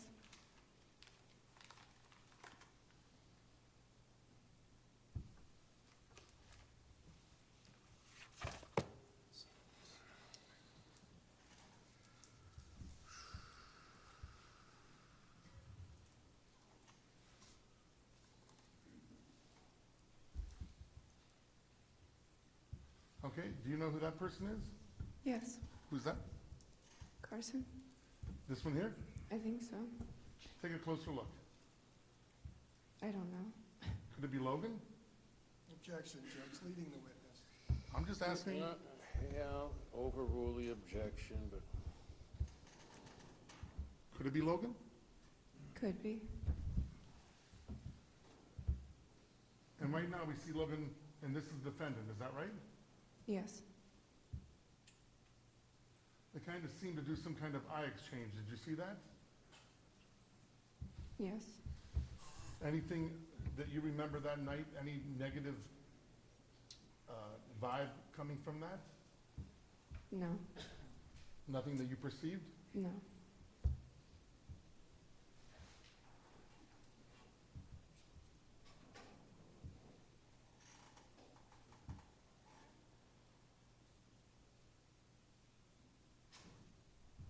Looks like he's getting something, you're filling up a glass with ice in it from that gun. Is liquor in that gun, or is that just for soda purposes or water? It's just soda and water. Soda and water?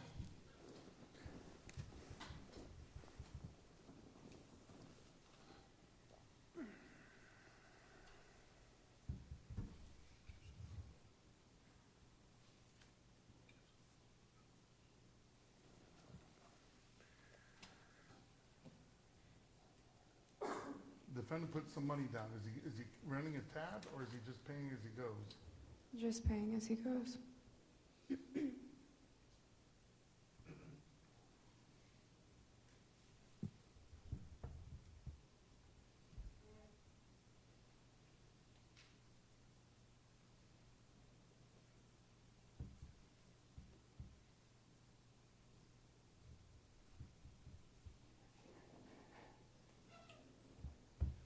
All right? Do you see that person right there? Yes. Isn't that the one you just served a little bit ago with something out of the well? Or something out of the gun? Yes. Still wearing that sweatshirt, right? Yes.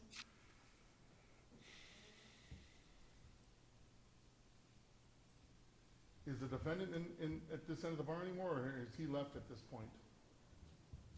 He's left.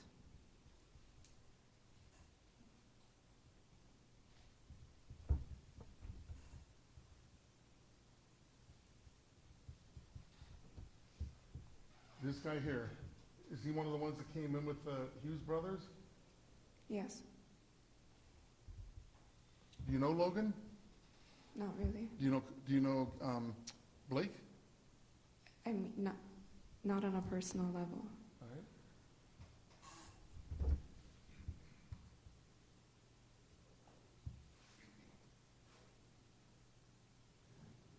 All right, looks like you're fixing him another drink here, is that right? Yes.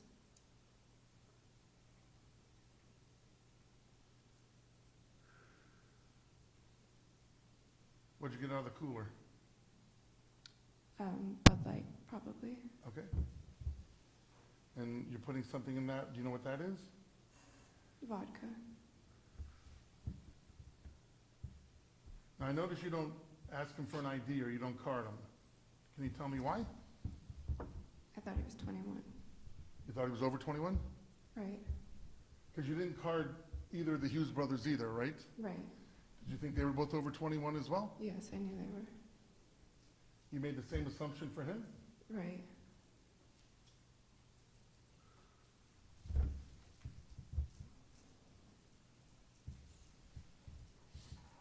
I'm going to pause it here. Do you know who this is? Yes. Who is it? Mr. Brewer. So now he's come back into the picture, but he came from the door leading to North Roosevelt. Is that accurate? Right. Before, when we saw him leave, he went this way, as if to go to the back. Yes. Is that common, or is that something you remember seeing? I remember it that night, but it was strange. Did he typically come and go when he was at the bar? Not usually.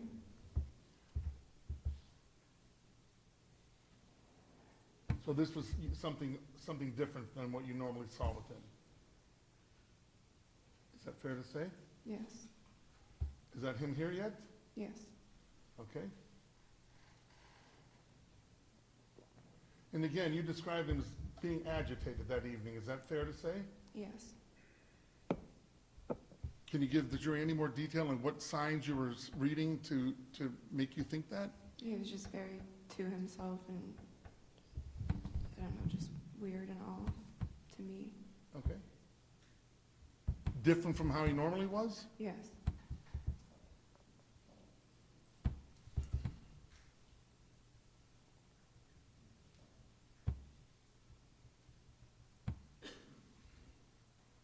Okay, we just saw some folks walk back in again. Do you recognize? Oops. Back it up a little bit.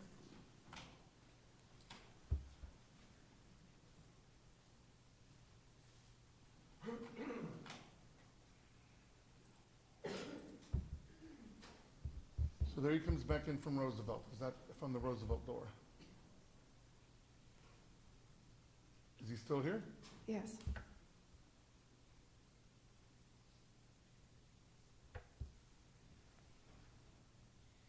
And do you recognize those two?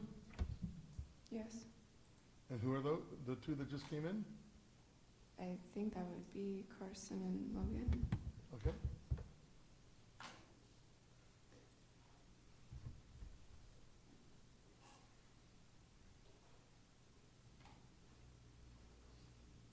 Who do we see down here? Anybody that you know? No. All right. So the guys, other than the one coming out to get a couple of drinks, did they pretty much stay back in the dart room and the pool room? Yes. And at some point, did they leave the bar? During the night? Like, yeah, at some At point? the end, yeah, when they were Actually, do you remember how long they were there? Do you recall? only for like an hour, And maybe not even. and then you remember they all left at some point, is that right? Yes, When they left, which entrance, or did they go out the back door or the front door? the back door. I call the front the one that faces Roosevelt, so Right, is that the same way you refer to them? yes, All right, so he went out the back door, they went out the back door? yes. And did you say goodbye to them, or did they acknowledge you as they left? Briefly, I think. Okay, and then they went outside, or they went out the back door, is that right? Yes, Now, do you remember the defendant at some point leaving the bar and heading out back as well? yes. And at that point in time, did that mean anything to you, or not really? No, not really. Had the defendant been there the entire time, or had he come and left previous that evening? He had come and gone. Okay, so this time he goes out the back door after the boys left, or after the guys left? Yes. And what, if anything, do you remember happening after that? After the fellas went outside, Brewer goes outside, did you go outside with him? No, You stayed in the bar? yes, You were working, right? yes. All right, so do you remember anything that happened after they left the bar? Any kind of commotion out there? I remember hearing gunshots.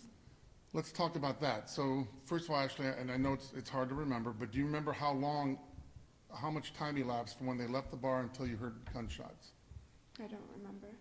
And was it like gunshots you heard? Do you remember how many gunshots you heard? I thought I had heard a couple, but More than two? I'm not sure, yeah. I thought You thought you had? Yeah, All right. But you weren't sure, is that fair to say? correct. When you heard them, did you know right away that they were gunshots?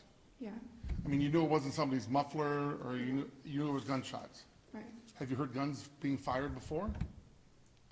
Not like that, no. I mean, I've been to the shooting range, but So no doubt in your mind, when you heard those shots, that was gunshots you just heard. right. And what was your reaction when you heard that? I just kind of froze. And then I called 911. You've been a bartender for most of your life since you graduated high school, right? Right. About 8 years. Have you ever witnessed or heard a shooting that occurred while you were working a shift? No, Up until that night? correct. And you said you called 911. Yes, Did somebody tell you to call 911, or did you instinctively think, hey, I need to call 911? Those were gunshots. it's all kind of a blur. I'm pretty sure I just called 911. All right. Was Mikey there when you did that? Yes.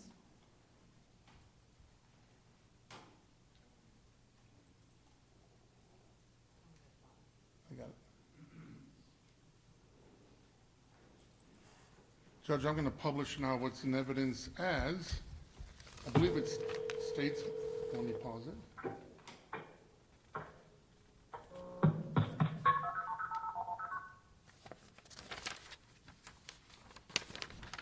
Just want to confirm, Judge, it's in evidence as states 31, number 31. It's the phone call that Ms. Whelan placed from the bar that night. All right.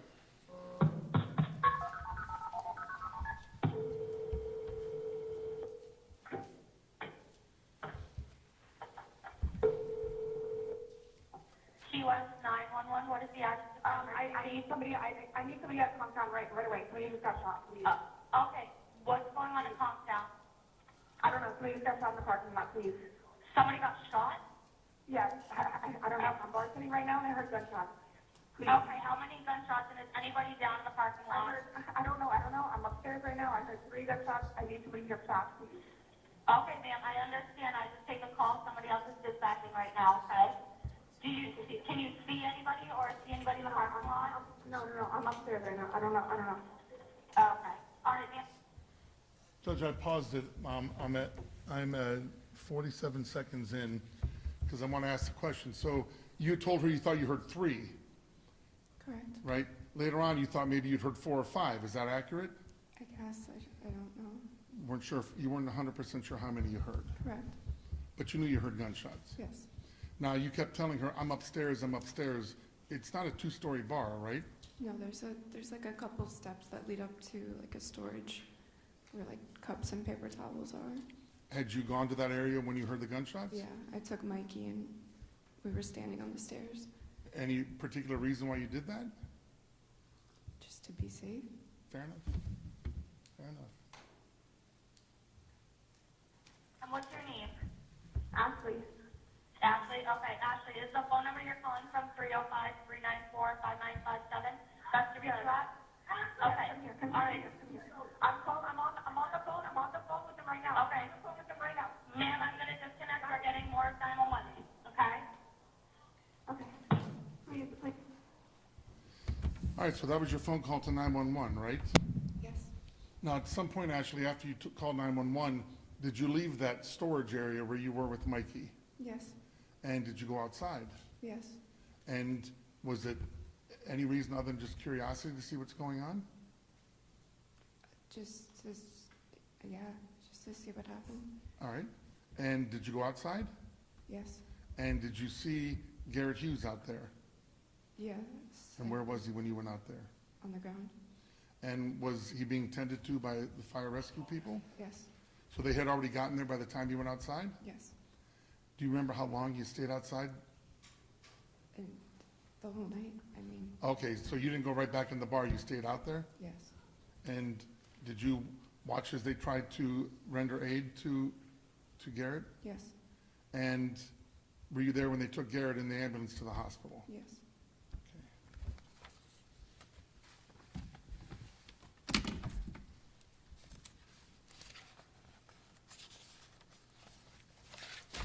Just 1 second, ma'am. I think I've covered most of what I wanted to cover. I just want to make sure I didn't leave anything out.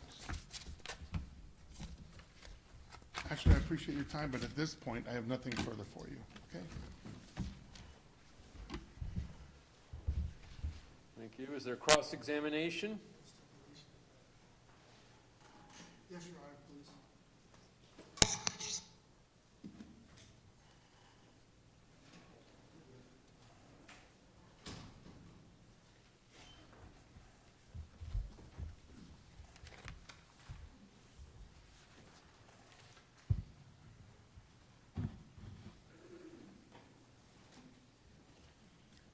Good afternoon, ma'am. Hi.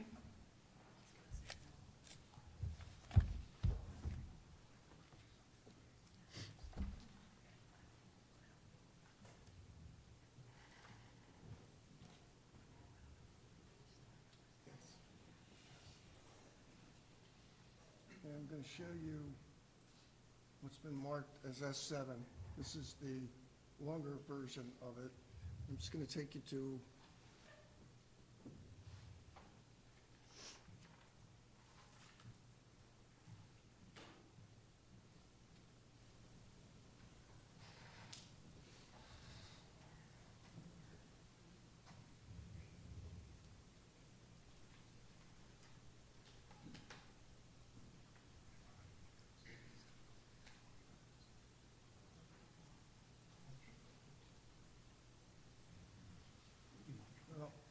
in that picture, is that Mr. Brewer standing in the bottom right?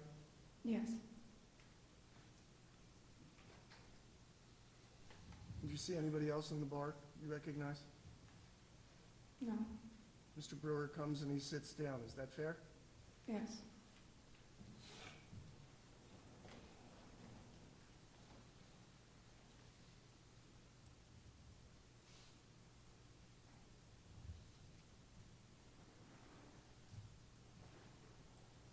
And you come into the picture at approximately 59 minutes, 13 seconds or so. Yes.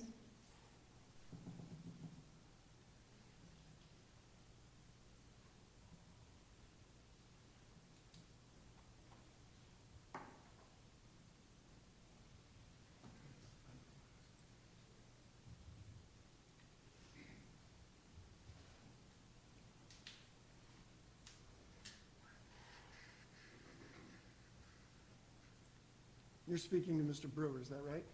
Yes.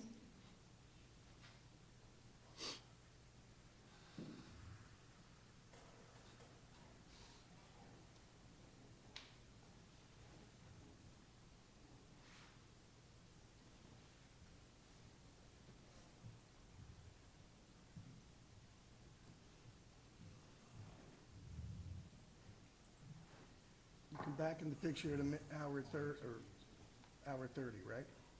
30 Yes. seconds? That's you speaking to Mr. Brewer again, correct? Yes. And who's in the bottom right-hand corner now? If you recognize her. You? I can't really tell. Okay.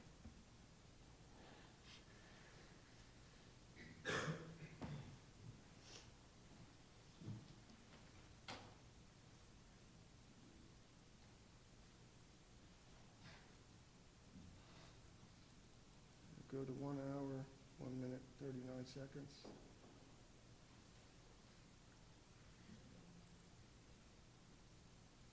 Mr. Brewer comes back. Now, do you recognize the gentleman with the hat? It's bending over. You'll see in a minute, he'll stand up. I believe he was just a regular. I can't really tell from the video. You're talking to Mr. Brewer? Yes.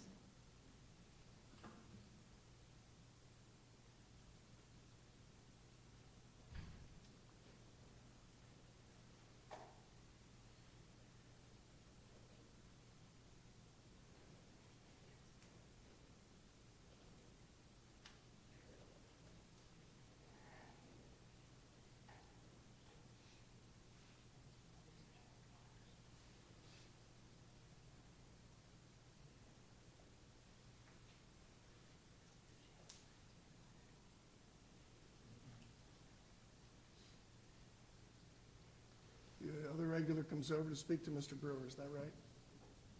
Or he moves next to I'm him? sorry, what? He moves next to Mr. Brewer? What? The man in the hat The man in the hat? moves next to Mr. Brewer? Yes. I They're- don't really know who he is. They're chatting? Yes. Yeah.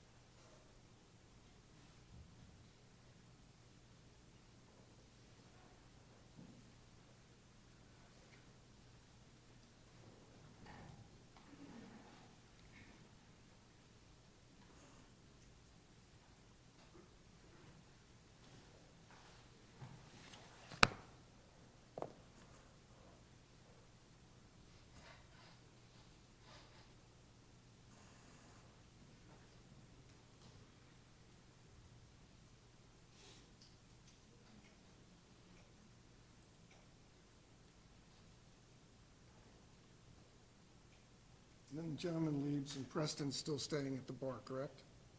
Yes. And then he leaves shortly thereafter, right?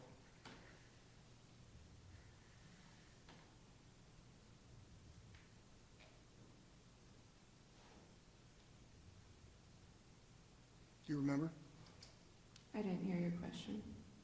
Do you remember if Preston leaves shortly thereafter? Yes.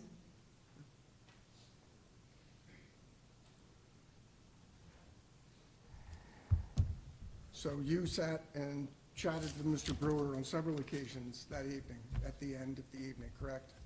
Probably briefly. Shortly before he left, right? Yeah, And you saw Mr. Brewer speaking to other people that evening, correct? yes, So he wasn't alone the entire time. He was with Araby and the other gentleman, but he also was communicating and joking around with other people in the bar, was he not? that's usually what you do when you sit at a bar. Sorry? It's usually what you do when you sit at a bar, yes. Okay. Thank you, ma'am. I have no further questions. Any redirect examination?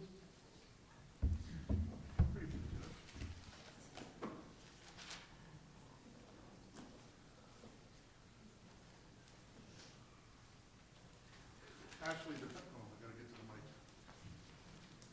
the mic. Never needed a mic. All right, Ashley, just to confirm, so defense counsel just asked you if you had chatted frequently with the defendant throughout that evening? Correct. And you said, yeah, I probably did, right? Yes. During those chats, what was your observation on his demeanor during those chats? Arrogant, to say the least. Did he seem irritated? A little bit, yes. Was he annoyed? Yes. The video defense counsel just played, was that before or after the IPA situation where you didn't have the beer he wanted and he was annoyed? I believe that conversation was when he was annoyed about the beer. And Yes. you said his reaction to that was not a pleasant reaction. Right.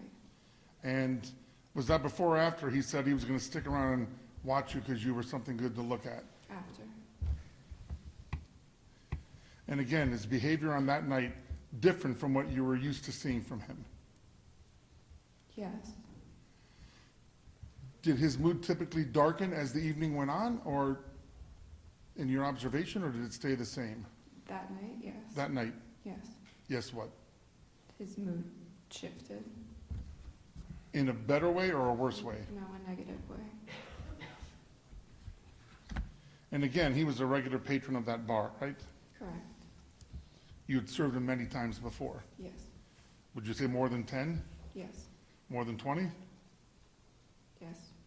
So many times. Yes. But on that night, something was different. Yes.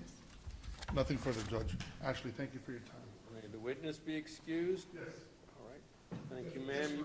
You may step down and be excused, and we're going to ask the attorneys to approach the bench here.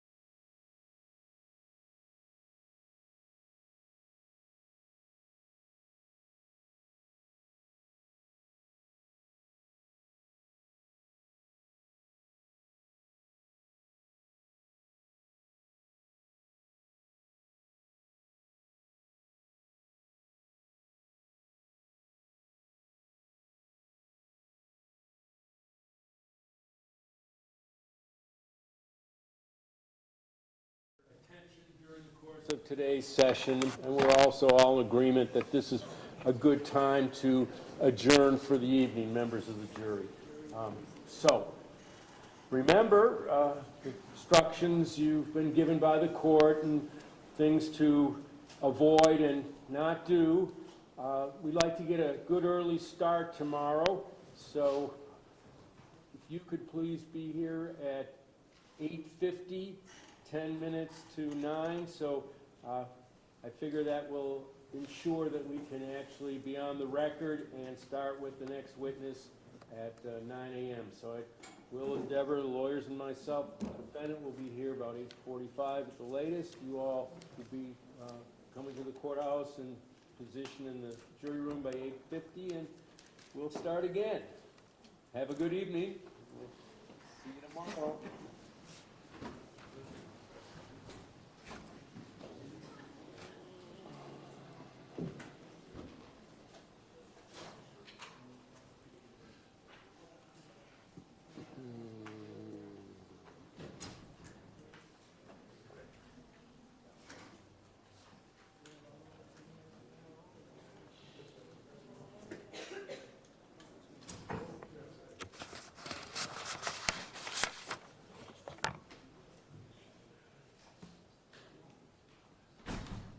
Jurors are gone now. Unless there's something else that you'd like me to address, we'll see you at 8:45 tomorrow, and we'll take it from there. Have a good evening.